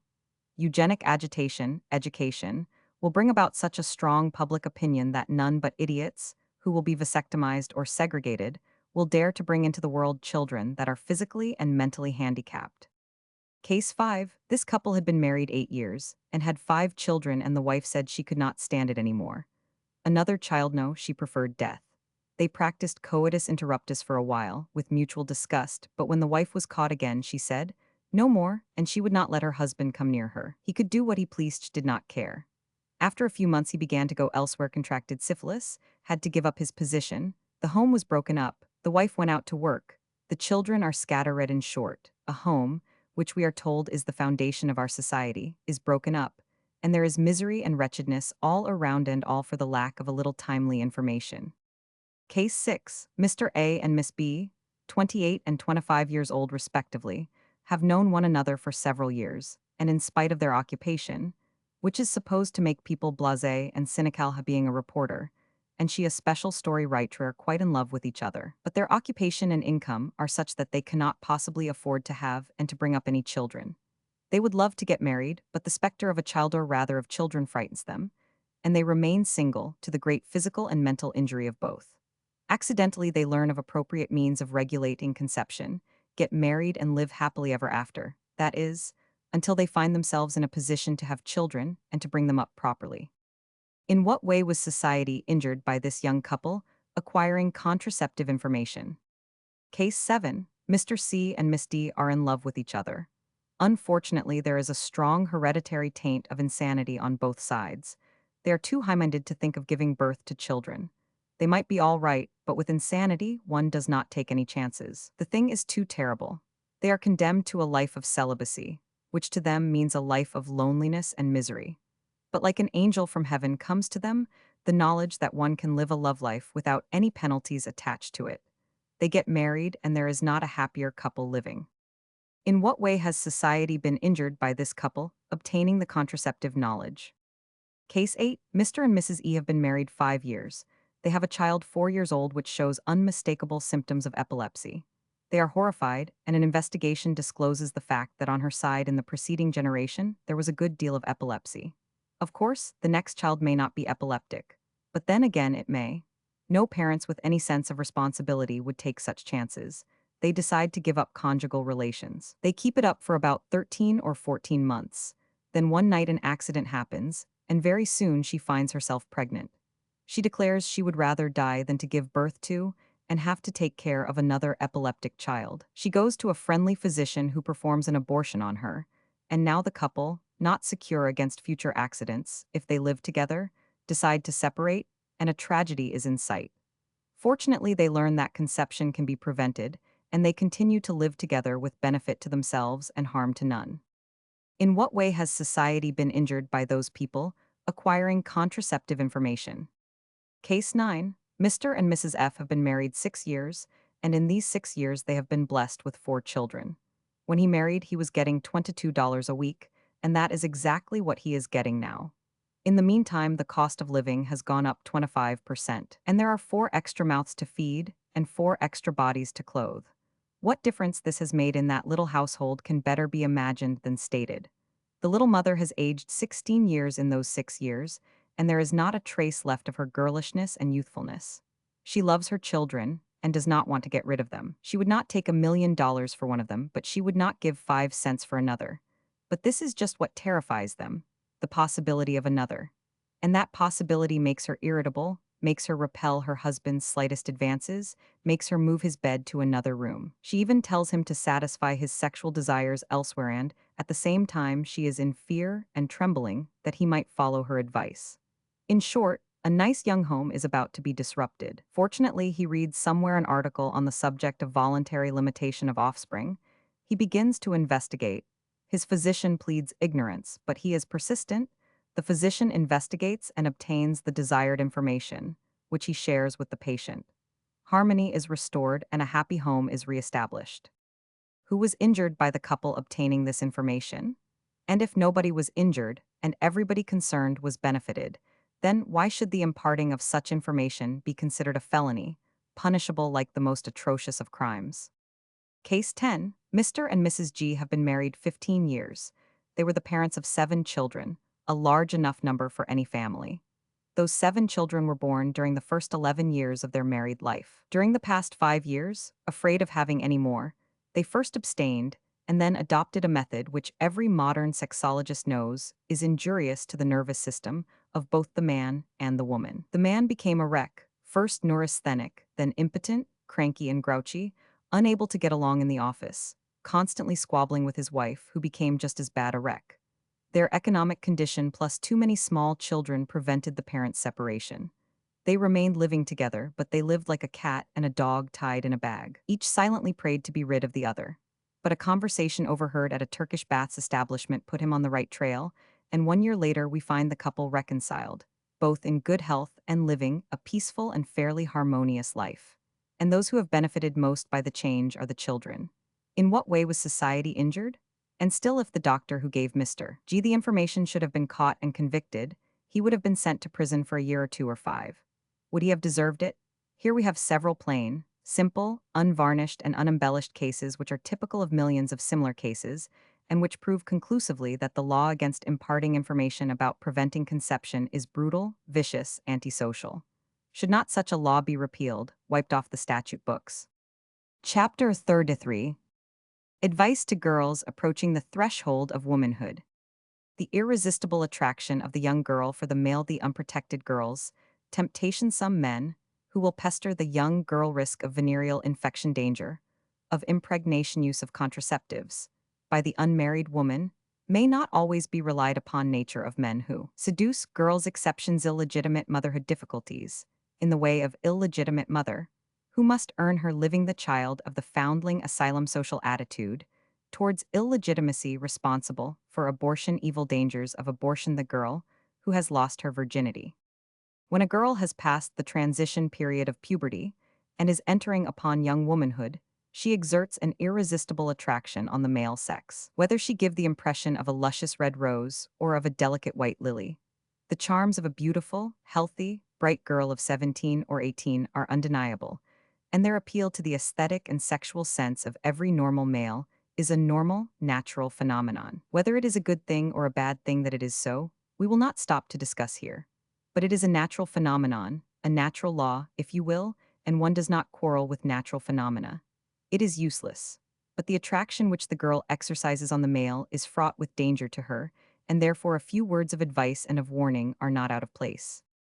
Temptations. Fortunate are you, my young girl friend, if you come from a well-sheltered home, if you have been properly brought up, if you have a good and wise mother who knows how to take care of you. A mother's wise counsel given at the proper time, and her comradeship all the time, are more invulnerable than an armor of bronze and more secure than locked doors and barred windows. But if you have lost your mother at an early age, or if your mother is not of the right sort, it is no use hiding the fact that some mothers are not what they should be. If you have to shift for yourself, if you have to work in a shop, in an office, and particularly if you live alone and not with your parents, then temptations in the shape of men, young and old, will encounter you at every step. They will swarm about you like flies about a lump of sugar. They will stick to you like bees to a bunch of honeysuckle. I do not want you to get the false idea that all men or most men are bad and mean, and are constantly on the lookout to ruin young girls. No, most men are good and honorable and too conscientious to ruin a young life. But there are some men, young and old, who are devoid of any conscience, who are so egotistic that their personal pleasure is their only guide of conduct. They will pester you. Some will lyingly claim that they are in love with you.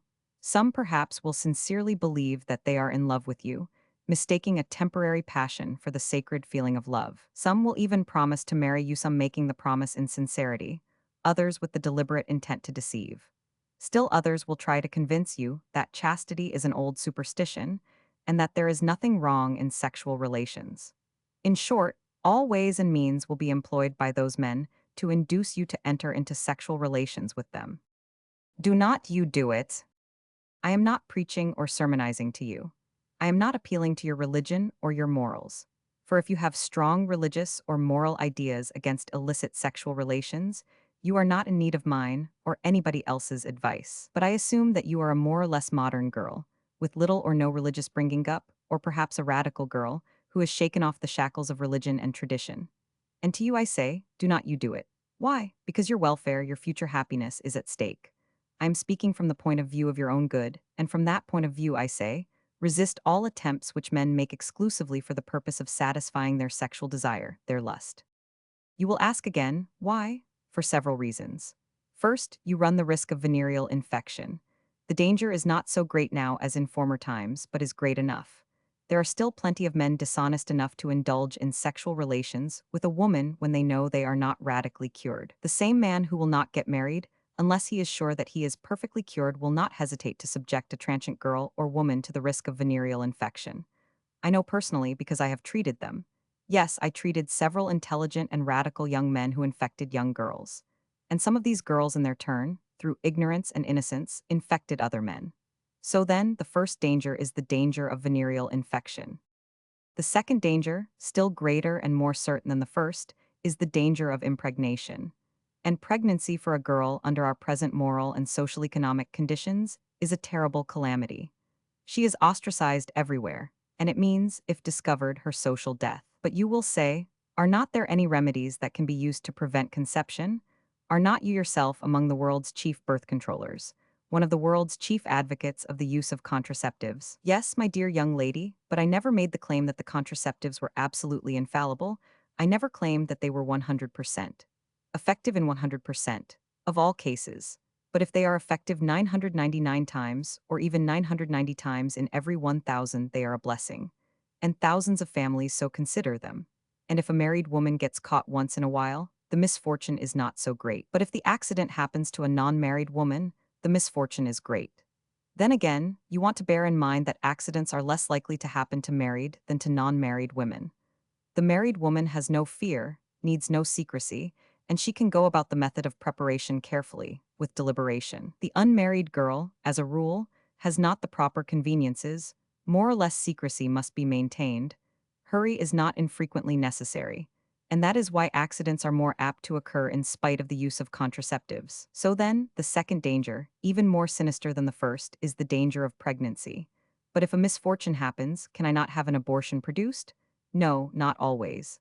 Physicians willing to induce an abortion are not found on every corner. But this is not the principal point. What I have to say on the subject, I will say later on in this chapter. Then it is well for you to bear in mind that those very men who use their utmost efforts, who strain every fiber and every nerve to get you, will despise you and detest you as soon as they have succeeded in making you yield to their wishes. This is one of the worst blots on the male man's character, a blot from which the female character is entirely free. And some men, fortunately, their number is not very large, are such moral skunks that they take morbid pleasure in boasting publicly of their sexual conquests, and unscrupulously peddle about the name of the girl whom, by cunning false promises or other means, they succeeded in seducing. And of course, such a girl finds it difficult or impossible to get married, and must end her days in solitude, without the hope of a home of her own. For the above reasons, I advise you earnestly and sincerely not to yield to the solicitations of thoughtless or unscrupulous men, who think of nothing but their coarse sensual pleasures. It is advice dictated by common sense, by your own deeper interest, aside from any religious or moral considerations. The above advice, or call it sermon if you will, is meant principally for young girls, girls between the ages of 18 and 25. If a girl has reached the age of 28 or 30 and is willing to enter upon illicit sexual relations with her eyes open, with a full knowledge of the possible consequences, then it is her affair, and nobody shall say her nay. Nobody has a right to interfere. Nor should my advice be understood as directed to cases where there is sincere reciprocal affection and a mutual understanding. This is an entirely different matter, and has nothing to do with cases where the man is the pursuer or seducer, and the woman an unwilling or reluctant victim. But whatever the relations between the man and the girl may be, whether she yielded in a fit of passion, or was seduced by false promises, by moral suasion, by hypnotic influence, or by the vulgar method of being made drunk, what is she to do if she finds herself, to her horror, in a pregnant condition? There are two ways open to her: either let the pregnancy go to term or to have an abortion brought on. If she lets the pregnancy go to term, she has the alternative of bringing up the child herself openly, or of placing it secretly in a foundling asylum. In the first case, the necessity of publicly acknowledging illegitimate motherhood requires so much moral courage that not one woman in 1,000 is equal to it. It is not moral courage alone that is required. The social ostracism could be borne with stoicism, and even with equanimity, if with it were not frequently associated the fear or the real danger of starvation. For under our present system, the illegitimate mother finds many avenues of activity closed to her. A school teacher would lose her position instantly, and so would a woman in any public position. It is feared that her example might have a contaminating influence on the children or on her fellow workers. Nor could she be a social worker. I know of more than one woman who lost her position with social or philanthropic institutions as soon as it was discovered that she did not live up strictly to the conventional code of sex morality. Nor could she be a private governess. It is thus seen that to acknowledge oneself an illegitimate mother requires so much courage, so much sacrifice, that very, very few mothers are now found that are equal to the task. Especially so when it is taken into consideration that the humiliations and indignities to which the child is subjected, and the later reproaches of the child itself, make the mother's life a veritable hell. So this alternative is generally out of the question. To give the child to a foundling asylum or to a baby farm means generally to condemn it to a slow debt hand, not such a slow one, either. for as statistics show about 90 to 95% of all babies in those institutions die within a few months. And the very few who survive and grow up have not a happy life. Life is hard enough for anybody. For children who come into the world handicapped by the disgrace of illegitimacy, life is torture indeed. It is with a breaking heart generally, and because there is no other way out of the dilemma, that a mother puts her baby away in a foundling asylum. She hopes and prays for its speedy death. Taking into consideration the pitifully unhappy lot of the illegitimate mother and illegitimate child, it is no wonder that every unmarried woman, as soon as she finds herself pregnant, is frantically determined to get rid of the child in the womb as soon as possible. And abortion thrives in every civilized country. Thousands and thousands of doctors and semi-doctors and midwives are making a rich living in this country from practicing abortion. The greater the disgrace with which illegitimacy is considered in a country, the stricter the prohibition against the use of measures for the prevention of conception, the greater the number of abortions in that country. But abortion is not a trifle, to be undertaken with a light heart. It is true that if performed by a thoroughly competent physician, with all aseptic precautions, it is practically free from danger. But when performed by a careless physician or an ignorant midwife, trouble is apt to happen. Blood poisoning may set in, and the patient may be very sick for a time, and may on recovery from the acute illness remain a chronic invalid for life. And occasionally the patient dies. Whether or not abortion is justifiable under special circumstances is a separate question, which I have discussed in another place. But leaving aside the ethics of the question, if you have determined to have an abortion produced, be sure to go to a conscientious physician and avoid the quacks and midwives. An unexpected and undesired pregnancy is punishment enough, and there is no reason why you should be further punished by becoming a chronic invalid or by paying with your life. There is no sense in it. Nobody will profit by your invalidism or your death. I do not wish to leave this topic without re-emphasizing the fact that abortion is not a trifle, to be undertaken or even to be spoken of lightly. Too many women, not only in the radical ranks but in the conservative ranks as well, are in the habit of considering abortion as a joke, a trifling annoyance, something like a cold in the head, which, while disagreeable, is sure to pass away in a day or two. They know Mrs. A and Mrs. B and perhaps Miss C who had abortions produced on them, and in 2 or 3 days they were as good as ever. Yes, but they do not know Miss D who is resting in her grave, nor do they know why Miss E and Mrs. F are invalids for life. The women who get over their abortion experiences easily are apt to talk of their good luck. The women who have become chronic invalids or who are resting in their graves as a result of an abortion are not apt to talk of the matter. And therefore, once more remember, an abortion is no trifling matter. One other piece of advice, and I am through. Some men of a low moral and mental caliber are under the influence of the pernicious idea that if a girl has lost her virginity no matter under what circumstances, no longer amounts to much, and is free prey for everybody who may want her. And like beasts of prey, these wretched specimens of humanity pester such a girl with much more impudence, more brazenness than they dare to employ in the case of a girl who is still considered a virgin. And, what is more, the girls themselves become poisoned with this pernicious idea and dare not offer the same resistance that the virgin does. And they often yield with resignation, though against their will, and though they may experience a feeling of disgust against the man. It is not fair. Chapter 34. Advice to parents of unfortunate girls. Attitude of parents towards unfortunate girl. The case of Edith, and what her father did. The pitiful cases of Mary B. and Bridget 100. Suppose you are the parents of a girl to whom a misfortune has happened. I admit it is a misfortune, a catastrophe. Probably the greatest catastrophe that, under our present social system, can happen to an unmarried young woman. What are you going to do? Are you going to disgrace her, incidentally disgracing your Sylvester? You going to kick her out of the house, condemning her to a suicide's grave, or to a life that is often worse than death? Or are you going to stand by her in her dark hours, to shield her, to surround her with a wall of protection against a cruel and wantonly inquisitive world, and thus earn her eternal gratitude, and put her on the path of self-improvement and useful social work? Which shall it be? But before you decide, kindly bear in mind that your girl is not entirely to blame, that some of the blame lies with you. If she had been properly brought up, this would not have happened. I know such a thing could never have happened in my household, but I know how I would have acted if such a thing had happened. And I will tell you how one father and mother did act under the circumstances. They were far from rich, just fairly comfortable. They had a well-paying store. Edith was their treasure because she was so pretty and so full of life. Unfortunately, she was too pretty and too full of life. She was only 17 but was fully developed and had many empty-headed young admirers who showered upon her silly compliments and cloying sweets. She became frivolous and flirtatious and was beginning to do poorly in high school. She failed in her last year and refused to take the year over again. Now, all the time being her own, and having nobody to give any account to, she began to go out a good deal, and more than ever indulged in flirtations. One night she stayed out later than usual. Her parents were worried, and when she came home about 2 in the morning there was a quarrel, and the father, who was a strict, impulsive man, gave her a pretty good beating. After that she went out very little, kept to herself, became rather melancholy, lost her appetite, and did not sleep well. To all inquiries she answered that there was nothing the matter with her, that she just felt a little indisposed. 4 or 5 months thus passed. But finally the condition could no longer be concealed. The mother was the first one to discover it.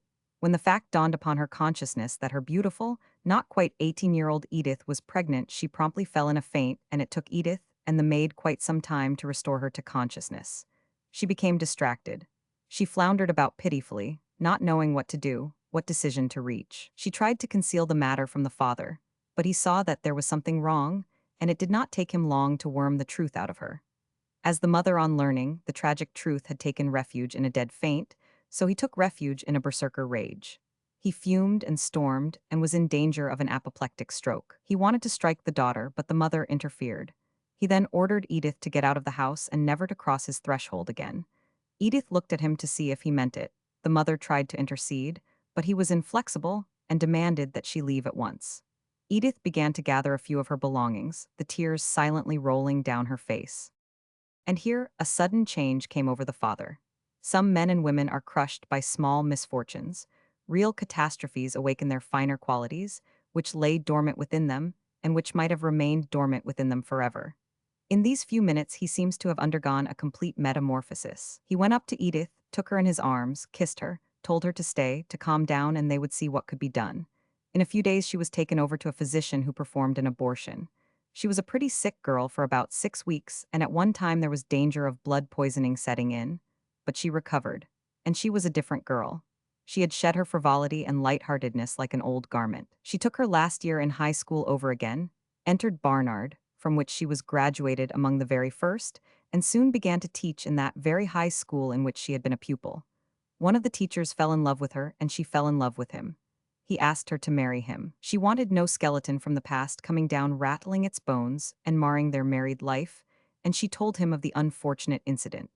A good test, by the way, to find out a man's real love and breadth of character. Fortunately, the man's love was a true love, not merely passion, and he was truly broad-minded, which is not a very common thing among school teachers. Their married life is an uncloudedly happy one, and the relation between the daughter and the parents is one of sincere love and deep mutual respect. Is not it better so? Did not Edith's parents act more decently, more kindly, more humanely, more wisely than the parents say of Mary B., who, when they found out her condition, put her out of the house, into which she was brought back 2 days later a corpse, fished out from the East River? Did not Edith's father act more nobly, more wisely even from a purely selfish point of view than the father of Bridget C., who kicked his daughter out penniless into the street, where he had to see her afterwards powdered and painted soliciting men and boys? The mother died of a broken heart, and the father, unable to bear the constant, daily repeated disgrace, became an incorrigible drunkard.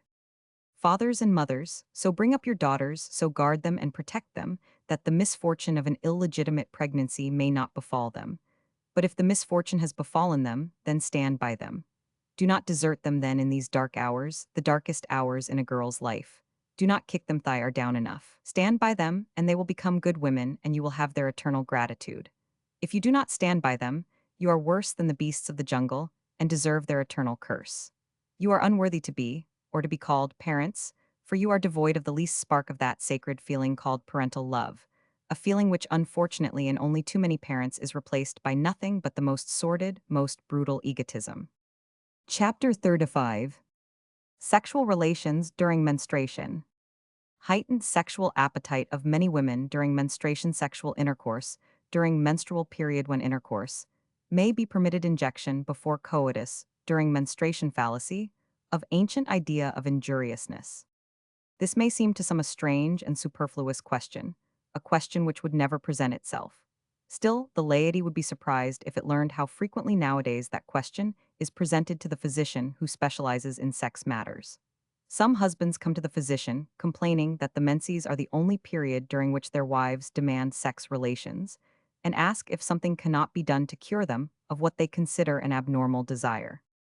Biologically considered, the desire on the woman's part for sex relations during the menses should not seem strange or abnormal, for we must bear in mind that menstruation bears a certain analogy to the rut in animals, and animals permit intercourse at no time except during the rut. Speaking generally, relations during the menses should be discouraged. There are several reasons for it. The first reason, which need not be gone into in detail, is an aesthetic one. The second reason is that intercourse during menstruation may in some cases lead to congestion of the uterus and ovaries. Third, the menstrual discharge, which as we know does not consist of pure blood, but is a mixture of blood, mucus, and degenerated lining membrane of the uterus, may give rise to a catarrh of the urethra in the man. Fourth, and this is a point to be borne in mind, any discharge that a woman may be suffering from is always aggravated during menstruation. For these reasons, relations during the menses are undesirable. But where the woman has strong libido during that time and has no libido at any other time, relations may be indulged in during the last day or two of the menses. Any unpleasantness may be obviated, and any discharge may be removed by the woman taking a mild, warm, antiseptic injection before coitus. The ancient idea of the injuriousness of the relations during menstruation and the disastrous results likely to follow them have only a very slender foundation. They rest on no scientific basis, and though it may be sad to state facts, there are many couples who do indulge in such relations as a regular thing and without any injury to either husband or wife. Chapter 36. Sexual intercourse during pregnancy.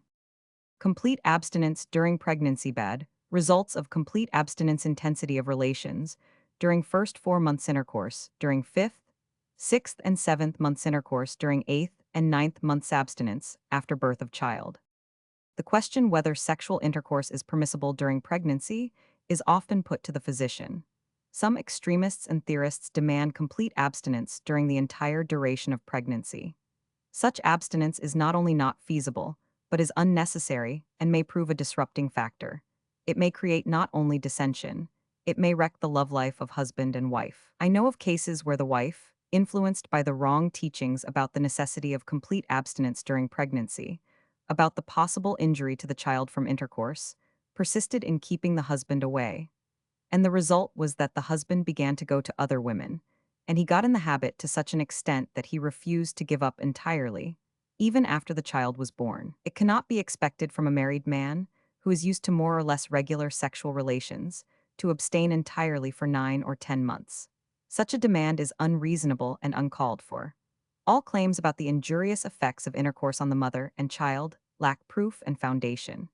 During the first 4 months of pregnancy, no change need be made in the usual sex relations. Their intensity should be moderated, their frequency need not. During the 5th, 6th, and 7th months, intercourse should be indulged in at rarer intervals. In 2 or 3 weeks, the act should be performed without any violence or intensity, and the usual position should be reversed or changed to a lateral one. During the 8th and 9th months, relations had best be given up altogether. And this abstinence should last until about 6 weeks after the birth of the child. During this period, the uterus undergoes what we call involution. That is, it goes back to the size and shape it had before pregnancy, and it is best not to disturb this process by sexual excitement, which causes engorgement and congestion. Chapter 37. Sexual intercourse for propagation only. Belief in sexual intercourse for propagation, only what such practice would lead to nature, and the sex fanatic sexual desire in woman, after menopause sex instinct of sterile men and women sex instinct, has other high purposes. Some people sincerely believe that the sexual instinct is for reproductive purposes only. They claim we should never indulge in sexual intercourse unless it be for the purpose of bringing a child into the world. The act performed without such aim in view is stigmatized by them as carnal lust, as a sin. Some even say that such an act is equivalent to an act of prostitution. To argue the question with such people would be a waste of time. It is not fair to impugn the good faith, the sincerity of your opponents, because I have convinced myself that the most insane, most bizarre notions may be held by otherwise sane people in perfect sincerity. but we cannot help questioning the reasoning faculties of people holding such beliefs. Let us see where the belief of sex relations for procreation only would lead us to.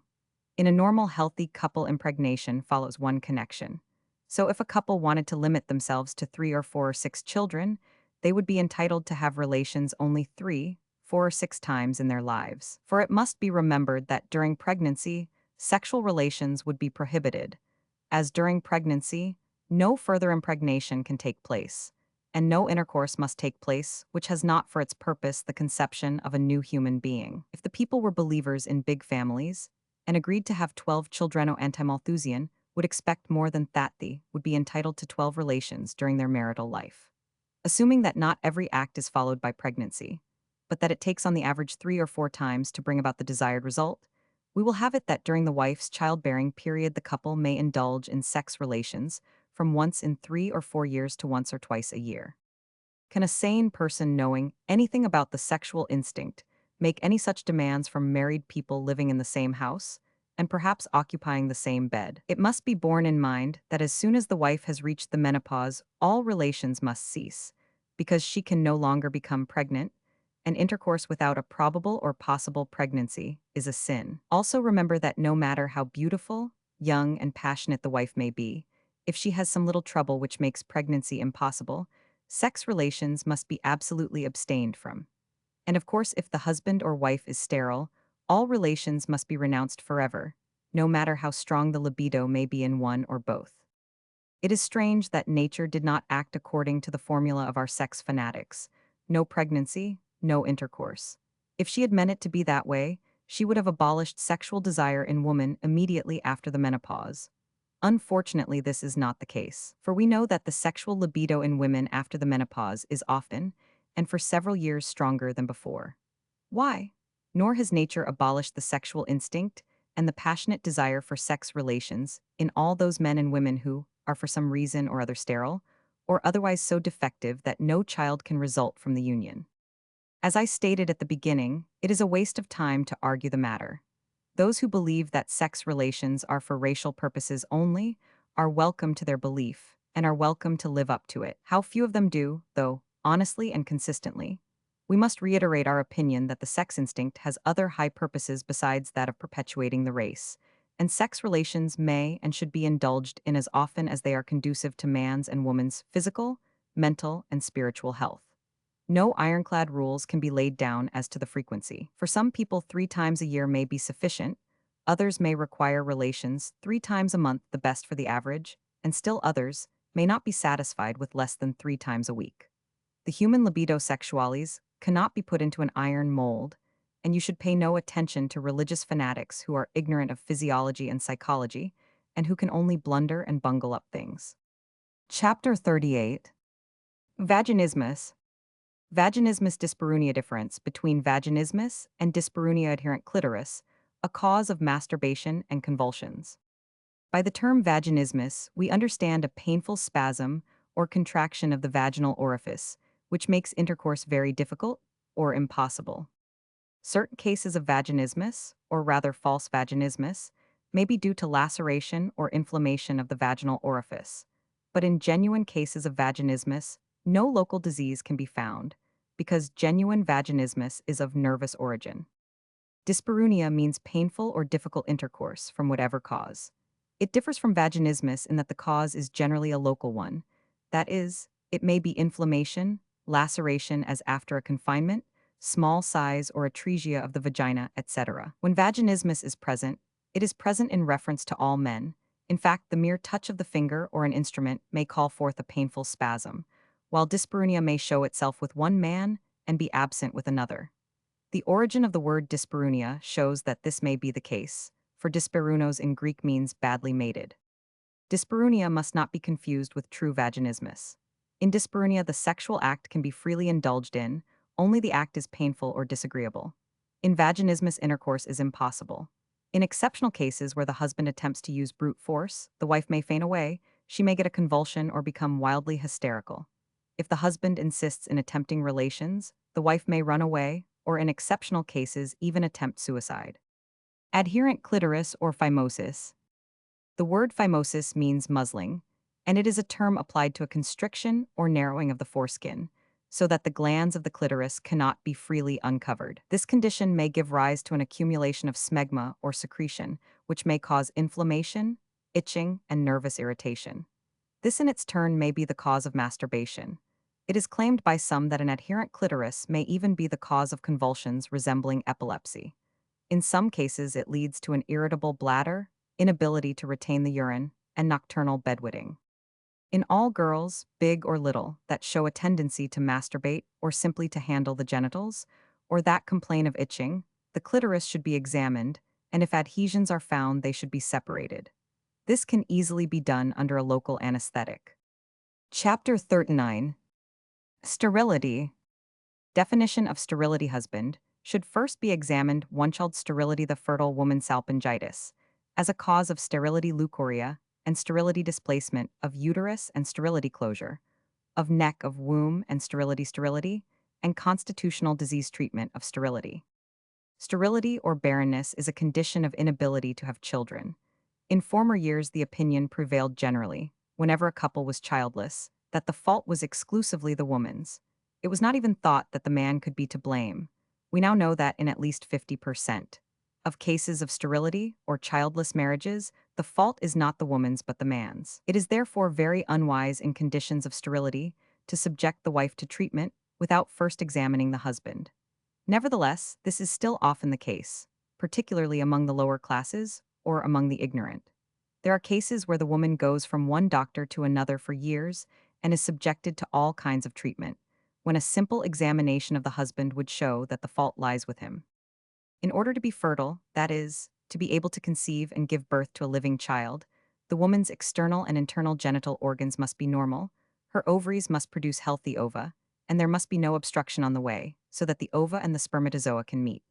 The mucous membrane of the womb must also be healthy, so that when the impregnated ovum gets attached to the womb, it may develop there without any trouble, and not become diseased or poorly nourished and cast off. We must always remember that the woman's share in bringing forth children and perpetuating the race is much more important than the man's. When a man has discharged his spermatozoa, his work is doneth woman's only commences. The conditions which cause sterility in women are many, but the most common cause is a salpingitis or an inflammation of the fallopian tubes, which may be caused by gonorrhea or any other inflammation. A severe leucorrhea may also be the cause of sterility, because the leucorrheal discharge may be fatal to the spermatozoa. Another cause is a severe bending or turning of the uterus either forwards or backwards. The opening of the neck of the womb, the os, may also be closed or practically so, from ulceration, from strong applications, etc. In some cases, sterility may be due to severe constitutional disease, when the person is very much run down and so anemic that menstruation stops. Unfortunately, this is not always the case, for women even in the last stages of consumption may, and often do, become pregnant. Syphilis unfortunately does not cause sterility. It only causes miscarriages until controlled by treatment. The treatment of sterility can be successfully carried out only by a competent physician, particularly by one who is devoting himself specially to this kind of work. But I want once more to impress upon every woman who is sterile and who wants to have a child, not to have herself treated or even examined until her husband has been subjected to an examination. Chapter 40. The hymen. Difference between chastity and virginity worship of intact hymen sacrificing. Hymen, sometimes essential for health of the girl certificate, from physician who has ruptured hymen. I have mentioned in a previous chapter that the absence of the hymen was no proof of unchastity, just as the presence of the hymen was no proof of perfect chastity.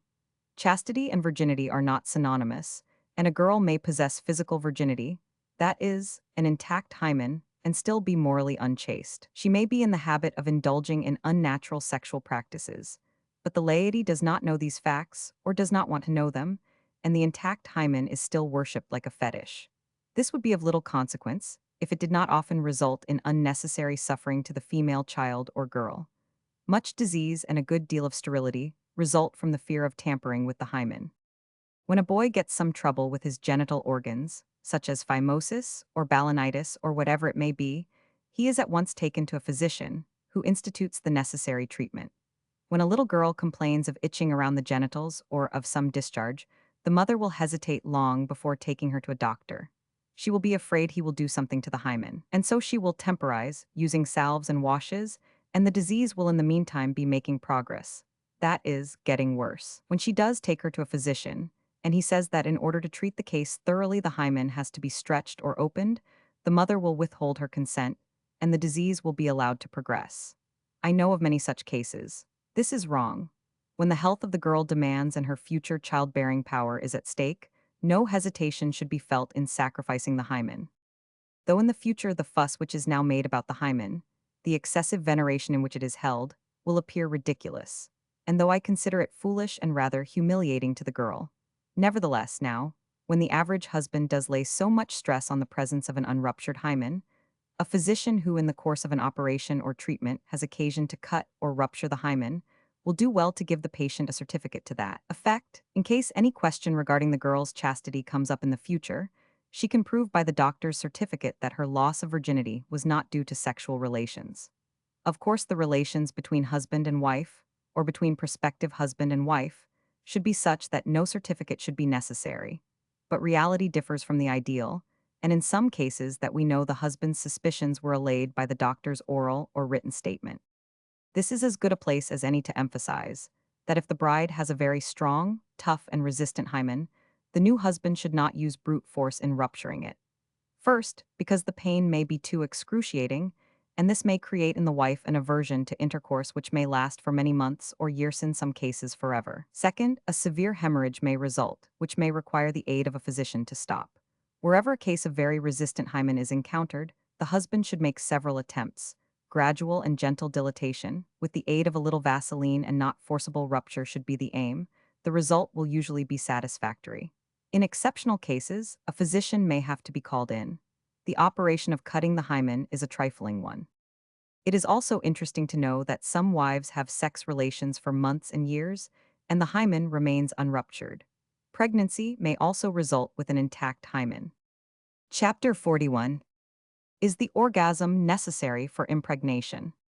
Suppression of orgasm by woman to prevent impregnation. Bad results of suppression by the woman orgasm. Relation of to impregnation. A hypothesis. A fanciful hypothesis why passionate women frequently fail to become mothers. Advice to passionate women who desire to conceive. Among the laity, the opinion is quite prevalent that, in order for a woman to conceive, she must experience an orgasm. She must have had a pleasurable, voluptuous sensation during the act. If she has no orgasm, impregnation cannot take place. So sure are some women that this is so that when they want to avoid conception, they repress any orgastic feeling. As they say, they do not let themselves go. Which I will say, by the way, is one of the causes of female frigidity. If you do not habitually permit a certain feeling to develop, if you repeatedly repress it at the very beginning, at its first manifestation, it is apt to atrophy altogether, to become permanently suppressed, or the suppression develops into a nervous disorder.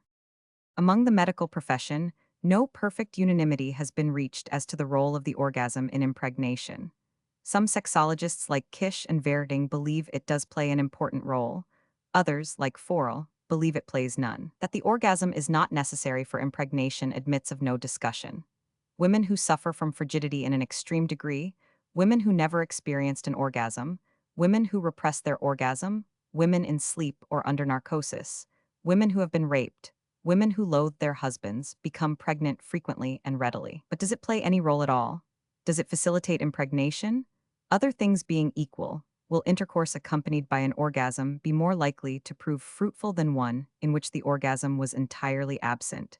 This question I am forced to answer in the affirmative, because from the various investigations I have made it can hardly be subject to doubt that the uterus during an orgasm exerts a certain amount of suction, and that impregnation is more likely to follow when the spermatozoa are sucked up into the uterus than when left to make their own way by their own power of motion, stands to reason and goes without saying. In the former instance, it takes less time for the spermatozoa to reach the ovum, and there is less chance for them to perish on the way from malnutrition or from coming in contact with secretions of an acid reaction. There is another point. I do not bring it forth as a proved fact or as a fact susceptible to proof.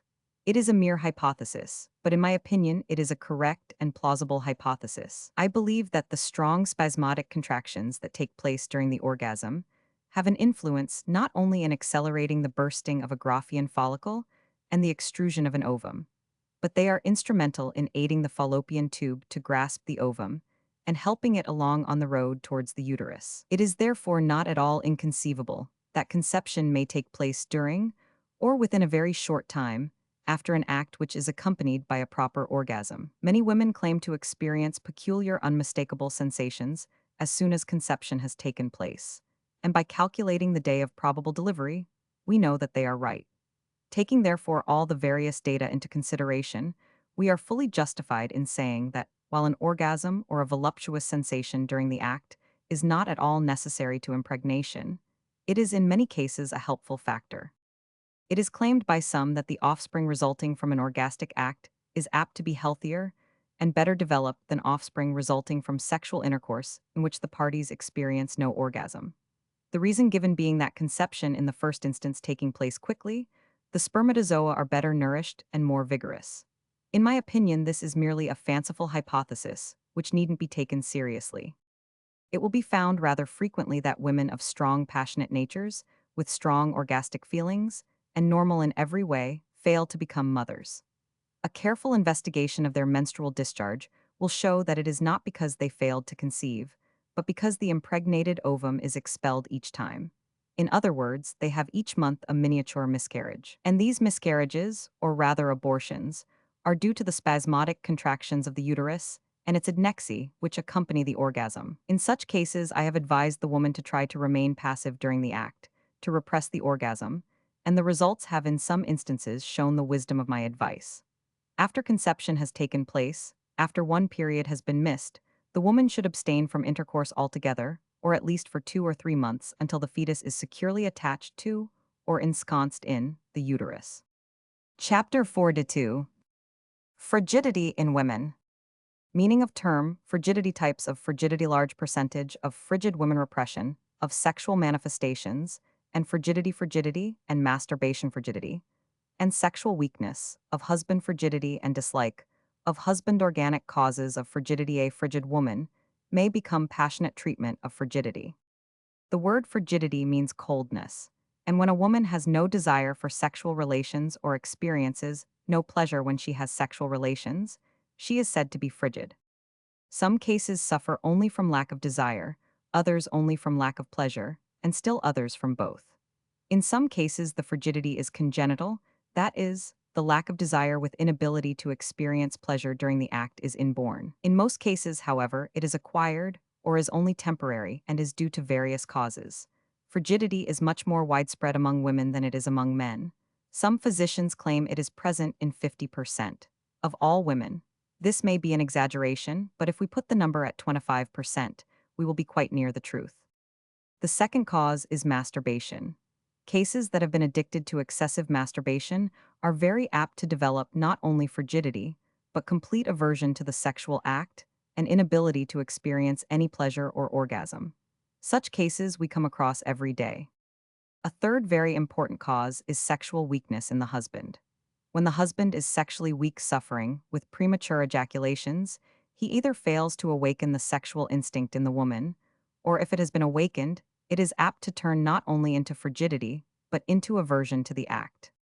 The fourth cause is often merely dislike towards the husband. The last two causes, weakness of the husband and dislike towards him, are unfortunately very frequent, and a wife who is frigid with one husband may show herself very passionate on marrying another man.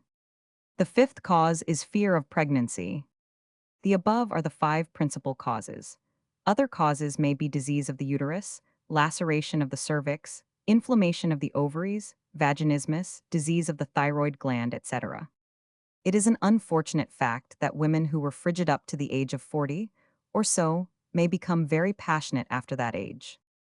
As to the treatment of frigidity, little or nothing can be done for frigidity that is congenital.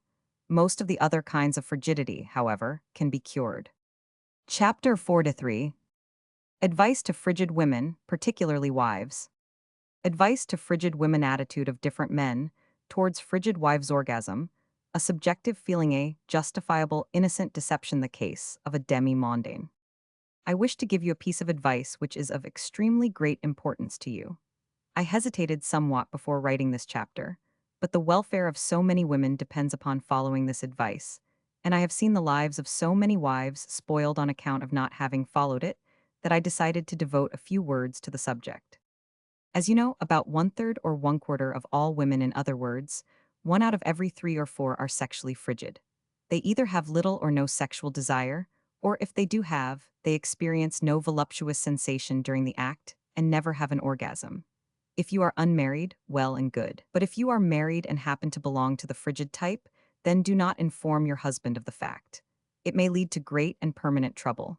Some husbands do not care. Some are even glad if their wives are frigid.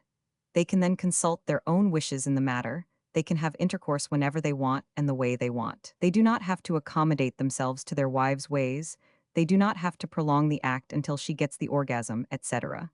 In short, some husbands consider a frigid wife a blessing, a God-sent treasure. But as I mentioned several times before, in sexual matters, every man is a law unto himself, and some men feel extremely bad and displeased when they find out that their wives have no feeling. Some become furious, some become disgusted, some lose all pleasure in intercourse, and some claim to be unable to have intercourse with any woman who is not properly responsive. Some begin to go to other women, while some threaten or demand a divorce. Of course, such men cannot really love their wives. They may use their wives' frigidity as an excuse to get rid of them. Now, a man has no way of knowing whether a woman has a feeling during the act or not, whether or no she enjoys it, whether or no she has an orgasm. These are subjective feelings, and the man cannot know them unless you tell him. If you belong to the independent kind, if you scorn simulation and deceit, if, as the price of being perfectly truthful, you are willing, if necessary, to part with your husband or give him a divorce, well and good. You are a free human being, and nobody has a right to tell you what to do with your body. But if you care for your husband, if you care for your home and perhaps children, and do not want any disruption, then the only thing for you to do is not to apprise your husband of your frigid condition, and it will not hurt you to simulate a feeling which you do not experience, and even to imitate the orgasm. He will not be any the wiser, he will enjoy you more, and nobody will be injured by your little deception, which is after all a species of white lie, and is nobody's business but your own. An innocent deception which hurts nobody, but, on the contrary, benefits all concerned, is perfectly permissible. It may seem rather strange publicly to give advice to deceive and to simulate, and it is undoubtedly the first time that this advice has been given in print. But as I have only one religion, the greatest happiness of the greatest number, I repeat that I can see nothing wrong in advising something which benefits everybody concerned and hurts nobody. More than one household which was threatened with disruption was preserved safe and sound by a little simple advice which I gave to the wife, without the husband's knowledge. He was satisfied, and things after that ran smoothly. Some women are afraid to simulate a voluptuous or orgastic feeling because they think the husband can discover whether their feeling is genuine or they are only simulating. Women and men, too, have funny ideas on sexual subjects. This is not so. A notorious demi-mondaine, who was greatly sought because she was known to be so passionate, confessed that not once in her life did she enjoy intercourse or experience an orgasm. But her mother, who also suffered with absolute frigidity, taught her to simulate passion, telling her that in that way she could make barrels of money, which she 999. It is deplorable that wives or husbands should ever be obliged to have recourse to deception or simulation. Perfect frankness should be the ideal to be striven after. But under our present social conditions, and with the present moral code, an occasional white lie is the lesser of two evils. It may be the least of a dozen evils. Chapter 44. Rape. Definition of rape. Page of consent. Unanimous opinion of experts. Exceptional cases. False accusation of rape due to perversion. Erotic dreams under anesthesia, causing accusations against doctors and dentists. Having intercourse with a woman by force without her consent is called rape.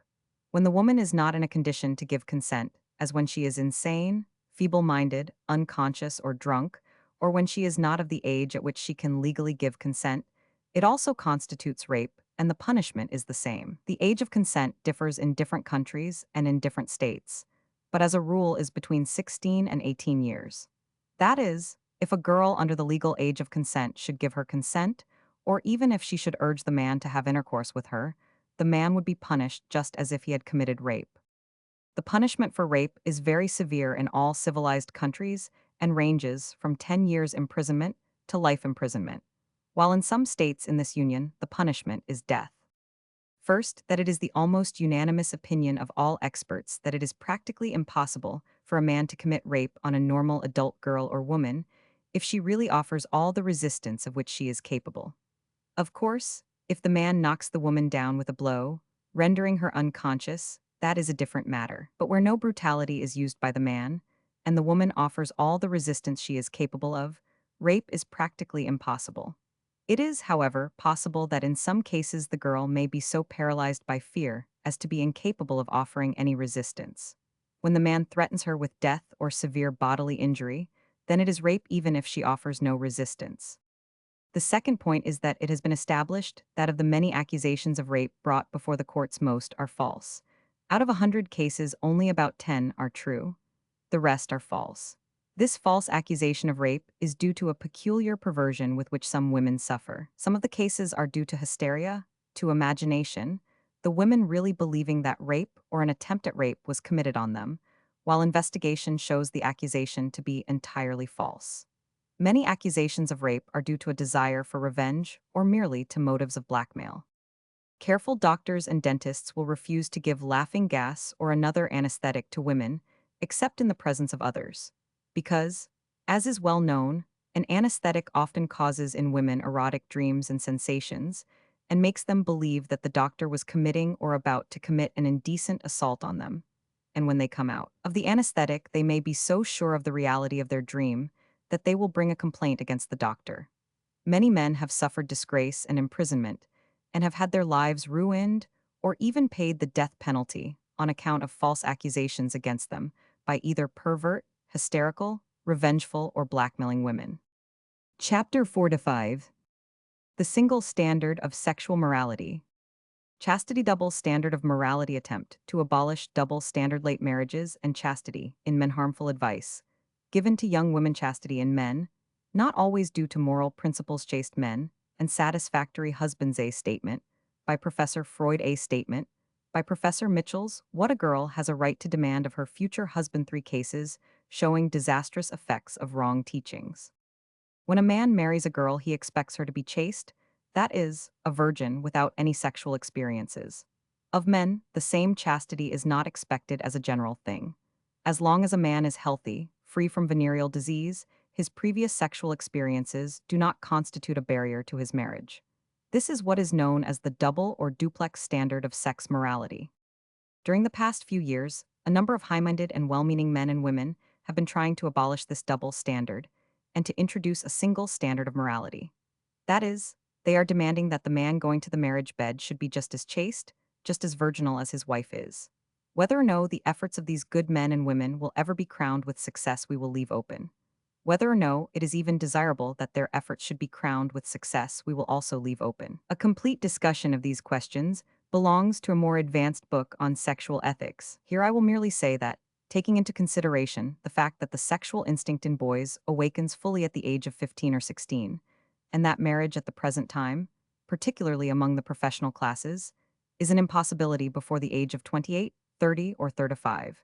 It seems to be impossible and undesirable to expect that men should live a perfectly chaste life until they enter matrimony, no matter how late that event may take place. Those who have made a study of the sex instinct in the male seem to think that chastity in normal, healthy men up to the age of 30 or thereabouts is an impossibility.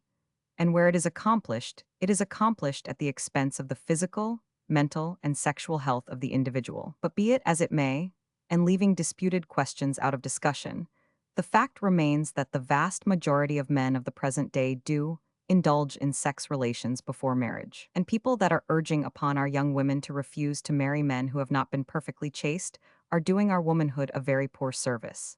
As it is now, with all mandom to choose from, there are many, too many old maids, with only 10% to choose from because it is admitted that at least 90% of all men have antimatrimonial relations. What would our women do?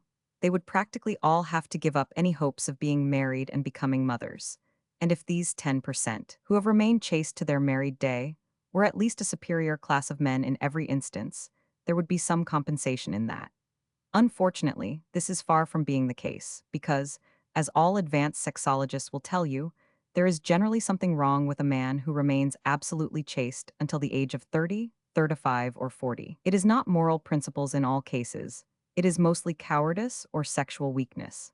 And sad as it may be to state, these perfectly good, chaste men do not generally make satisfactory husbands, and their wives are not apt to be the happiest ones. I fully agree with Professor Freud in his statement that sexual abstinence does not help to build up energetic, independent men of action, original thinkers, bold advocates of freedom and reform, but rather goody-goody weaklings. And still more to the purpose is the statement of Professor Mitchell's, who says, all a girl has a right to demand is that her future husband be in good health, physically and sexually, and that he be free from venereal disease. His previous sexual life, provided he is a man of fine moral character in general, is no concern of hers. Even if the man was unfortunate enough to have contracted gonorrhea, that fact should constitute no bar to marriage, provided he is completely cured of it. The only exception is that of syphilis. The girl has a right to refuse absolutely to enter into union with any man who has been infected with syphilis, unless she is willing, and does it with her eyes open, to live her life without any children. In syphilis, we can never give an absolute guarantee of cure, and we have no right to subject a woman to any danger of infection with syphilis, be the danger ever so slight, without her knowledge and consent. Disastrous effects of wrong teachings. What disastrous effects wrong teaching, which inoculates the minds of our women with wrong ideas, may have, the following 3 cases reported briefly in the Critic and Guide will show. Case 1 was a girl of 24, of well-to-do parents, a college graduate. She was engaged to a really very nice, sympathetic young man who undoubtedly would have made her an excellent husband. But during her last 2 years in college, she became imbued with the single standard stupidity and chastity for men, votes for women became her slogan. She asked her fiancé if he had been absolutely chaste before he met her. He did not want to play the hypocrite, and he told her the truth that he had not, but he assured her that he had never been infected and that his general and sexual health was in excellent condition. Being then in an exalted mood, she impulsively broke the engagement, declaring that her husband will have to be as pure as she was. She soon regretted her step because she loved the man, but pride did not let her take the initiative towards a reconciliation, and in the meantime her former fiancé fell in love with and married another girl. After 4 years had passed, and she was in danger of becoming an old maid, she married a man considerably beneath her socially and intellectually, and in every way inferior to her former fiancé. Her marriage is not a happy one. Case 2 is similar to Case 1, except that the young lady in question, not so very youngies, still living in single blessedness, and the chances of her ever being a wife or even somebody's sweetheart are rapidly vanishing. I might add that her fiancé, whom she discarded because of his lack of virginity, was a very bright young physician, who is now very successful and very happily married. She, I hear, is a very unhappy person, in danger of sinking into a permanent state of melancholia, and she had been of a very jolly disposition. Chapter 4-6. Difference between man's and woman's sex and love life. Seemingly contradictory statements faulty. Interpretations of words sexual instinct and love difference, in manifestations of male and female sexual instincts man's, sex instinct grosser, than woman's awakening of sexual desire in the boy, and in the girl woman's desire for caresses man's main desire for sexual relations normal sex relations, as means of holding a man-a physiological reason why man is held man, and physical love woman and spiritual love preliminaries of sexual intercourse in men, and women physical attributes mental and spiritual qualities difference between love and being in love as a stimulus to man when the man loves when the woman loves man's more engrossing interests love making irksome to man's polygamous tendencies woman singly fectioned in her sex and love life man and woman biologically different. In reading books or listening to lectures on sex, you will meet with statements which will seem to you contradictory. One time you will read or hear that the sex instinct is much more powerfully developed in man than it is in woman. Next time you will come across the statement that sex plays a much more important role in women than it does in men. One time you will hear that men are oversexed, that they are by nature polygamous and promiscuous, while woman is monogamous and as a rule sexually frigid. The next time you will be assured that without love a woman's life is nothing, and you will be confronted with Byron's well-known and oft-quoted 2 lines. Man's love is of man's life a thing apart, tease woman's whole existence. These contradictions are only apparent and result from 2 facts. First, that the words sex or sexual instinct and love are used indiscriminately and interchangeably, as if they were synonymous terms, which they are not. Second, there is failure to bear in mind the essential differences in the natures and manifestations of the sexual instincts in the male and the female. If these differences are made clear, the apparent contradictions will disappear. The outstanding fact to bear in mind is that in man the sex instinct bears a more sensual, a more physical, a coarser and grosser character, if you have no objection to these adjectives, than it does in woman. In women it is finer, more spiritual, more platonic, to use this stereotyped and incorrect term. In men the sex manifestations are more centralized, more local, more concentrated in the sex organs. In women they are more diffused throughout the body. In a boy of 15, the libido sexualis may be fully developed. He may have powerful erections and a strong desire for normal sexual relations. In a girl of 15, there may not be a trace of any purely sexual desire. And this lack of desire for physical sex relations may manifest itself in women up to the age of 20 or 25, something that we never see in normal men. In fact, women of 25 and even older, who have not been stimulated, and whose curiosity has not been aroused by novels, pictures, and tales of their married companions, may not experience any sexual desire until several months after marriage. But while their desire for actual sexual relations awakens much later than it does in men, their desire for love, for caresses, for hugging, for close friendship, for love letters, awakens much earlier than in men and occupies a greater part in their life. They think of love more during their waking hours, and they dream of it more than men do. A man always bear in mind that when speaking of men and women, I always speak of the average. Exceptions in either direction will be found in both sexes. A man, I say, will generally tire of paying attentions to a woman if he feels that they will not eventually lead to the biological sexual relations. A woman can keep up with a man for years without any sexual intercourse, being fully satisfied or more or less satisfied with the sexual substitutus embraces and kisses. Choice between physical and spiritual love. But to return to our thesis, the difference between man's and woman's sex and love life. If a man had to make his choice between physical love, 1, actual sex relations, and spiritual love, 1, lovemaking, kisses, love letters, etc., he would generally choose the former. If a woman had to choose, she would generally choose the latter. The man and the woman would prefer both at the same time, physical and spiritual love. But that is not the question. The question is, if it came to a choice, and then the results would be as I have just indicated. The correctness of my statements will be corroborated by anybody having some knowledge of human sexuality. A man can fully enjoy sexual intercourse without any preliminaries. With a woman, the preliminaries are of the utmost importance, and when these are lacking, she is often incapable of experiencing any pleasure. Nay, the feeling of pleasure is not infrequently replaced by a feeling of dissatisfaction and even disgust.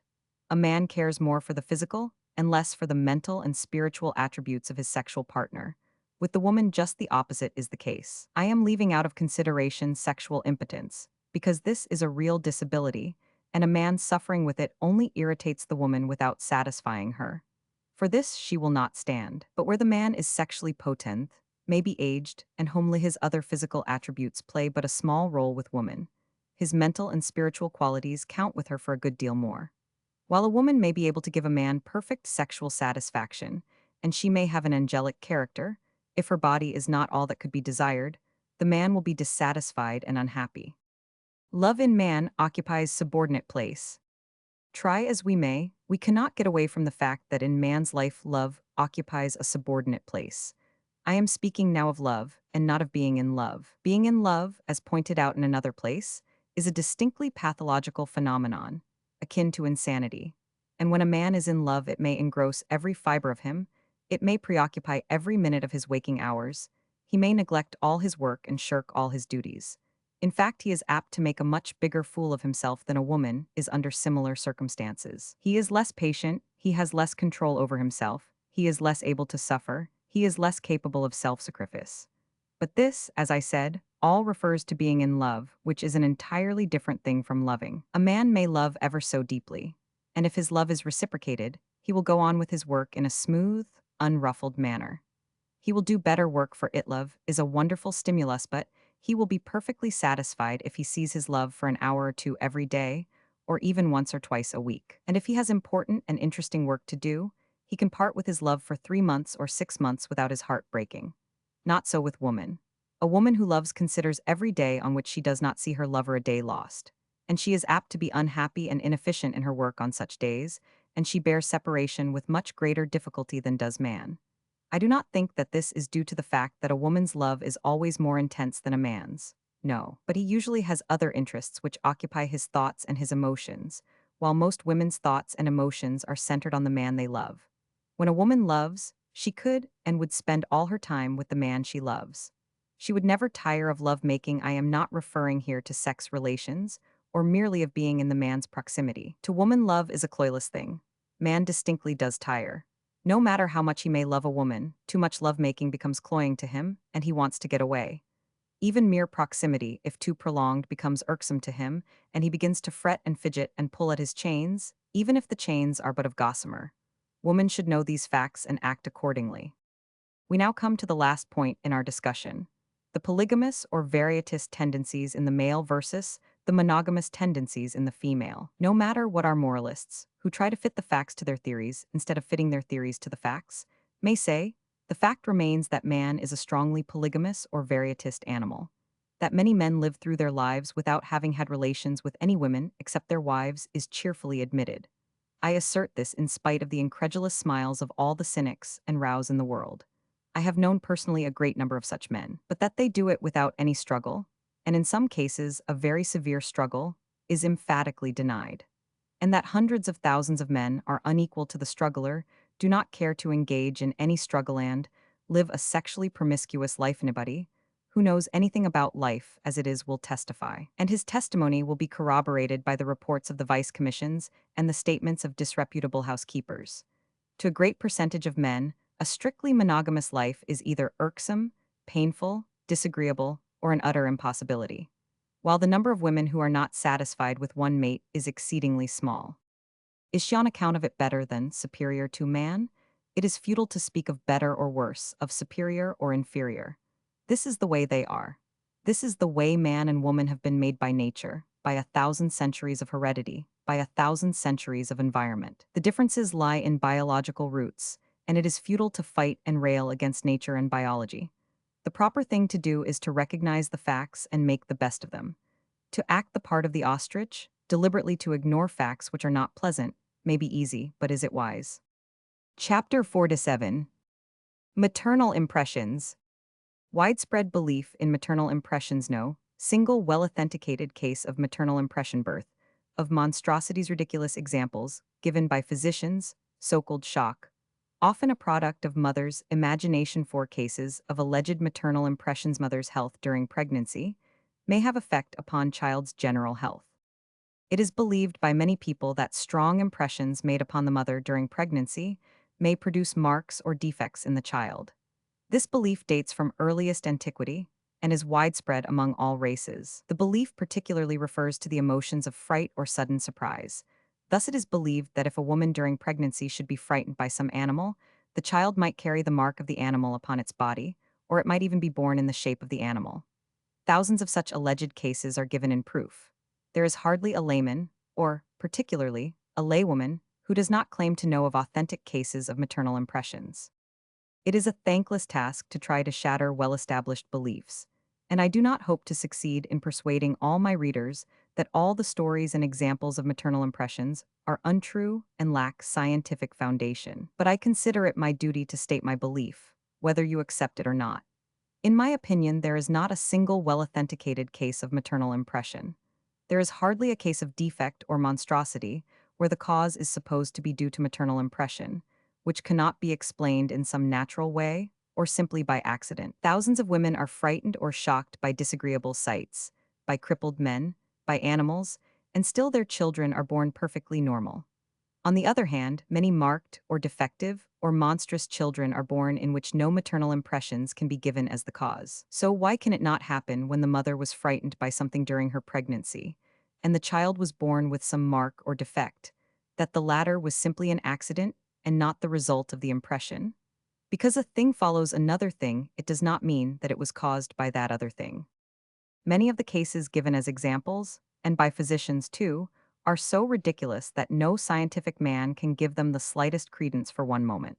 When a physician, Dr. Thomas J. Savage, tells us that he attended a lady who had been frightened by a large green frog at or about the middle of pregnancy, and that she gave birth to a monstrosity, the head of which was that of a large frog in shape, with the eyes and mouth and even the coloring of a frog, then he is either telling an untruth or he shows himself as ignorant and credulous as any illiterate old woman can be. The doctor should know that at the middle of pregnancy, the child is fully formed, and that there is no possibility of an already formed human being changing its shape into that of an animal. Another example given by the same doctor, and showing the caliber of his mentality, is that of a child which, when an infant, not old enough to walk, would crawl over the floor and pick up little objects such as pins, tacks, small beads, without the slightest difficulty or fumbling. The reason for this remarkable skill the good doctor ascribes to the fact that 4 months before the birth of this child, the mother had an outing in the woods, and had derived great enjoyment from gathering hickory nuts,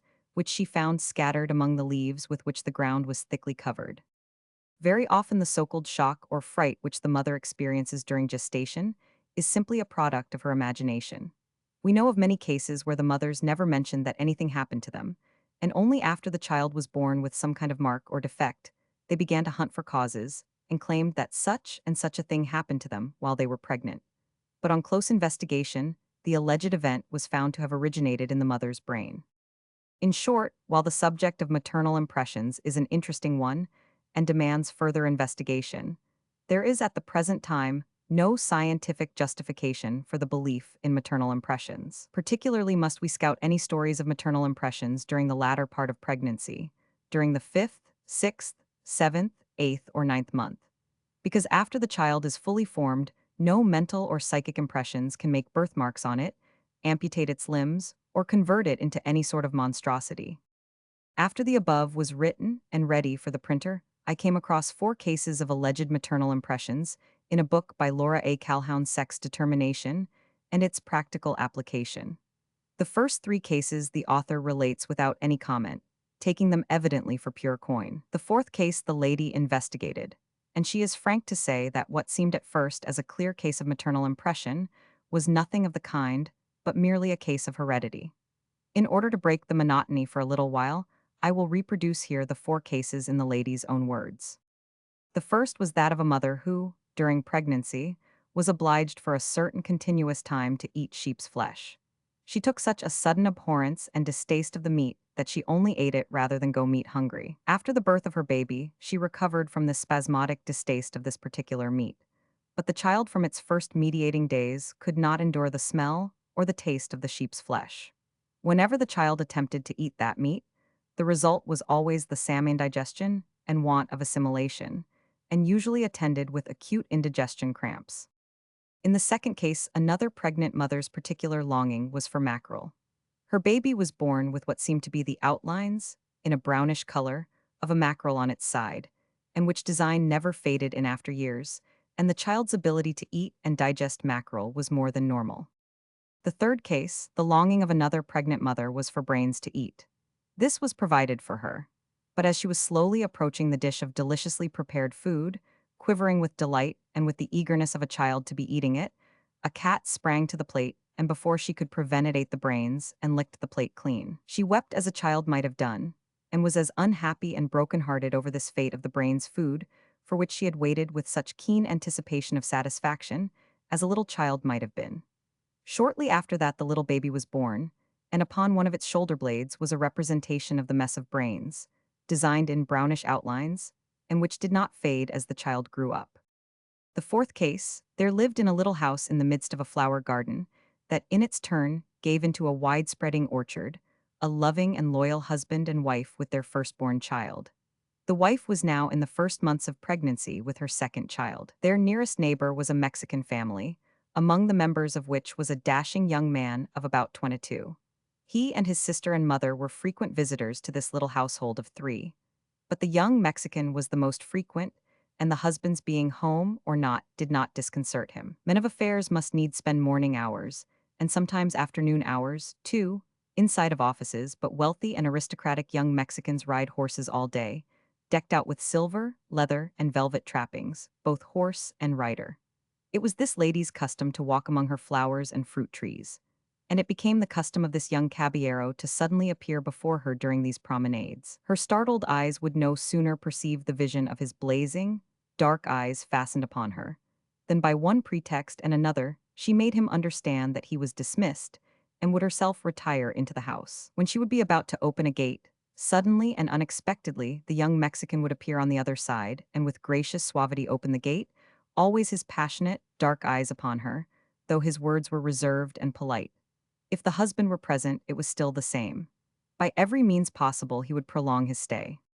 One summer day, this lady was lying on her couch on the veranda, sleeping, her eyes covered over. At that time, she was having an eye malady that was epidemic in that part of the country. She heard footsteps approaching, but did not disturb herself, as she supposed it was her husband. After some time, she suddenly threw off the covering from her face, and there to her astonished eyes stood the young Mexican, intensely looking down upon her with deep concern. At that moment the husband arrived, and the young man told him of a weed growing in that locality that he said would cure the eye malady. When the leaves of this plant were crushed there oozed a yellowish milk. With about a half dozen applications of this milk to the sore eyes they were healed. After that the young caballero would ride up and down, Mexican fashion, in front of the house, drawing rein whenever he could get a glimpse of the lady or a word with her. This never failed to annoy her, and also to strike a sudden, sharp terror into her heart. Always his appearance was most unexpected, and always accompanied by the rapt, passionate, dark gaze, though he was a most clean-souled young man. Afterward, when the baby was born, one of the child's eyes was marked by the color and fire of the dashing Spaniard's eyes, while its other eye was a calmish blue-gray eye. This was all the more remarkable as neither of the parents of the child had such eyes. Was it a case of maternal impression?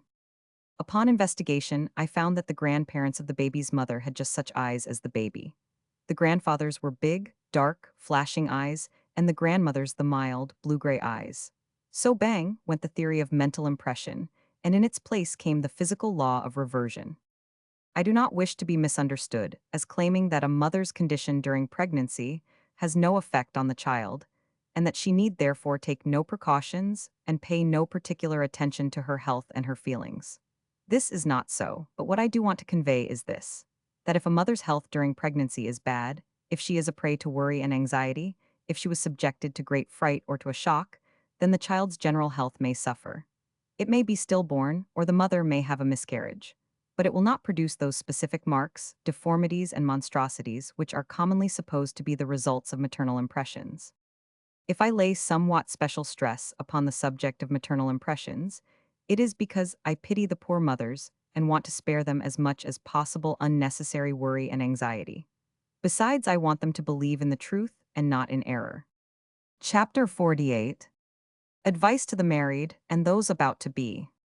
Marriage as an ideal institution. Monogamic marriage. Some reasons. For husbands, deviations. Importance of first few weeks of married life. Necessity for understanding at beginning, preventing and breaking habits. The wife's individuality. Husbands who are childish, not vicious wives. Interest in husbands' affairs. The slob husband, the well-groomed husband. Bad odor from the mouth. Odors from other parts of the body. Treatment for bad odor from perspiration. A beneficial powder. Advice regarding flirting. Dainty underwear. Fine external clothes and cheap and soiled underwear. Delicate adjustments of sex act required with some men. Wife who discusses her husband's foibles. A professional secret. A case of temporary impotence. The wife's indiscretion. The disastrous result. A big stomach. The wife's attitude towards the marital relation. Behavior preliminary to and during the act. Congenital frigidity. Prudish and vicious ideas about the sex act. Sexual intercourse for procreative purposes. Only fear of pregnancy on the part of the wife. The remedy. Other causes. Wife who makes too frequent demands. Sacrificing the future to the present. Aesthetic considerations. Whether marriage in its present form is an ideal institution destined to endure forever, whether it is in need of radical reforms before it can be considered ideal, or whether it has fundamental irremediable defects, are questions which we are not going to discuss here.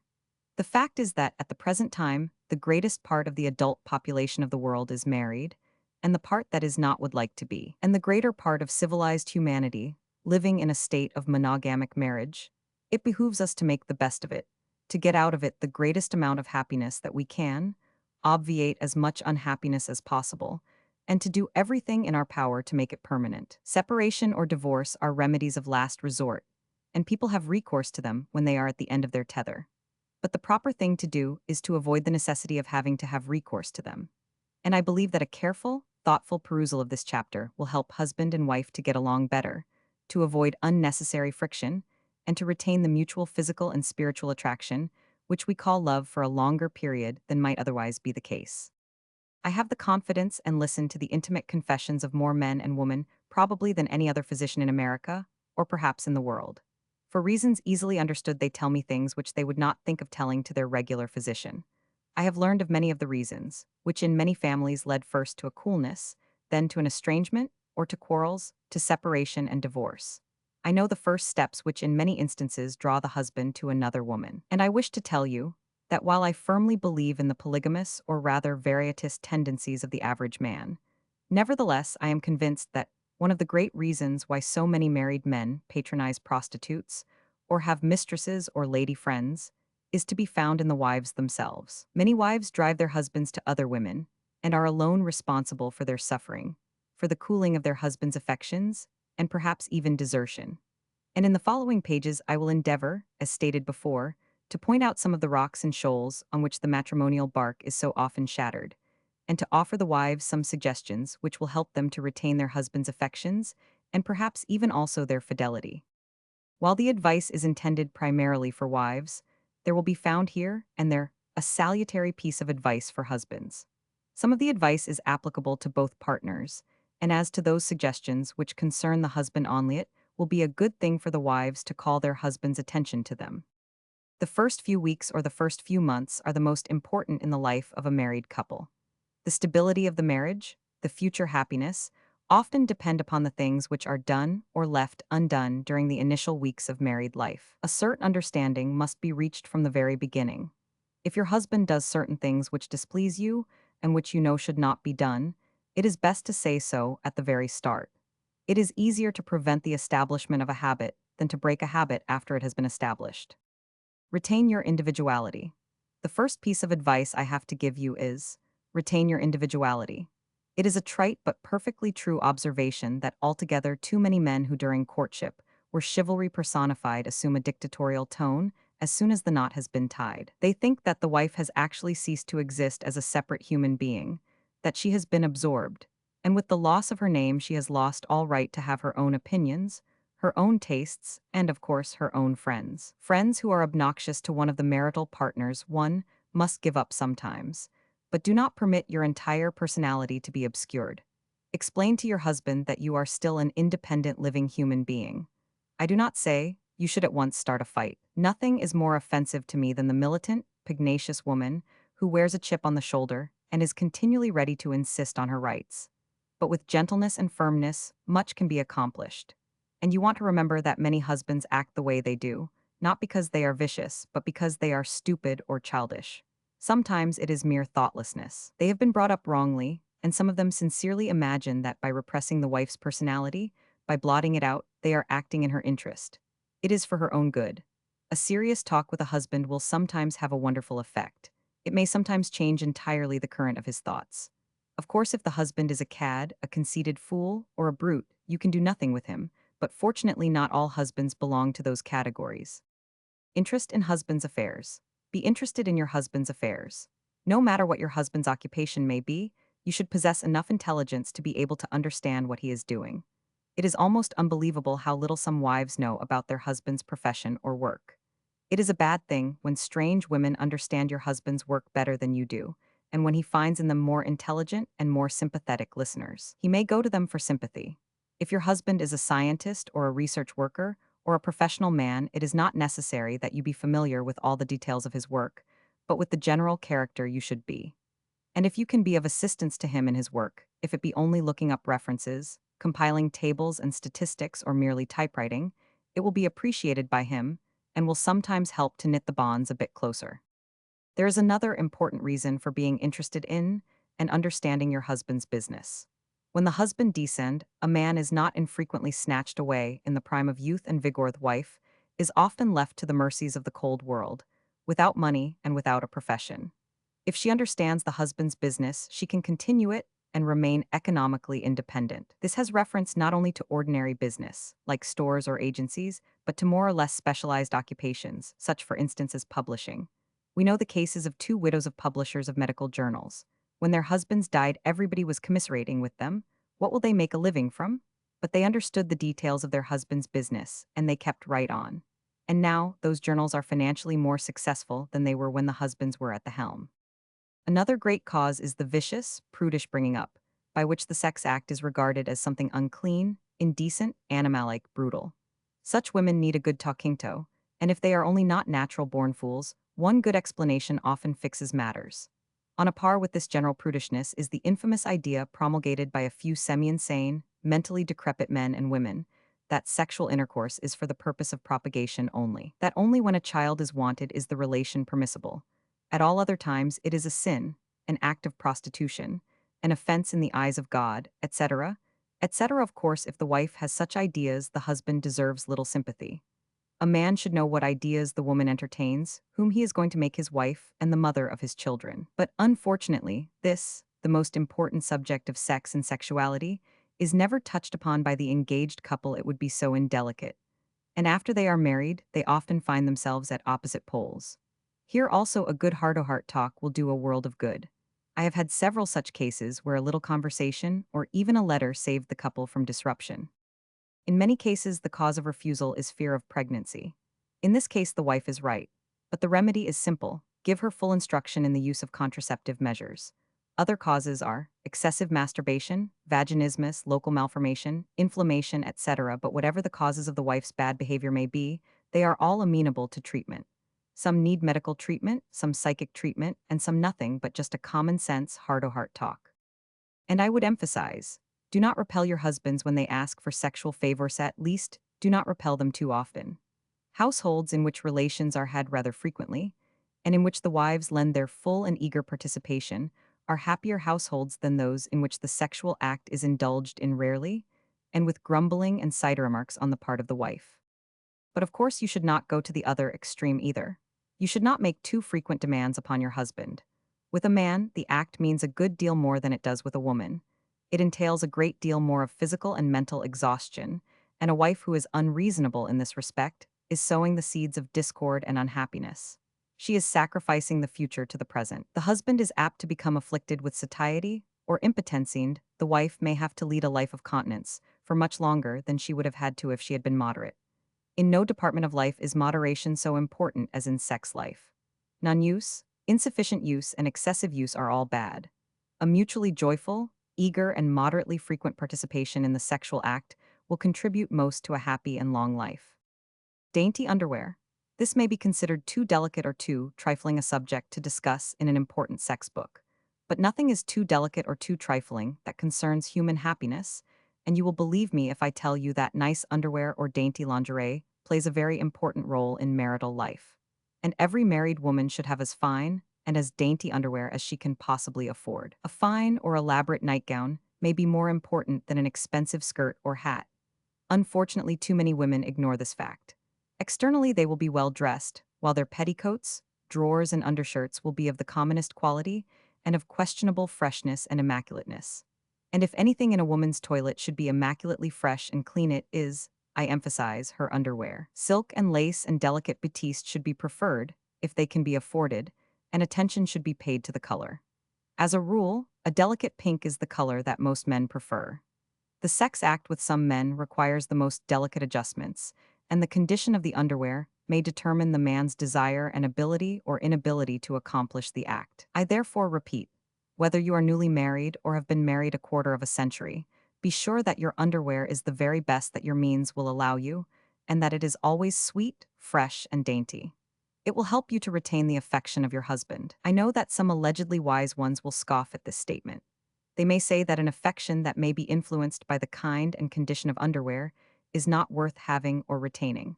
But what do these wise ones know? What do they know of the numerous subtle influences which gradually either strengthen or undermine our affections? Follow this advice and you will be grateful. Do not offend against aesthetics. Some women think that because they are married to their husbands, they owe the latter no aesthetic consideration. Things that they would be horrified to let a stranger see they do before their husband's eyes without hesitation. For instance, not to beat about the bush, though the subject is not a pleasant one, they will urinate in their husband's presence, or they will let him see their soiled menstrual napkins, etc. Some husbands may not mind it, but some men are very sensitive, and men on the whole are more aesthetic than women, and an indifference towards the wife may have its origin in some vulgar or unaesthetic procedure on the wife's part. The sexual act, as mentioned before, is a very delicate mechanism, and it is very easy to disarrange it. The act of micturition before the man is known in many instances to have instantly abolished the man's sexual desire which was present before. And a man told me that because he noticed in a closet a lot of rags soiled with menstrual blood, he was unable to enjoy relations with his wife for several months. You may think that these are all small things, but life is made up of little things, and many a married life went smash on account of disregarding the little things. A high stomach. Avoid if you possibly can a high stomach, or a big stomach, or what we call in technical language a pendulous abdomen. Nothing is more fatal to woman's beauty and to man's love than a big stomach, and particularly a hang-down stomach.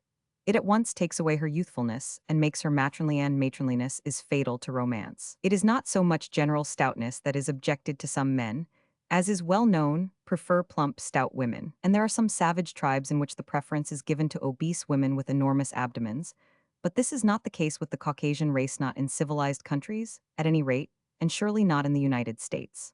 First, reduce your carbohydrates, use massage and hydrotherapy, walk for hours at a time, but reduce your big abdomen, still better, do not let it get big. Prevention here, as elsewhere, is much better than cure. Bad odor from the mouth. I know of no other physical ailment which is so dangerous, so fatal to the permanency of the love relation, as is a strong, offensive odor from the mouth. As a noxious gas blights a delicate plant, so will a strong bad odor blight the delicate plant of love. Yes, a strong, malodorous whiff will cool the most ardent passion. The public would be astounded if it knew how many cases of separation and divorce are due to nothing else but a bad odor from the mouth. Therefore, if you happen to suffer from this unfortunate ailment, lose no time in applying to a competent physician, and do not tire of treating yourself, no matter how irksome and time-consuming the treatment may be, until you are completely cured. It is important to your happiness. Odors from other parts of body. Odors from other parts of the body should be conspicuous by their absence. Normally, no artificial aids are needed. Frequent bathing and general cleanliness are alone sufficient. The natural feminine odor feminis pleasant, attractive, and needs no disguise. But where an unpleasant odor from the genitals, feet, or armpits is present, the proper treatment should be applied, and in such cases the use of a delicate perfume, sachet, or scented talcum powder is quite permissible. Not only permissible but advisable. A very good treatment for perspiration and bad odor from the feet is the following. Bathe the feet night and morning in a basin of water to which has been added an ounce 2 tablespoonfuls of formaldehyde solution. Dry carefully and then rub in well the following powder. It is simple, cheap, and efficient.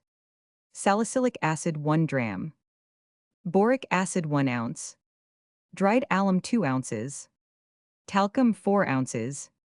A little of the powder should be shaken into the stockings every morning, and the stockings should be changed very frequently, once or twice a day.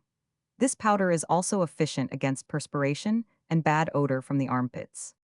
I am not giving any treatment for bad odor from the mouth, for this condition may be due to a great variety of causes.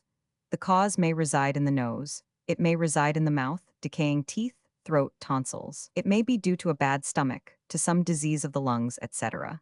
Sometimes it is due to overeating. What would be of value in one condition might be useless in another. The right thing, therefore, is to go to a competent physician, have him find the cause of your trouble and outline the proper treatment. Leucorrhea. Some men find themselves entirely unable to have sexual relations with a woman whom they know is suffering with leucorrhea. The mere knowledge of the fact takes away their ability to perform the act. It renders them impotent. It disgusts them, and disgust is fatal to sexual power. Only today I saw in my office a woman who anxiously begged for advice and treatment. She had been married 5 years. She has always had leucorrhea, from her 15th year as far as she remembers. Otherwise she did not suffer.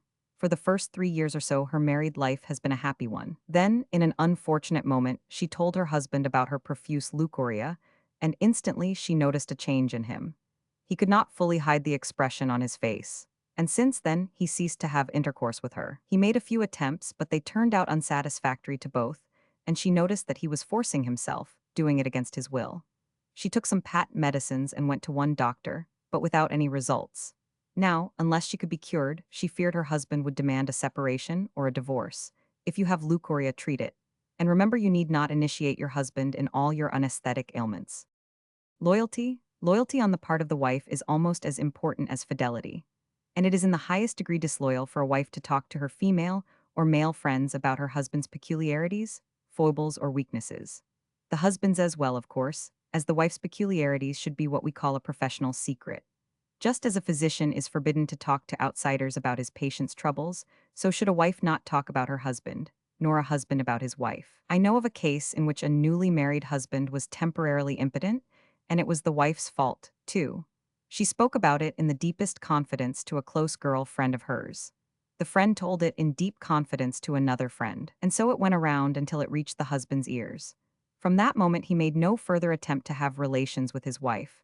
A coolness resulted, which led to a separation, which still persists. The wife begged forgiveness, but he was unable to grant. I felt so deeply hurt. Flirting? Do not flirt. Men are apt to misunderstand you, and you are apt to get the reputation of a loose woman without in any way having deserved it. I do not say that you should always wear a forbidding expression, and should scowl at people who dare to smile at you, or otherwise pay homage to your feminine charms. But there is a difference between a friendly expression and flirting. However, when your husband begins to neglect you, then a mild flirtation may be justifiable.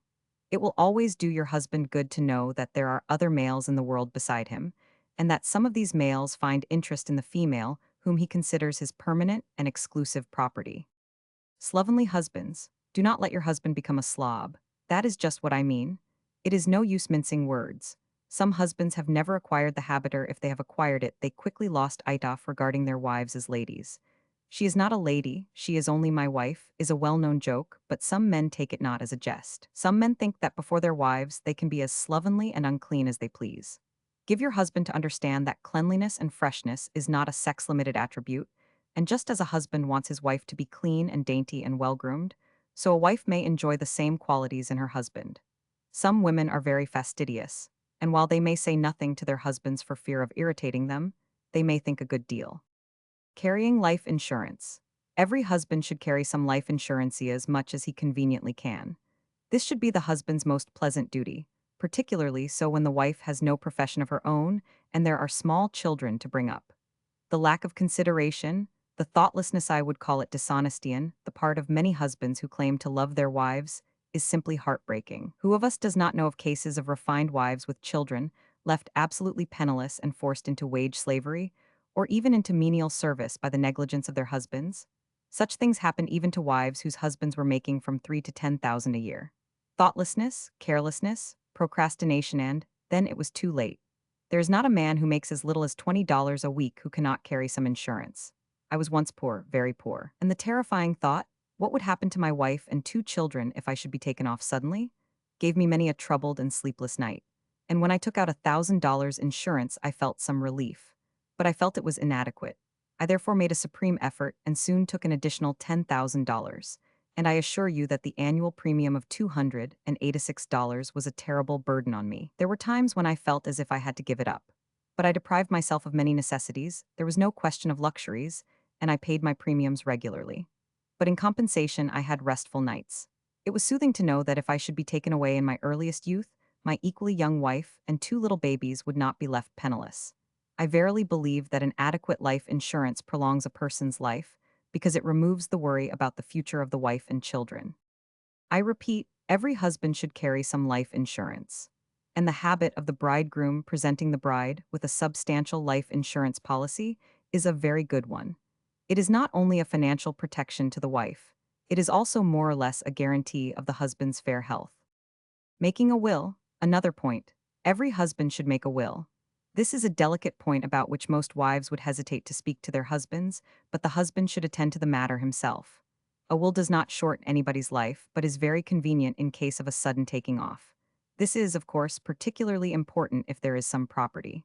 If the husband dies without a will, there is endless trouble and red tape for the wife. An executor has to be appointed, she has to give bonds, etc., etc.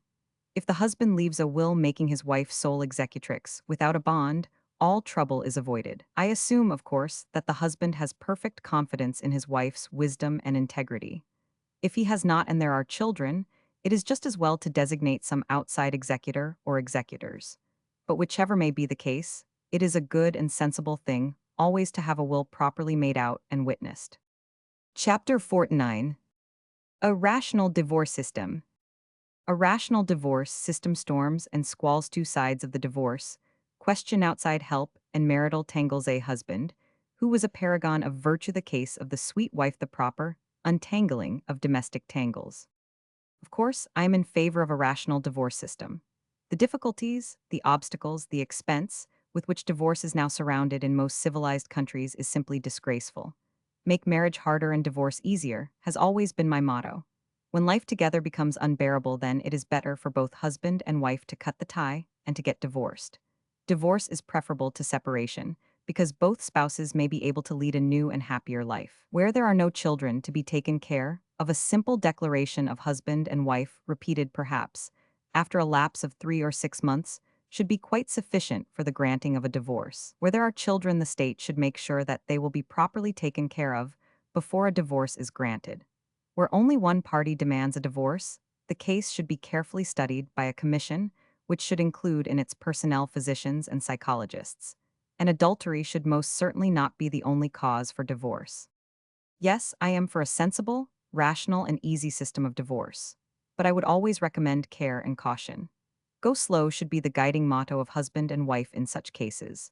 There are periods in a married couple's life when further living together seems unthinkable, and still a month or two or a year passes, and the husband and wife live happily together and cannot believe that there was ever any friction between them. The couples are very few indeed, who never went through any squalls or storms, whose lives were not darkened by disagreements, quarrels, and apparently irreconcilable antagonisms. But after the storm, the sun shone brightly again, and the quarrels were followed by harmony and peace. After that, love was intensified. Were divorce a simple matter, a mere matter of declaration, many couples who live now in harmony would have been divorced to their great regret perhaps. Yes, there are two sides to the divorce question, but I would summarize it as follows. Where there is a real incompatibility of characters, where there is no love and no respect, then the sooner the couple is divorced the better, and not only for them but for the children also, if there are any. An atmosphere of hatred and mutual contempt is not a healthy atmosphere for the growing children. But where there is merely irritability, outbreaks of temper, or disagreements which if analyzed can be seen to be due to temporary and remediable causes, then go slow, do not hurry should be your motto. There will always be time to get a divorce. While if a divorce has been obtained, even if you regret it, you will most likely stay divorced. Many divorced couples, I imagine, would remarry if they were not ashamed. They fear it would make them ridiculous and it would in their friends' eyes. Outsiders in domestic tangles. If you have a disagreement with your husband, try to straighten out the tangle yourself. Do not call in outside help. You will regret it. A stranger's paws are too coarse and too unsympathetic to meddle with the delicate adjustments which constitute marital life, and after you have gotten over your disagreement and are again living harmoniously, you will be ashamed to look that third party in the face, and you will probably bear a grudge against him or her. Altogether, outsiders are not fit to mix in the internal differences between husband and wife. It is absolutely impossible for a stranger to know just where the trouble is and who the guilty party is. Sometimes there is no guilty party. Both husband and wife may be right, they may both be lovely people, and still together they may form an incompatible, explosive mixture. And then again, the party that to outsiders may seem the angelic one may in reality be the devilish one. It is a well-known fact that people who to the outside world may seem the personification of honor and good nature may be very devils at home. I have long ago given up not only meddling in, but even judging domestic disharmonies. For it is almost impossible for an outsider to judge justly. I knew a husband who was considered a paragon of virtue, and when a clash came between him and his wife, everybody was inclined to blame the wife. But it came out later that the husband had certain ways about him which made the wife's life a very torture. And vice versa. I know of another case where the wife was considered the sweetest thing in the world. She had nice ways about her, but she disliked her husband and made his life a hell. With genuine chivalry, he bore everything, believing that it was a man's duty to bear his cross. She was unfaithful to him, but she was so clever and cunning that neither he nor anybody else suspected it. The fact became painfully patent to him when, on one of the rare occasions that they came together, she infected him with a venereal disease, which incapacitated him for a long time. Nobody knew why he insisted upon a separation, and everybody, with the exception of his physician and perhaps one or two others, was blaming him for an unfeeling brute. I will therefore repeat that as a general thing, domestic tangles should be untangled by the tanglers themselves. It is not safe to call in outsiders, relatives, or friends. They are apt to make the tangle more tangled, and, what is more, they are quite likely to put the blame on the innocent party and bestow upon the guilty party the Montian prize for virtue and gentleness. Chapter 50. What is love? Is love definable? Raising a corner of the veil. Two opinions of love. The first opinion, sexual intercourse, and love. The second opinion, the grain of truth.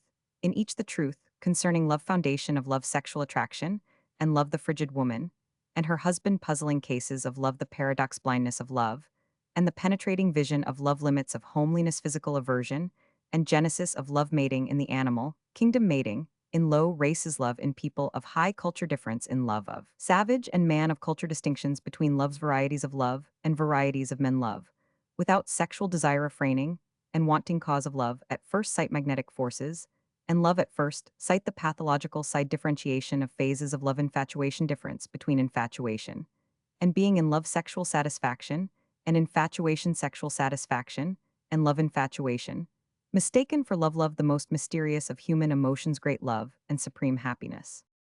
I shall not attempt to give a definition, either brief or extensive, of love.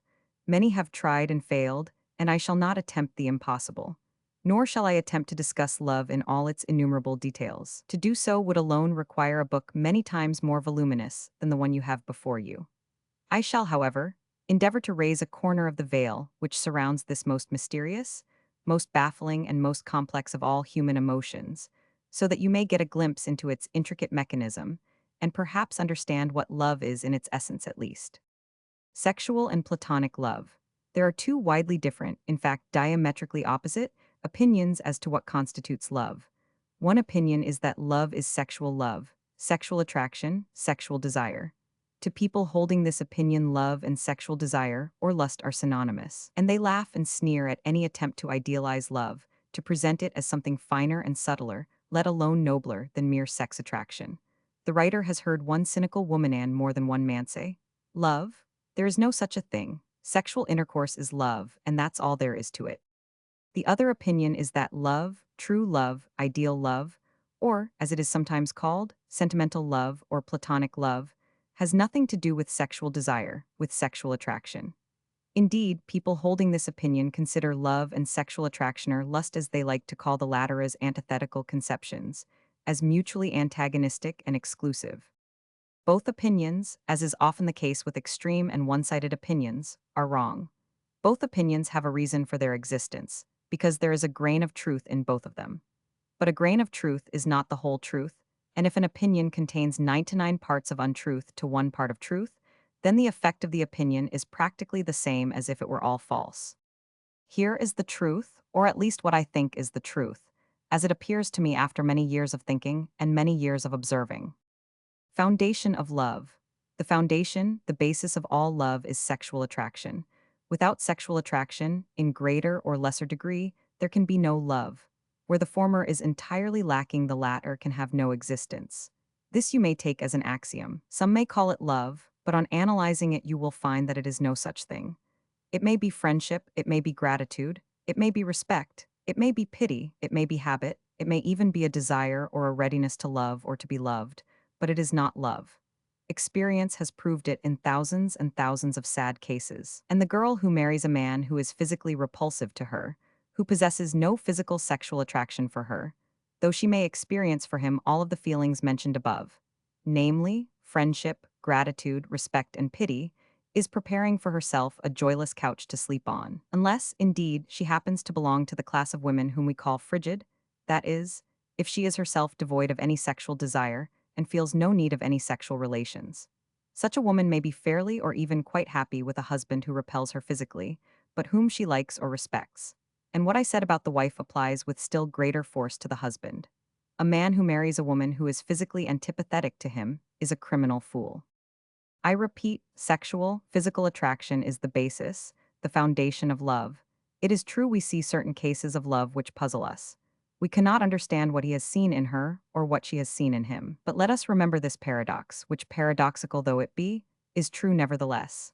Love is blind, but love also sees acutely and penetratingly.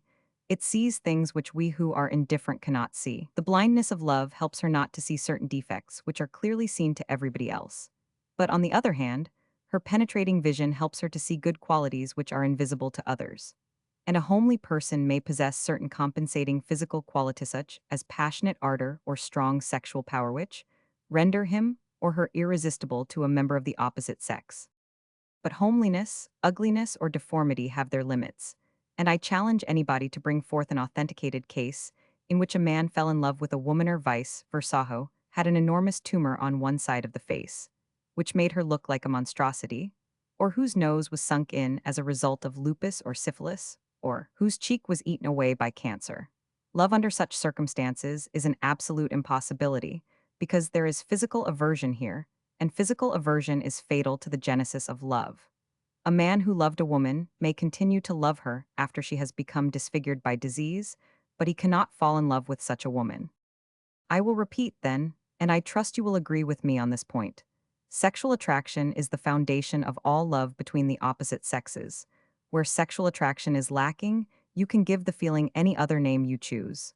It will not be love. Other requisites, but a foundation is not a whole structure. To ensure the stability of a high intricate building, we must give it a good solid foundation, but the foundation does not make the building. That still remains to be built. So sexual attraction is the foundation of all love, but it does not constitute love. Many more factors, many more wonderful stones are needed before the wonderful structure called love is brought into existence. This wonderful structure sometimes goes up in the twinkling of an eye, as if by the touch of a magic wand who has not seen or heard of instances of love at first sight. But the rapidity of the growth of the structure called love does not militate against our assertion that many stones, much variegated material, and a strong cement are needed for its completion. Fairies sometimes work very quickly. A little thought will show clearly that love is not merely sexual love, not merely a desire to gratify the sexual instinct. If love were merely sexual desire, then one member of the opposite sex, or at least one attractive member, would be as good as any other. And indeed, in animals and in the lower races, where love as we understand it does not exist, this is the case. To a male dog, any female dog is as good as another, and vice versa. Cats are not particular in the choice of their mates, nor are cows, horses, etc., and the same is true of the primitive savage races, and even among the lower uneducated classes of so-called civilized races. To the Hottentot, to the Australian bushman, or to the Russian peasant, one woman is as good as another. If the male of a low race has some preference, it will be in favor of the woman who happens to have a little property. In fact, I make the assertion that real love, true love, is a new feeling, a comparatively modern feeling, absent in the lower races and reaching its highest development only in people of high civilization, culture, and education. The platitudinous objection might be raised that human nature is human nature, that all our feelings are born with us, and as such are inherited, that they have been with us for millions of years, and that we cannot possibly originate any entirely new feeling. True from a certain viewpoint. We cannot originate intellect either.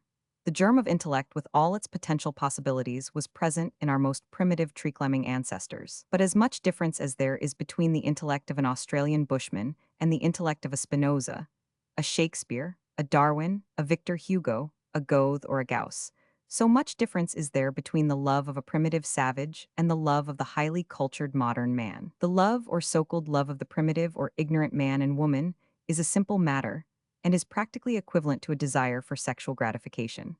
The love of the truly cultured and highly civilized man and woman, while still based on sexual attraction, is so complex and so dominating a feeling that it completely defies all analysis, all attempts at dissection, as it defies all attempts at synthesis, at artificial building up. But to say that a man may deeply love a woman and not have any sexual desire for her is nonsense.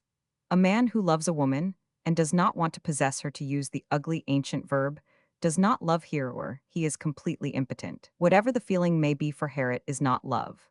He may abstain from having sex relations with her if the circumstances are such that sex relations may lead to her unhappiness and suffering, but to refrain from doing a thing, when reason and judgment lead us to refrain, does not mean not to want the thing. Love at first sight. Nothing is more firmly established than the fact that a person may fall passionately and incurably in love with a person of the opposite sex at the very first sight, in the twinkling of an eye, in the literal sense of the word. One glance may be sufficient, and such a love may exist to the end of life, and may, if reciprocated, lead to supreme happiness, or if unreciprocated to the deepest unhappiness. What it is that causes love at first sight is unknown. Some have suggested that the beloved object sets in motion or fermentation certain internal secretions, hormones in the lover, which cannot become satisfied or neutralized, except by that person. And the possession of the beloved object becomes a physical necessity. This explanation really means nothing. It is a hypothesis unsusceptible of proof. But whatever the cause of love at first sight, it is so mysterious a phenomenon that it gives the mystics and metaphysicians some justification for their talk about electric currents and magnetic forces. These phrases also mean nothing, but are an attempt at explaining the suddenness and irresistibleness of the attack. So powerful is the attraction of love at first sight that people have been known to cross continents and oceans merely to get a glimpse of the beloved object. And people have been known to sacrifice everything: their career, their material possessions, their social standing, their honor, and even their wife and children in order to gain their object. And a mother may give up her children whom she loves dearer than life, may risk ostracism and disgrace, only in order to be with the object of her love. This shows that love, then, becomes pathological, because any feeling which so completely masters an individual that he is willing to sacrifice everything he has in the world is pathological. Infatuation and being in love. While, as said, the feeling of love does not readily lend itself to dissection, to analysis, still we can differentiate some phases of it. We can differentiate between being in love, infatuation, and love. Being in love is, as just indicated, a pathological, morbid phenomenon. The person who is in love is not in a normal condition. He can see nothing, he cannot be argued with as far as his love is concerned. She is the acme of perfection, physical, mental, and spiritual. Nobody can be compared with her. And of course, the man is anxiously eager to marry the object of his love unless insuperable obstacles are in the way. For instance, if the man happens to be married. Infatuation may be as strong as any being in love feeling, but with this difference. In infatuation, the man may know that the object of infatuation is an unworthy one. He may despise her, he may hate her, he may pray for her death, he may do his utmost to overcome the infatuation. In short, infatuation is a feeling, chiefly physical, which the man can analyze, the unworthiness and absurdity of which he may acknowledge, but which he is unable to resist or overcome. He feels himself bewitched. He feels himself caught in a net. He is anxious to tear asunder the meshes of the net, but is not strong enough to do it. And this is a pretty good way to differentiate between being in love and being infatuated. If in love, the man does not want to be free from his chains, he does not want to cease to love or to be in love. When infatuated, the man often uses his utmost willpower to break his shackles. Sexual satisfaction is often sufficient to shatter an infatuation. It is not sufficient to destroy love. It often strengthens and eternalizes it. Neither being in love nor infatuation can last forever. They are acute maladies of high tension and relatively short duration. Infatuation may change into indifference or disgust. Being in love may change into indifference, hatred, or into real love, a steady, durable love. This will answer the often asked question: how do marriages turn out which are the result of a sudden, violent passion, or of love at first sight? No ironclad rules suitable for all cases can be given. Some turn out very unhappily, the couple gradually finding out that they are altogether unsuited to each other, that their temperaments are incompatible, that their views, ideas, likes, and dislikes are different. In some cases, what was supposed to be a great love is soon seen to have been merely an infatuation, and satiety and disgust follow. But in other cases, as mentioned, the sudden consuming passion turns into a warm, lifelong love, and the people live happily ever after. Dr. Nystrom relates the case of a prominent physician of France, of high social and scientific standing, who beheld a young girl accidentally in the street. He did not have the slightest idea who she was. He was irresistibly attracted to her. He followed her, boarded the same omnibus, and went to the house which she entered, rang the bell, introduced himself, begging pardon for his intrusion, but was dismissed. He returned and explained to her his ardent passion, and asked permission to visit her parents, well-to-do people in the country, and the climax was a mutual love and a happy marriage. Many of us know of similar cases, but as a rule, the slow developing love is more reliable than the suddenly bursting out flame. Love is the most complex, the most mysterious, the most unanalyzable of human emotions. It is based upon the difference in sex, upon the attraction of one sex for another. It is fostered by physical beauty, by daintiness, by a normal sexuality, by a fine character, by high aspirations, by culture and education, By common interests, by kindness and consideration, by pity, by habit, and by 1,000 other subtle feelings, qualities, and actions, which are difficult of classification or enumeration. A great love, greatly reciprocated, is in itself capable of rendering a human being supremely happy. Nothing else is. Other things, such as wealth, power, fame, success, great discoveries, may give supreme satisfaction, great contentment, but supreme, buoyant happiness is the gift of a great love only. Such loves are rare, and the mortals that achieve it are the envy of the gods. But a great love, unreciprocated, especially when admixed to it is the feeling of jealousy, is the most frightful of tortures. It will crush a man like nothing else will, and the victims of this emotional catastrophe are pitied by the inmates of the lowest inferno. Chapter 51. Jealousy and How to Combat It.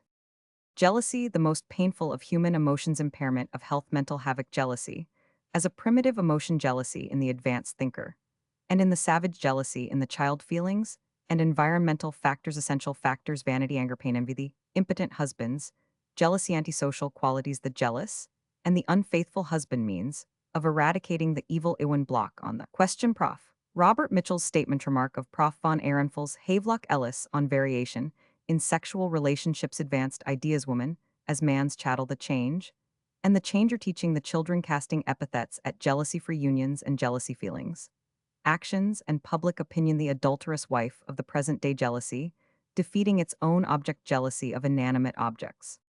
He or she who has been so unfortunate as to experience the pangs or fangs of jealousy will readily admit that it is one of the most painful, if indeed not the most painful, of all human emotions. The suffering that it metes out to its victims is indescribable. No other single human emotion so affects the body, so upsets the mind, so deranges every function as does jealousy. The torture that it causes makes the sufferer a truly pitiable object. The complete loss of sleep and complete loss of appetite may result in a serious impairment of the sufferer's health, while the rage it often gives rise to may lead to actual insanity, or at least to great mental disturbance. With good reason has popular fancy pictured this cursed emotion as a green-eyed monster. Jealousy is a primitive emotion. It is present not only in the primitive races, but even in animals. And being a primitive emotion, we can hardly hope to succeed in eradicating it entirely. Not in the immediate future, at any rate, but we can modify it. The statement frequently heard that human nature is only a platitudinous half-truth. The fundamental part of human nature, a desire for happiness and the avoidance of suffering, cannot be changed, nor would we want to change it if we could. It would mean the disappearance of the human race. But that many of our primitive emotions can be greatly modified by culture, by new standards, by new ideals of morality, about this there can be no question.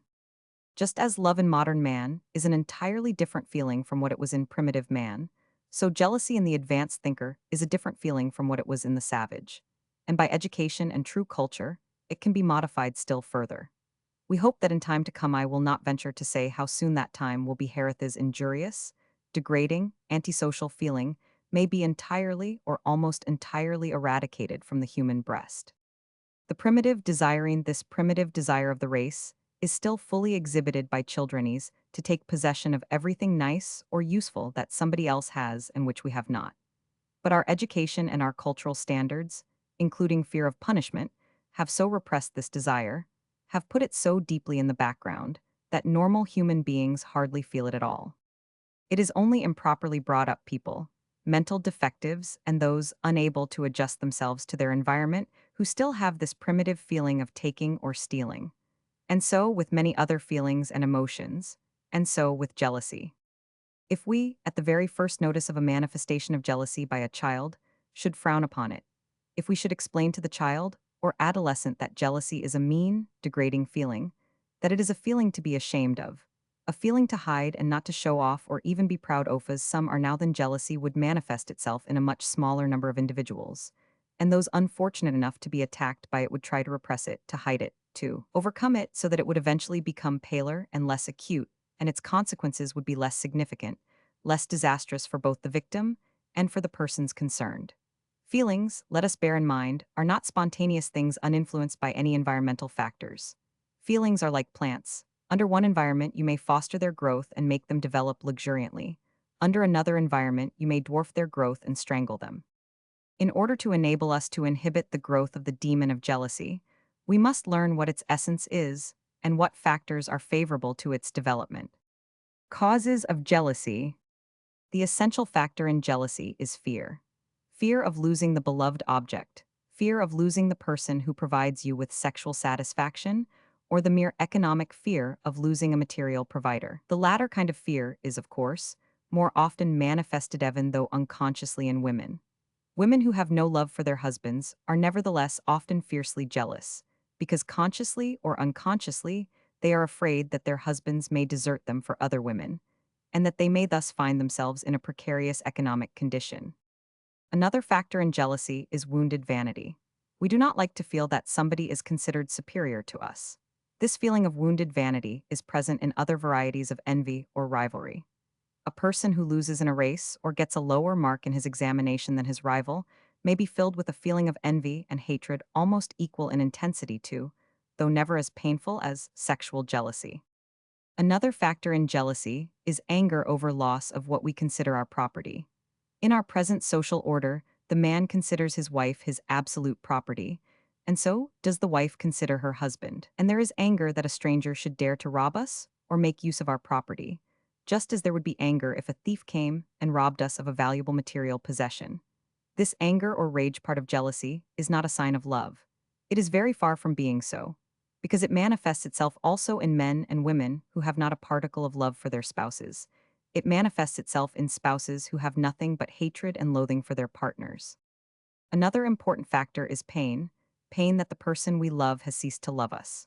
When we love a person and our love is not reciprocated, we feel pain which may rise to the degree of agony, even when there is no rival in the field. But when a person who loved us has ceased to love user, we imagine sound has transferred the love to another person, that pain is so much the greater.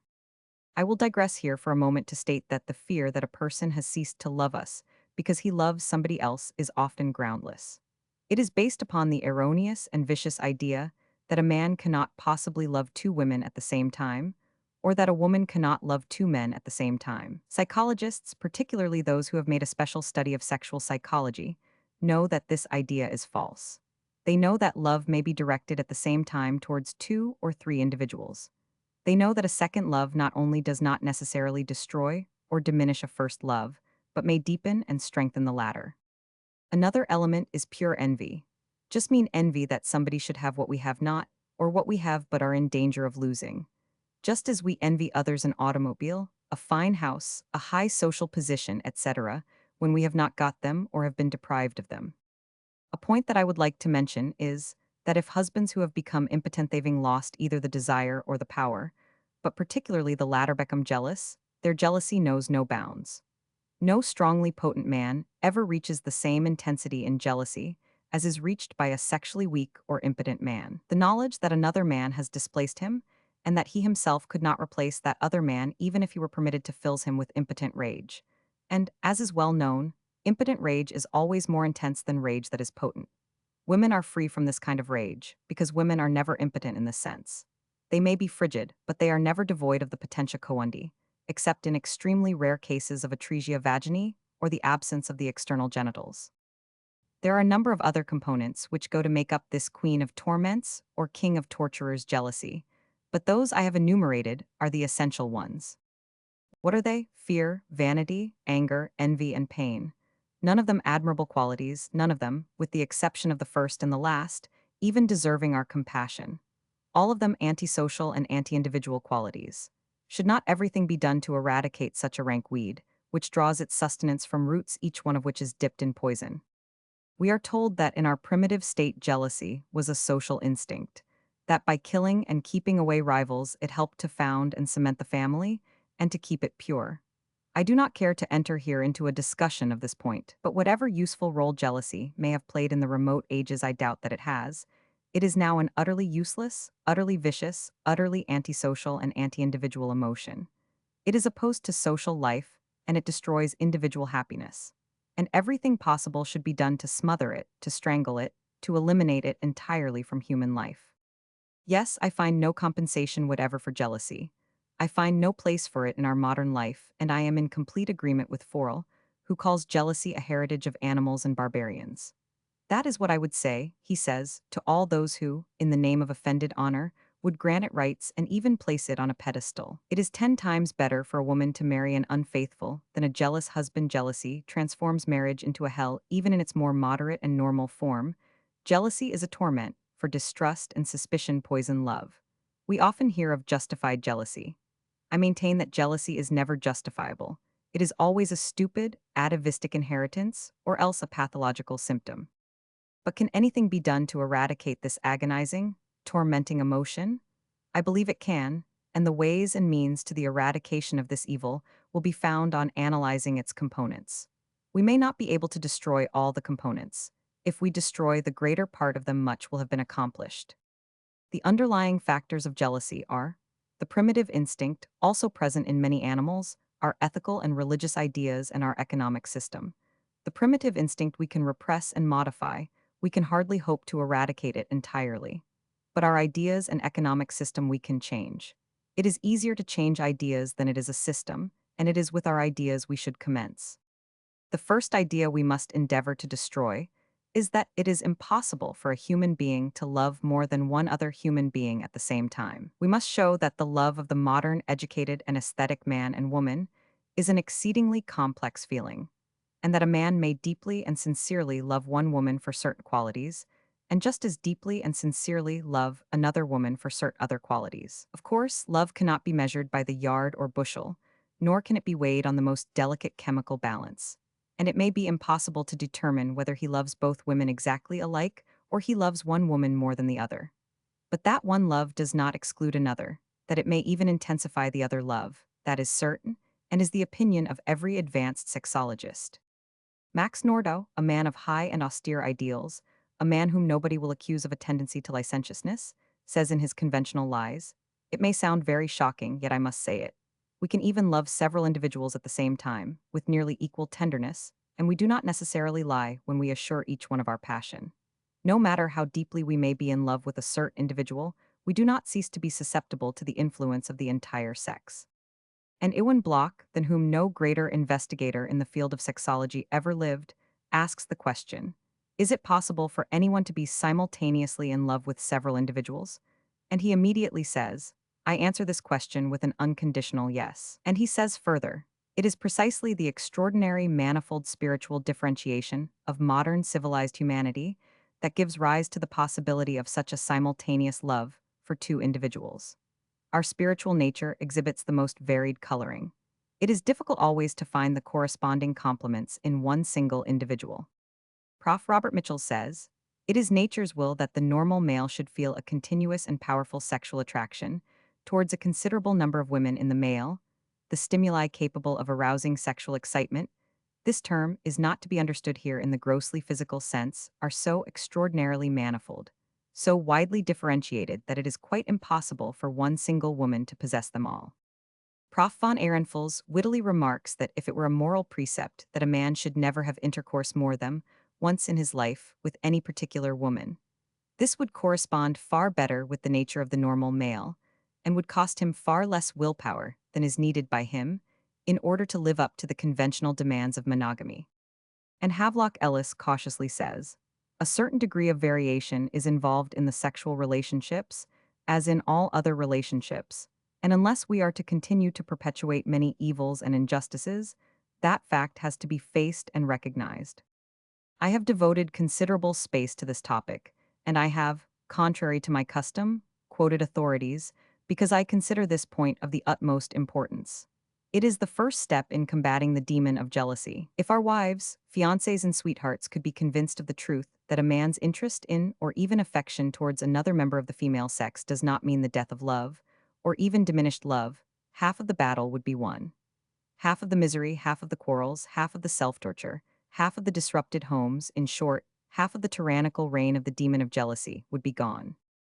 We must teach our women and men this truth, teach it from puberty on. We must show them that not every woman can necessarily fill out a man's entire life, that not every woman can necessarily occupy every nook and corner of a man's mind and heart, and that there is nothing humiliating to the woman in such an idea and vice versa. She should be taught to find nothing shameful, painful, or degrading in such a thought. I know that these ideas are somewhat in advance of the times, But if nobody ever brought forward any advanced ideas, because they were advanced, there would never be any advance. Then we must teach our men that, when they marry a woman, she does not become their chattel, their piece of property, which nobody may touch, nobody may look at or smile at. A woman may be a very good, faithful wife and still enjoy the companionship of other men, the pressure of another man's hand or readable dictuven an occasional kiss. Then we must teach our men and women that there is essentially nothing shameful or humiliating in being displaced by a rival. The change may be a disgrace for the changer and not for the changed one.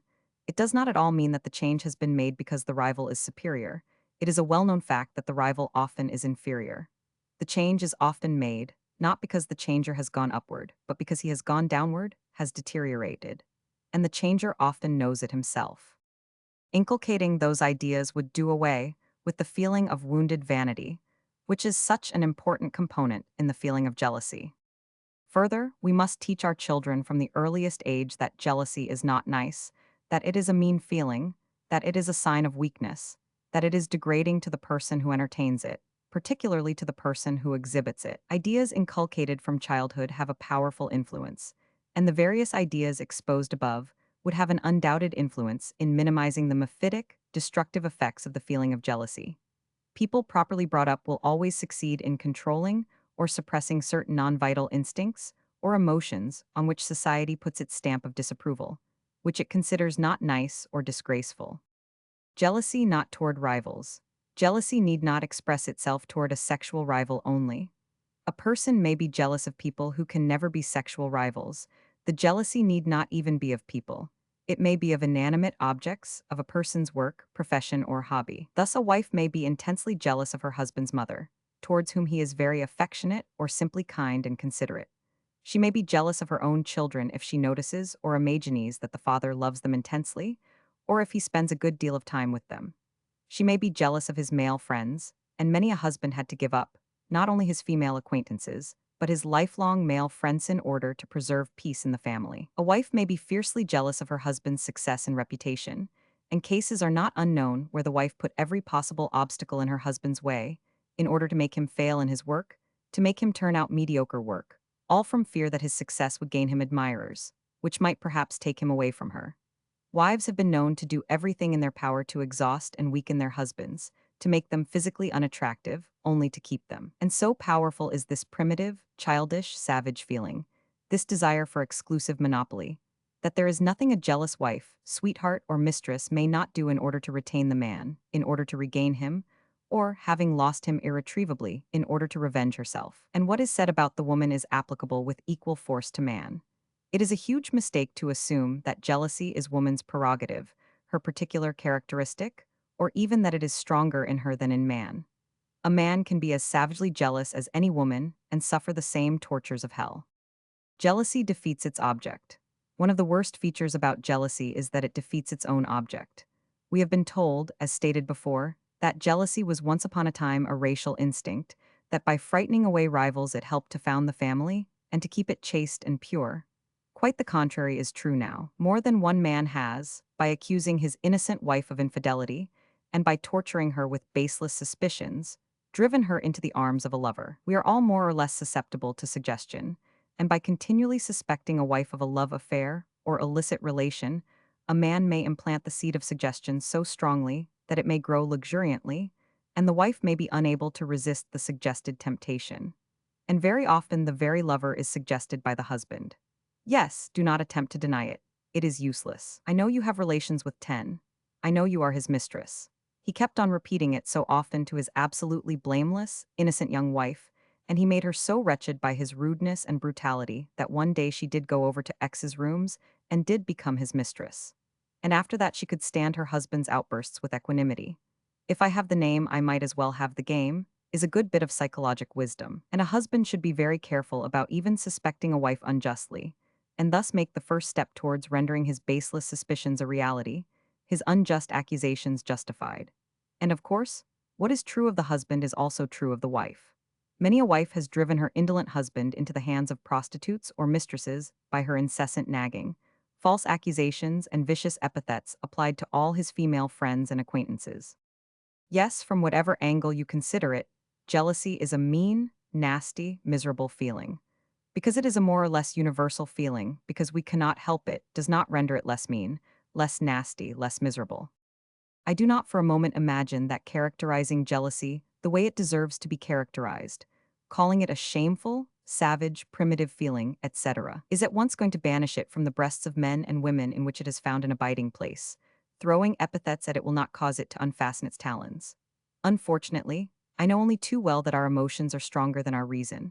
The man or woman at whose poor heart jealousy is gnawing day and night is not amenable to reason, is not curable by arguments. All we can do is to sympathize with such a person and ask the Lord to pity him or her. I have known a man who lived with his wife in free union. He was not married to her. He did not believe in marriage. Love was the only bond that should bind people together. As soon as love was no more, the people should separate in a friendly, comradely manner. If the wife or the mistress wants another lover, she should be free to take one. She is a free human being and not her husband's chattel slave, etc., etc., etc., to the same effect. Thus the man talked. And he was sincere in his talker, he thought he was. But one night, on unexpectedly returning home, he found another man. He promptly fired several shots at the man, which fortunately for both did not prove fatal, and then he beat and choked his wife, who was not even his wife, legally within an inch of her life. And then he married her and gave up his free love talk. And I know of any number of men who could philosophize for hours about the disgrace and humiliation of being jealous, but who, as soon as there was a justifiable cause for jealousy, became as unreasonable as a child and as jealous as any unlettered Sicilian woman ever was. So you see, I am not deluding myself with extravagant hopes. But nevertheless, this argumentation, this talk, is not entirely useless. A beginning must be made. This essay may not perhaps help except for the suggestions that will be made towards the end those who are already victims of the demon of jealousy, but it may help some people to keep out of his clutches, or should I say, her clutches? I really do not know whether the demon of jealousy is a male or a female. Feelings are stronger than reason. But that does not mean that feelings cannot be influenced by reason. They decidedly can be and are so influenced, and their manifestations are modified by this influence. And the more cultured, the more educated a person is, I trust you will know that. I use these terms in their true and not their vulgar, misused meaning. The more will his feelings, or at least actions, be influenced by his reason. I am particularly a believer in the effect on our feelings and actions of public opinion, of ideas universally or generally entertained. Let me give one example which is pertinent to the subject. In former days, it was universally held, and in many places it is still held, that when a wife sinned, she committed the most unpardonable crime that a human being could be guilty of, and that she thereby dishonored her husband. And the only right thing for him to do was to shoot the rival and cast out the wife, or at least to cast her out. This was a conditio sine qua non. To take her back to his home was a disgrace, a sign of unpardonable weakness, of degeneracy. Our ideas on the subject have changed a bit. A husband is no longer considered any more dishonored in some strata of society, at least because his wife sinned, than a wife is considered dishonored because her husband sinned. And adultery in the wife is now, by most rational people, considered only different in degree, but not in kind, from adultery in the husband. These humane ideas have gained vogue only within a comparatively very recent period, but their effect has already manifested itself in a great number of instances. Forgiving the erring wife is becoming quite common. A number of cases have reached the newspapers. Recently, a wife was implicated in a nasty scrape. Her sin was not only unquestionable, but notorious. It was public property. And nevertheless, the husband stood by her and took her back into his home and arms. And the number of such cases which do not reach the newspapers is very, very much larger than the public has any conception of, larger than it would be safe to estimate. And in a large percentage of these cases, the husband begins to treat his wife with more love, more consideration, and the tie between them becomes more firm, more permanent. Chapter 52. Remedies for Jealousy. Prevention and cure prophylaxis of jealousy. Fitting remedy to circumstances. The neglectful and flirtatious husband, no question, of love advice to the wife of the flirtatious man. An efficient, though vulgar remedy. Jealousy must be experienced to be understood. Necessity for freedom of association. Lines of conduct for the wife. Contempt for a certain type of wife and husband. The abandoned lover. The effects of unrequited love. Sublimated sexual desire replacing unrequited love. The attitude of both simultaneous loves, possible successive loves, possible eternal loves when sex relationships may be beneficial. Purchasable sex relations and their value the broken engagement the terrible effects on the young man the young streetwalker sex relations, with fiancé inundating sense of shame collapse attempts at suicide and active sex life the results the prevention of jealousy. We are all agreed that prevention is more important than cure. But when a patient comes with a fully developed disease, it is futile to speak to him of prevention. It is too late to sermonize. What he wants and what he needs is a cure, if such can be had. What has preceded has reference chiefly to the prophylaxis of jealousy, to the prevention of the development of this disease in the future. The question is there a remedy for this malady? Is there a cure for this horrible disease of jealousy? But how about the 10th case? How about the cases where the husband is unable or unwilling to give up his outside flirtations and relations? We, advanced sexologists, know that not all men, no more than all women, are made in the same mold, and what is possible or even easy for 9 men may be very difficult or absolutely impossible for the 10th. We know that there are some men to whom an ironclad monogamic relation is an absolute impossibility. The stimulation of other women, either the purely mental, spiritual stimulation, or the stimulation of physical relationship to them, like breath in the nostrils. In fact, there are some men whose very possibility of loving their wives depends upon this freedom of association with other women. They can be extremely kind to and love their wives tenderly if they can at the same time associate spiritually or physically with other women. If they are entirely cut off from any association with any other woman, they begin to feel irritable, bored, may become ill, and their feeling towards their wives may become one of resentment, ill will, or even one of hatred. This is not the place to talk of the wickedness of such men. Thus they are made, and with this fact we have to deal. What is the wife of such a man to do? 2 lines of conduct are open to her, avenues of exit. The line of conduct will depend upon her temper and upon her ideas of sex morality. But she ought to select the line of conduct which will cause the least pain, the least unhappiness. If she is a woman of a proud, independent temper, particularly if she belongs to the militant type, she will leave her husband in a huff, regardless of consequences. But if she is a woman of the gentler, more pliable, more supple, and I may also say more subtle type, and if she really loves her husband, she will overlook his little foibles, peccadillos, and transgressions, and she may live quite happily. And the time will come when the husband himself will give up his peccadillos and transgressions and will cleave powerfully to his wife, will be bound to her by bonds never to be torn asunder. I know of several such cases. And I will take this opportunity to say that I have the deepest contempt for the wife who, on finding out that her husband had committed a transgression, or that he has a love affair, leaves him in a huff, or makes a public scandal, or sues for divorce. Such a wife never loved her husband, and he is well rid of her. And what I said about the wife applies with almost equal force to the husband. The abandoned lover. But what shall the abandoned lover do? Let us take the case of A and B, and let us stand for any man and be for any woman, or vice versa, let A be the woman and be the man, for in jealousy and love what applies to one sex is applicable with practically the same force to the opposite sex. Suppose A is intensely jealous of and deeply, passionately in love with B, but B is utterly indifferent and does not care what A may feel or do. A and B may be married or not. This does not alter the case materially. Suppose B, if unmarried to A, goes off and marries another man, or, if married to A, goes off and leaves him, or suppose B does not love anybody else but just remains indifferent to A's advances or repels him because she cannot reciprocate his love. Unrequited love alone can cause almost as fierce tortures as the most intense jealousy. And A suffers tortures. What shall he do? What shall he do to save himself, to save his health, his mind, his life? For he is unable to eat, unable to sleep, unable to work, and he feels that he is going to pieces. He has lost his position and is in danger of losing his reason. What shall he do to escape insanity or a suicide's grave? There is but one remedy. Let him use all his energies to find a substitute. I mean a living substitute. Mere sexual desire may be sublimated, to a certain extent, into other channels, may be replaced by work, study, a hobby, or some engrossing interest. A great unrequited love, with the element of jealousy present or absent, cannot be replaced by anything else except by another love. And whereas great a love is impossible, let it be a minor love or a series of minor loves. When Goethe, one of the world's great lovers, was unable to walk in the broad avenue of a great love, he would walk in the bypaths of a number of little loves. The common talk about a person being unable to love more than once in his or her life is silly nonsense. A man or a woman is able to love and love very deeply, a number of times, and love simultaneously or successively. It is often a mere matter of opportunity. I know that there are loves that are eternal, that there are loves for which no substitute can be found. But these supreme, divine loves are so rare that among ordinary mortals they may be left out of account. They are the portion of supermen and superwomen. Ordinarily, a substitute may be found. The substitute love may never reach the intensity of the original love. It may never give full or even half-full satisfaction. But it will help to dull the sharp cutting edge.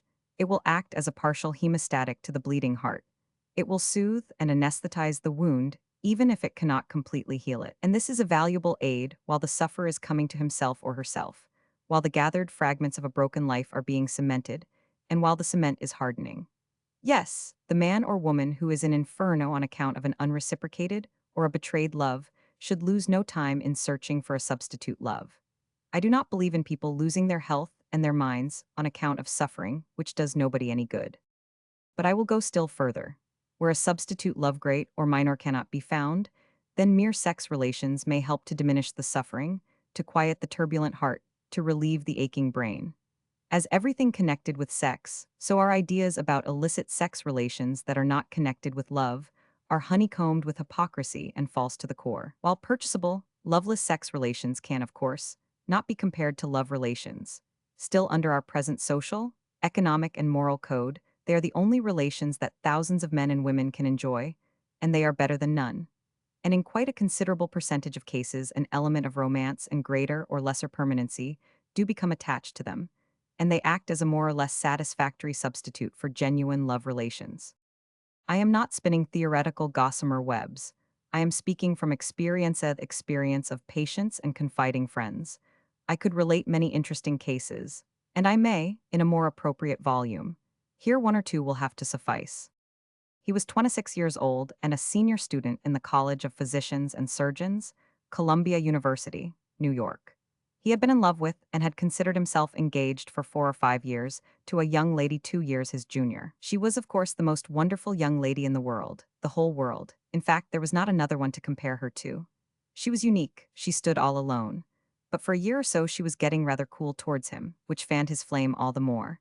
And suddenly he received a note asking him not to call any more, nor to try to communicate in any other way. He did write, but his letters were returned unopened, and soon after he read of her engagement to a prominent young banker. He nearly went insane, and this is used not in any figurative sense. His insomnia was complete and resisted all treatment. When his pulse became very rapid, and his eyes acquired the wild look that they do after many sleepless nights, an attempt was made to administer hypnotics, but they had practically no effect. Chloral, veronal, etc. only made him dopey, irritable, and depressed, but did not give him 1 hour of sound sleep. His appetite was gone, now and then his limbs would twitch, and he would sit and stare into space for hours at a time. To study or attend the clinics was out of the question, and he did not even attempt to take the final examinations. The parents felt distressed, but were unable to do anything for him. The least attempt at interference on their part, any attempt to console him, to induce him to pull himself together, made him more irritable, more morose, so that they finally left him alone. He was practically a total abstainer, but one evening he went out and came home drunk, and after that he drank frequently and heavily. His parents could do nothing with him. One evening on Broadway he was accosted by a young streetwalker. She had a pleasant, sympathetic face, and he went with her.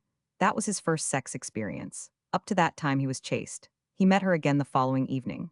Gradually a sort of friendship grew up between them. She found out the cause of his grief, and with maternal solicitude she tried everything in her power to console him, and he began to look forward to the nightly meeting with her. His grief became gradually less acute. He gave up drinking, which he disliked, and which he had taken up only to deaden his pain. He began to pull himself together, and in 6 or 8 months he took over his last year in Columbia and was properly graduated. He kept up the friendship with the girl for over 2 years when she died of pneumonia. He did not love her, but he liked to be with her, as her presence gave him physical and mental comfort. It is possible that she loved him genuinely, but there was never any sentimental talk between them, and there was never any question between them of the permanency of the relationship. They both knew that it was temporary, but he is absolutely certain that, but for one of the representatives of the class that is despised, driven about and persecuted by brutal policemen and ignorant judges, he would have become a bum, or, most likely, he would have committed suicide at the point of which he was several times. Only pity for his mother and sisters restrained him. And here is another case. A girl about 28 years of age fell in love with a man 4 or 5 years her senior. The love seemed to be reciprocated, and they soon became engaged to be married. He asked that the engagement, on account of certain business reasons, be kept secret. She did not know the man well. She had met him at several entertainments and church affairs, and he seemed very nice. He always found some excuses for delaying the marriage, and after they had been engaged about a year, he began to insist on sex relations. Though of a refined and noble character, she was of a passionate nature, and she did not offer much resistance. Many girls who would under no circumstance indulge in illicit relations, considering it a great sin, have no compunctions about having relations with their fiancés.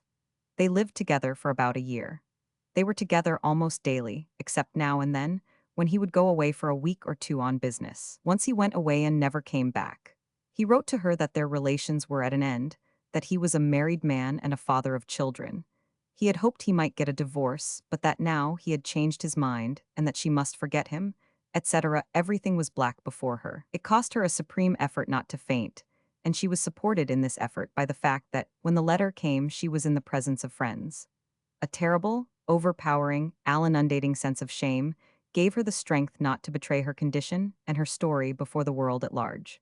But as soon as she was alone, she collapsed completely. There was the most absolute insomnia imaginable, complete anorexia, but the most distressing features were frequent fainting spells, severe palpitation of the heart and tremors. She had no love for the man, so she said. Her love had turned to hatred and contempt, but the jealousy was all-consuming. Like a fire, it was burning in her, searing her brain and her soul day and night.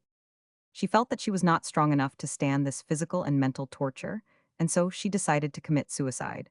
As the means, she selected gas. Fortunately, the smell became perceptible before the injury was irreparable. She was saved, but she felt that she could not stand the torture very long, and more than anything was she afraid that her mind would give way. She had a special horror of insanity, and so she decided to make another attempt, this time with bichloride. Again, she was saved. A friend of hers then got an inkling of the events that were transpiring, and she introduced her to some gentlemen friends. They were nice people and more or less radical on the sex question. In order to drown her pain, she began to go out very frequently with that crowd, and to her surprise and delight, she found that she soon began to think less and less about her contemptible seducer, and, what was more important to her, she was soon able to sleep. For about 6 months, she led an extremely active, almost promiscuous sex life. But then she gave it up, as she felt herself normal and no longer in need of it. She is now happily married. I am through with this rather lengthy essay on one of the most painful manifestations of human emotional life. I repeat that I am aware that feelings are often stronger than reason, but saying this does not mean asserting that feelings cannot be modified and held in check by reason. And I feel confident that a careful, open-minded reading of these pages and an acceptance of the ideas therein promulgated would aid in preventing a good deal of the misery of jealousy and incurring a certain proportion of it after it has found lodgment in the hearts of unhappy men and women. Chapter 53. Concluding words. It is my sincere belief, and I cherish the belief in spite of this horrible, wretched war, which seems to be shattering the very foundations of everything that we hold dear, destroying all the humane and moral achievements that have been laboriously built up in the course of many centuries, that the time will come when the world will be practically free from pain and suffering. Almost all disease will be conquered. Accidents will be rare. The fear of starvation or poverty or unemployment will no longer haunt men and women. Every infant born will be well-born and welcome, and the numerous anxieties and ambitions that now disturb the lives of so many of the earth's inhabitants will no longer plague us. They will be the dead memories of a dead and forgotten past. Yes, I believe that the time will come when the world will be practically free from pain and suffering. But there is one exception. I do not believe that we will ever be able entirely to eliminate the tragedies of the heart. For our physical ills, which will be few in number, there will be a socialized medical profession. Everywhere there will be free hospitals and convalescent homes. The unemployment problem will be dealt with by the state, and dealt with so that there will be no unemployment problem. There will be work for everybody, and everybody will do the work which he finds most congenial. But the state, I fear, will be able to do nothing in affairs of the heart. When John loves Mary with every fiber of his soul, and Mary remains completely indifferent, then no state physician and no government official will be able to offer any balm or consolation to poor John.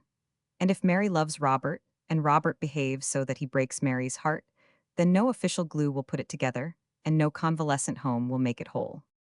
Yes, I believe that love pangs and tragedies of the heart will cause mortal men and women suffering even under the most perfect social regime. But I also believe that these pangs will be less acute, that the suffering will be less cruel than it is now.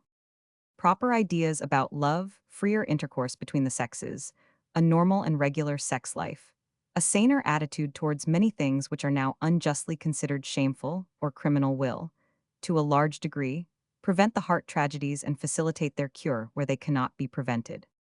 The author trusts that woman.